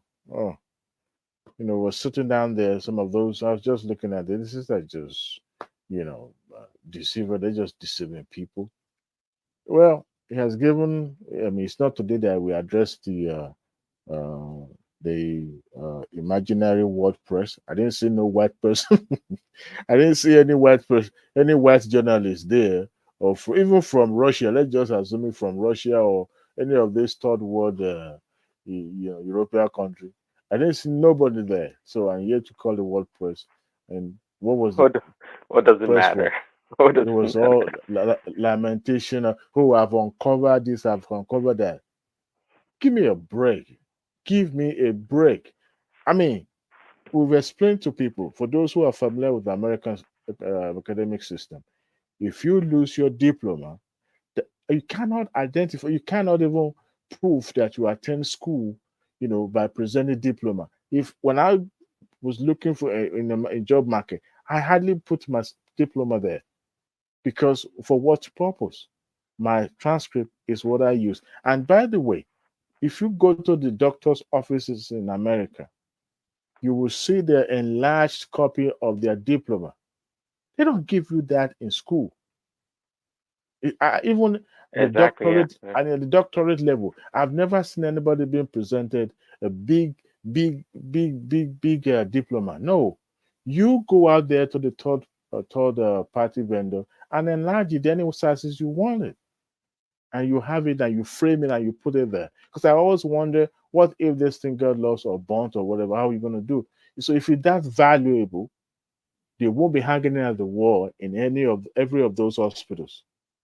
But because it is not valuable, in my own office, I call wall of fame. I have all my certificates, and I also have where I didn't put my Nigerian certificate because I know that is the last one I will ever get. So I won't even put it there. But I put all the necessary documents. I framed it, even an award that I got. I put everything on my wall because I know I can easily reproduce it if I want to. The same thing with my American diploma. So with all these things being explained to people, and yet people seem not to get it. Well, at the end of the day, Yoruba will say, because and that is my conclusion of my submission. Thank you, Woman, for the opportunity. All right. Mr. Dewale. Yes, sir. Okay. Good evening. Are you back driving again? Are you back driving again? I did it on purpose because I knew you were going to notice. But I'm almost getting. I'm at work actually, so I went to get something to eat. So I'm headed back. Mr. Dawale, those certificates, those doctors blew up in the offices and all that, right? It exactly. If it's going to be like a photocopy, it's going to be a photocopy of no. There's no photocopy. Hold on, brother. Hold on. My brother is a medical doctor too. He blew up his. So I'm just telling you how they do it. Okay. It is not going to be something different from what the school gave to them. The printing, the logo, the signatures will have to be the same. Okay. So that is my point. So when you say your brother that is a medical doctor, I believe he didn't just graduate from medical school yesterday or today. He must have graduated way back, maybe not 40-something years of Tinubu'S era, right? No. So when you have to go back. All right, gentlemen, this conversation can take place, but I need to shut down because I'm barely able to keep my eyes open. So let me acknowledge Alexander Gomez, Bosun right there. Ayo, of course, we always mention Ayo. Alexander still the majestic jewel of Nashville. So that's jewel of Nashville right there. And that's Ola in it as well. That's Ola in it as well. That's Joel still insisting on one thing or the other. That's Benjamin Olabode. So there is right there. The man with the golden gun, Ike Ogeame, our very own Prince Daddy. And thank you to all those. So thank you to all those. And thank you to the listeners.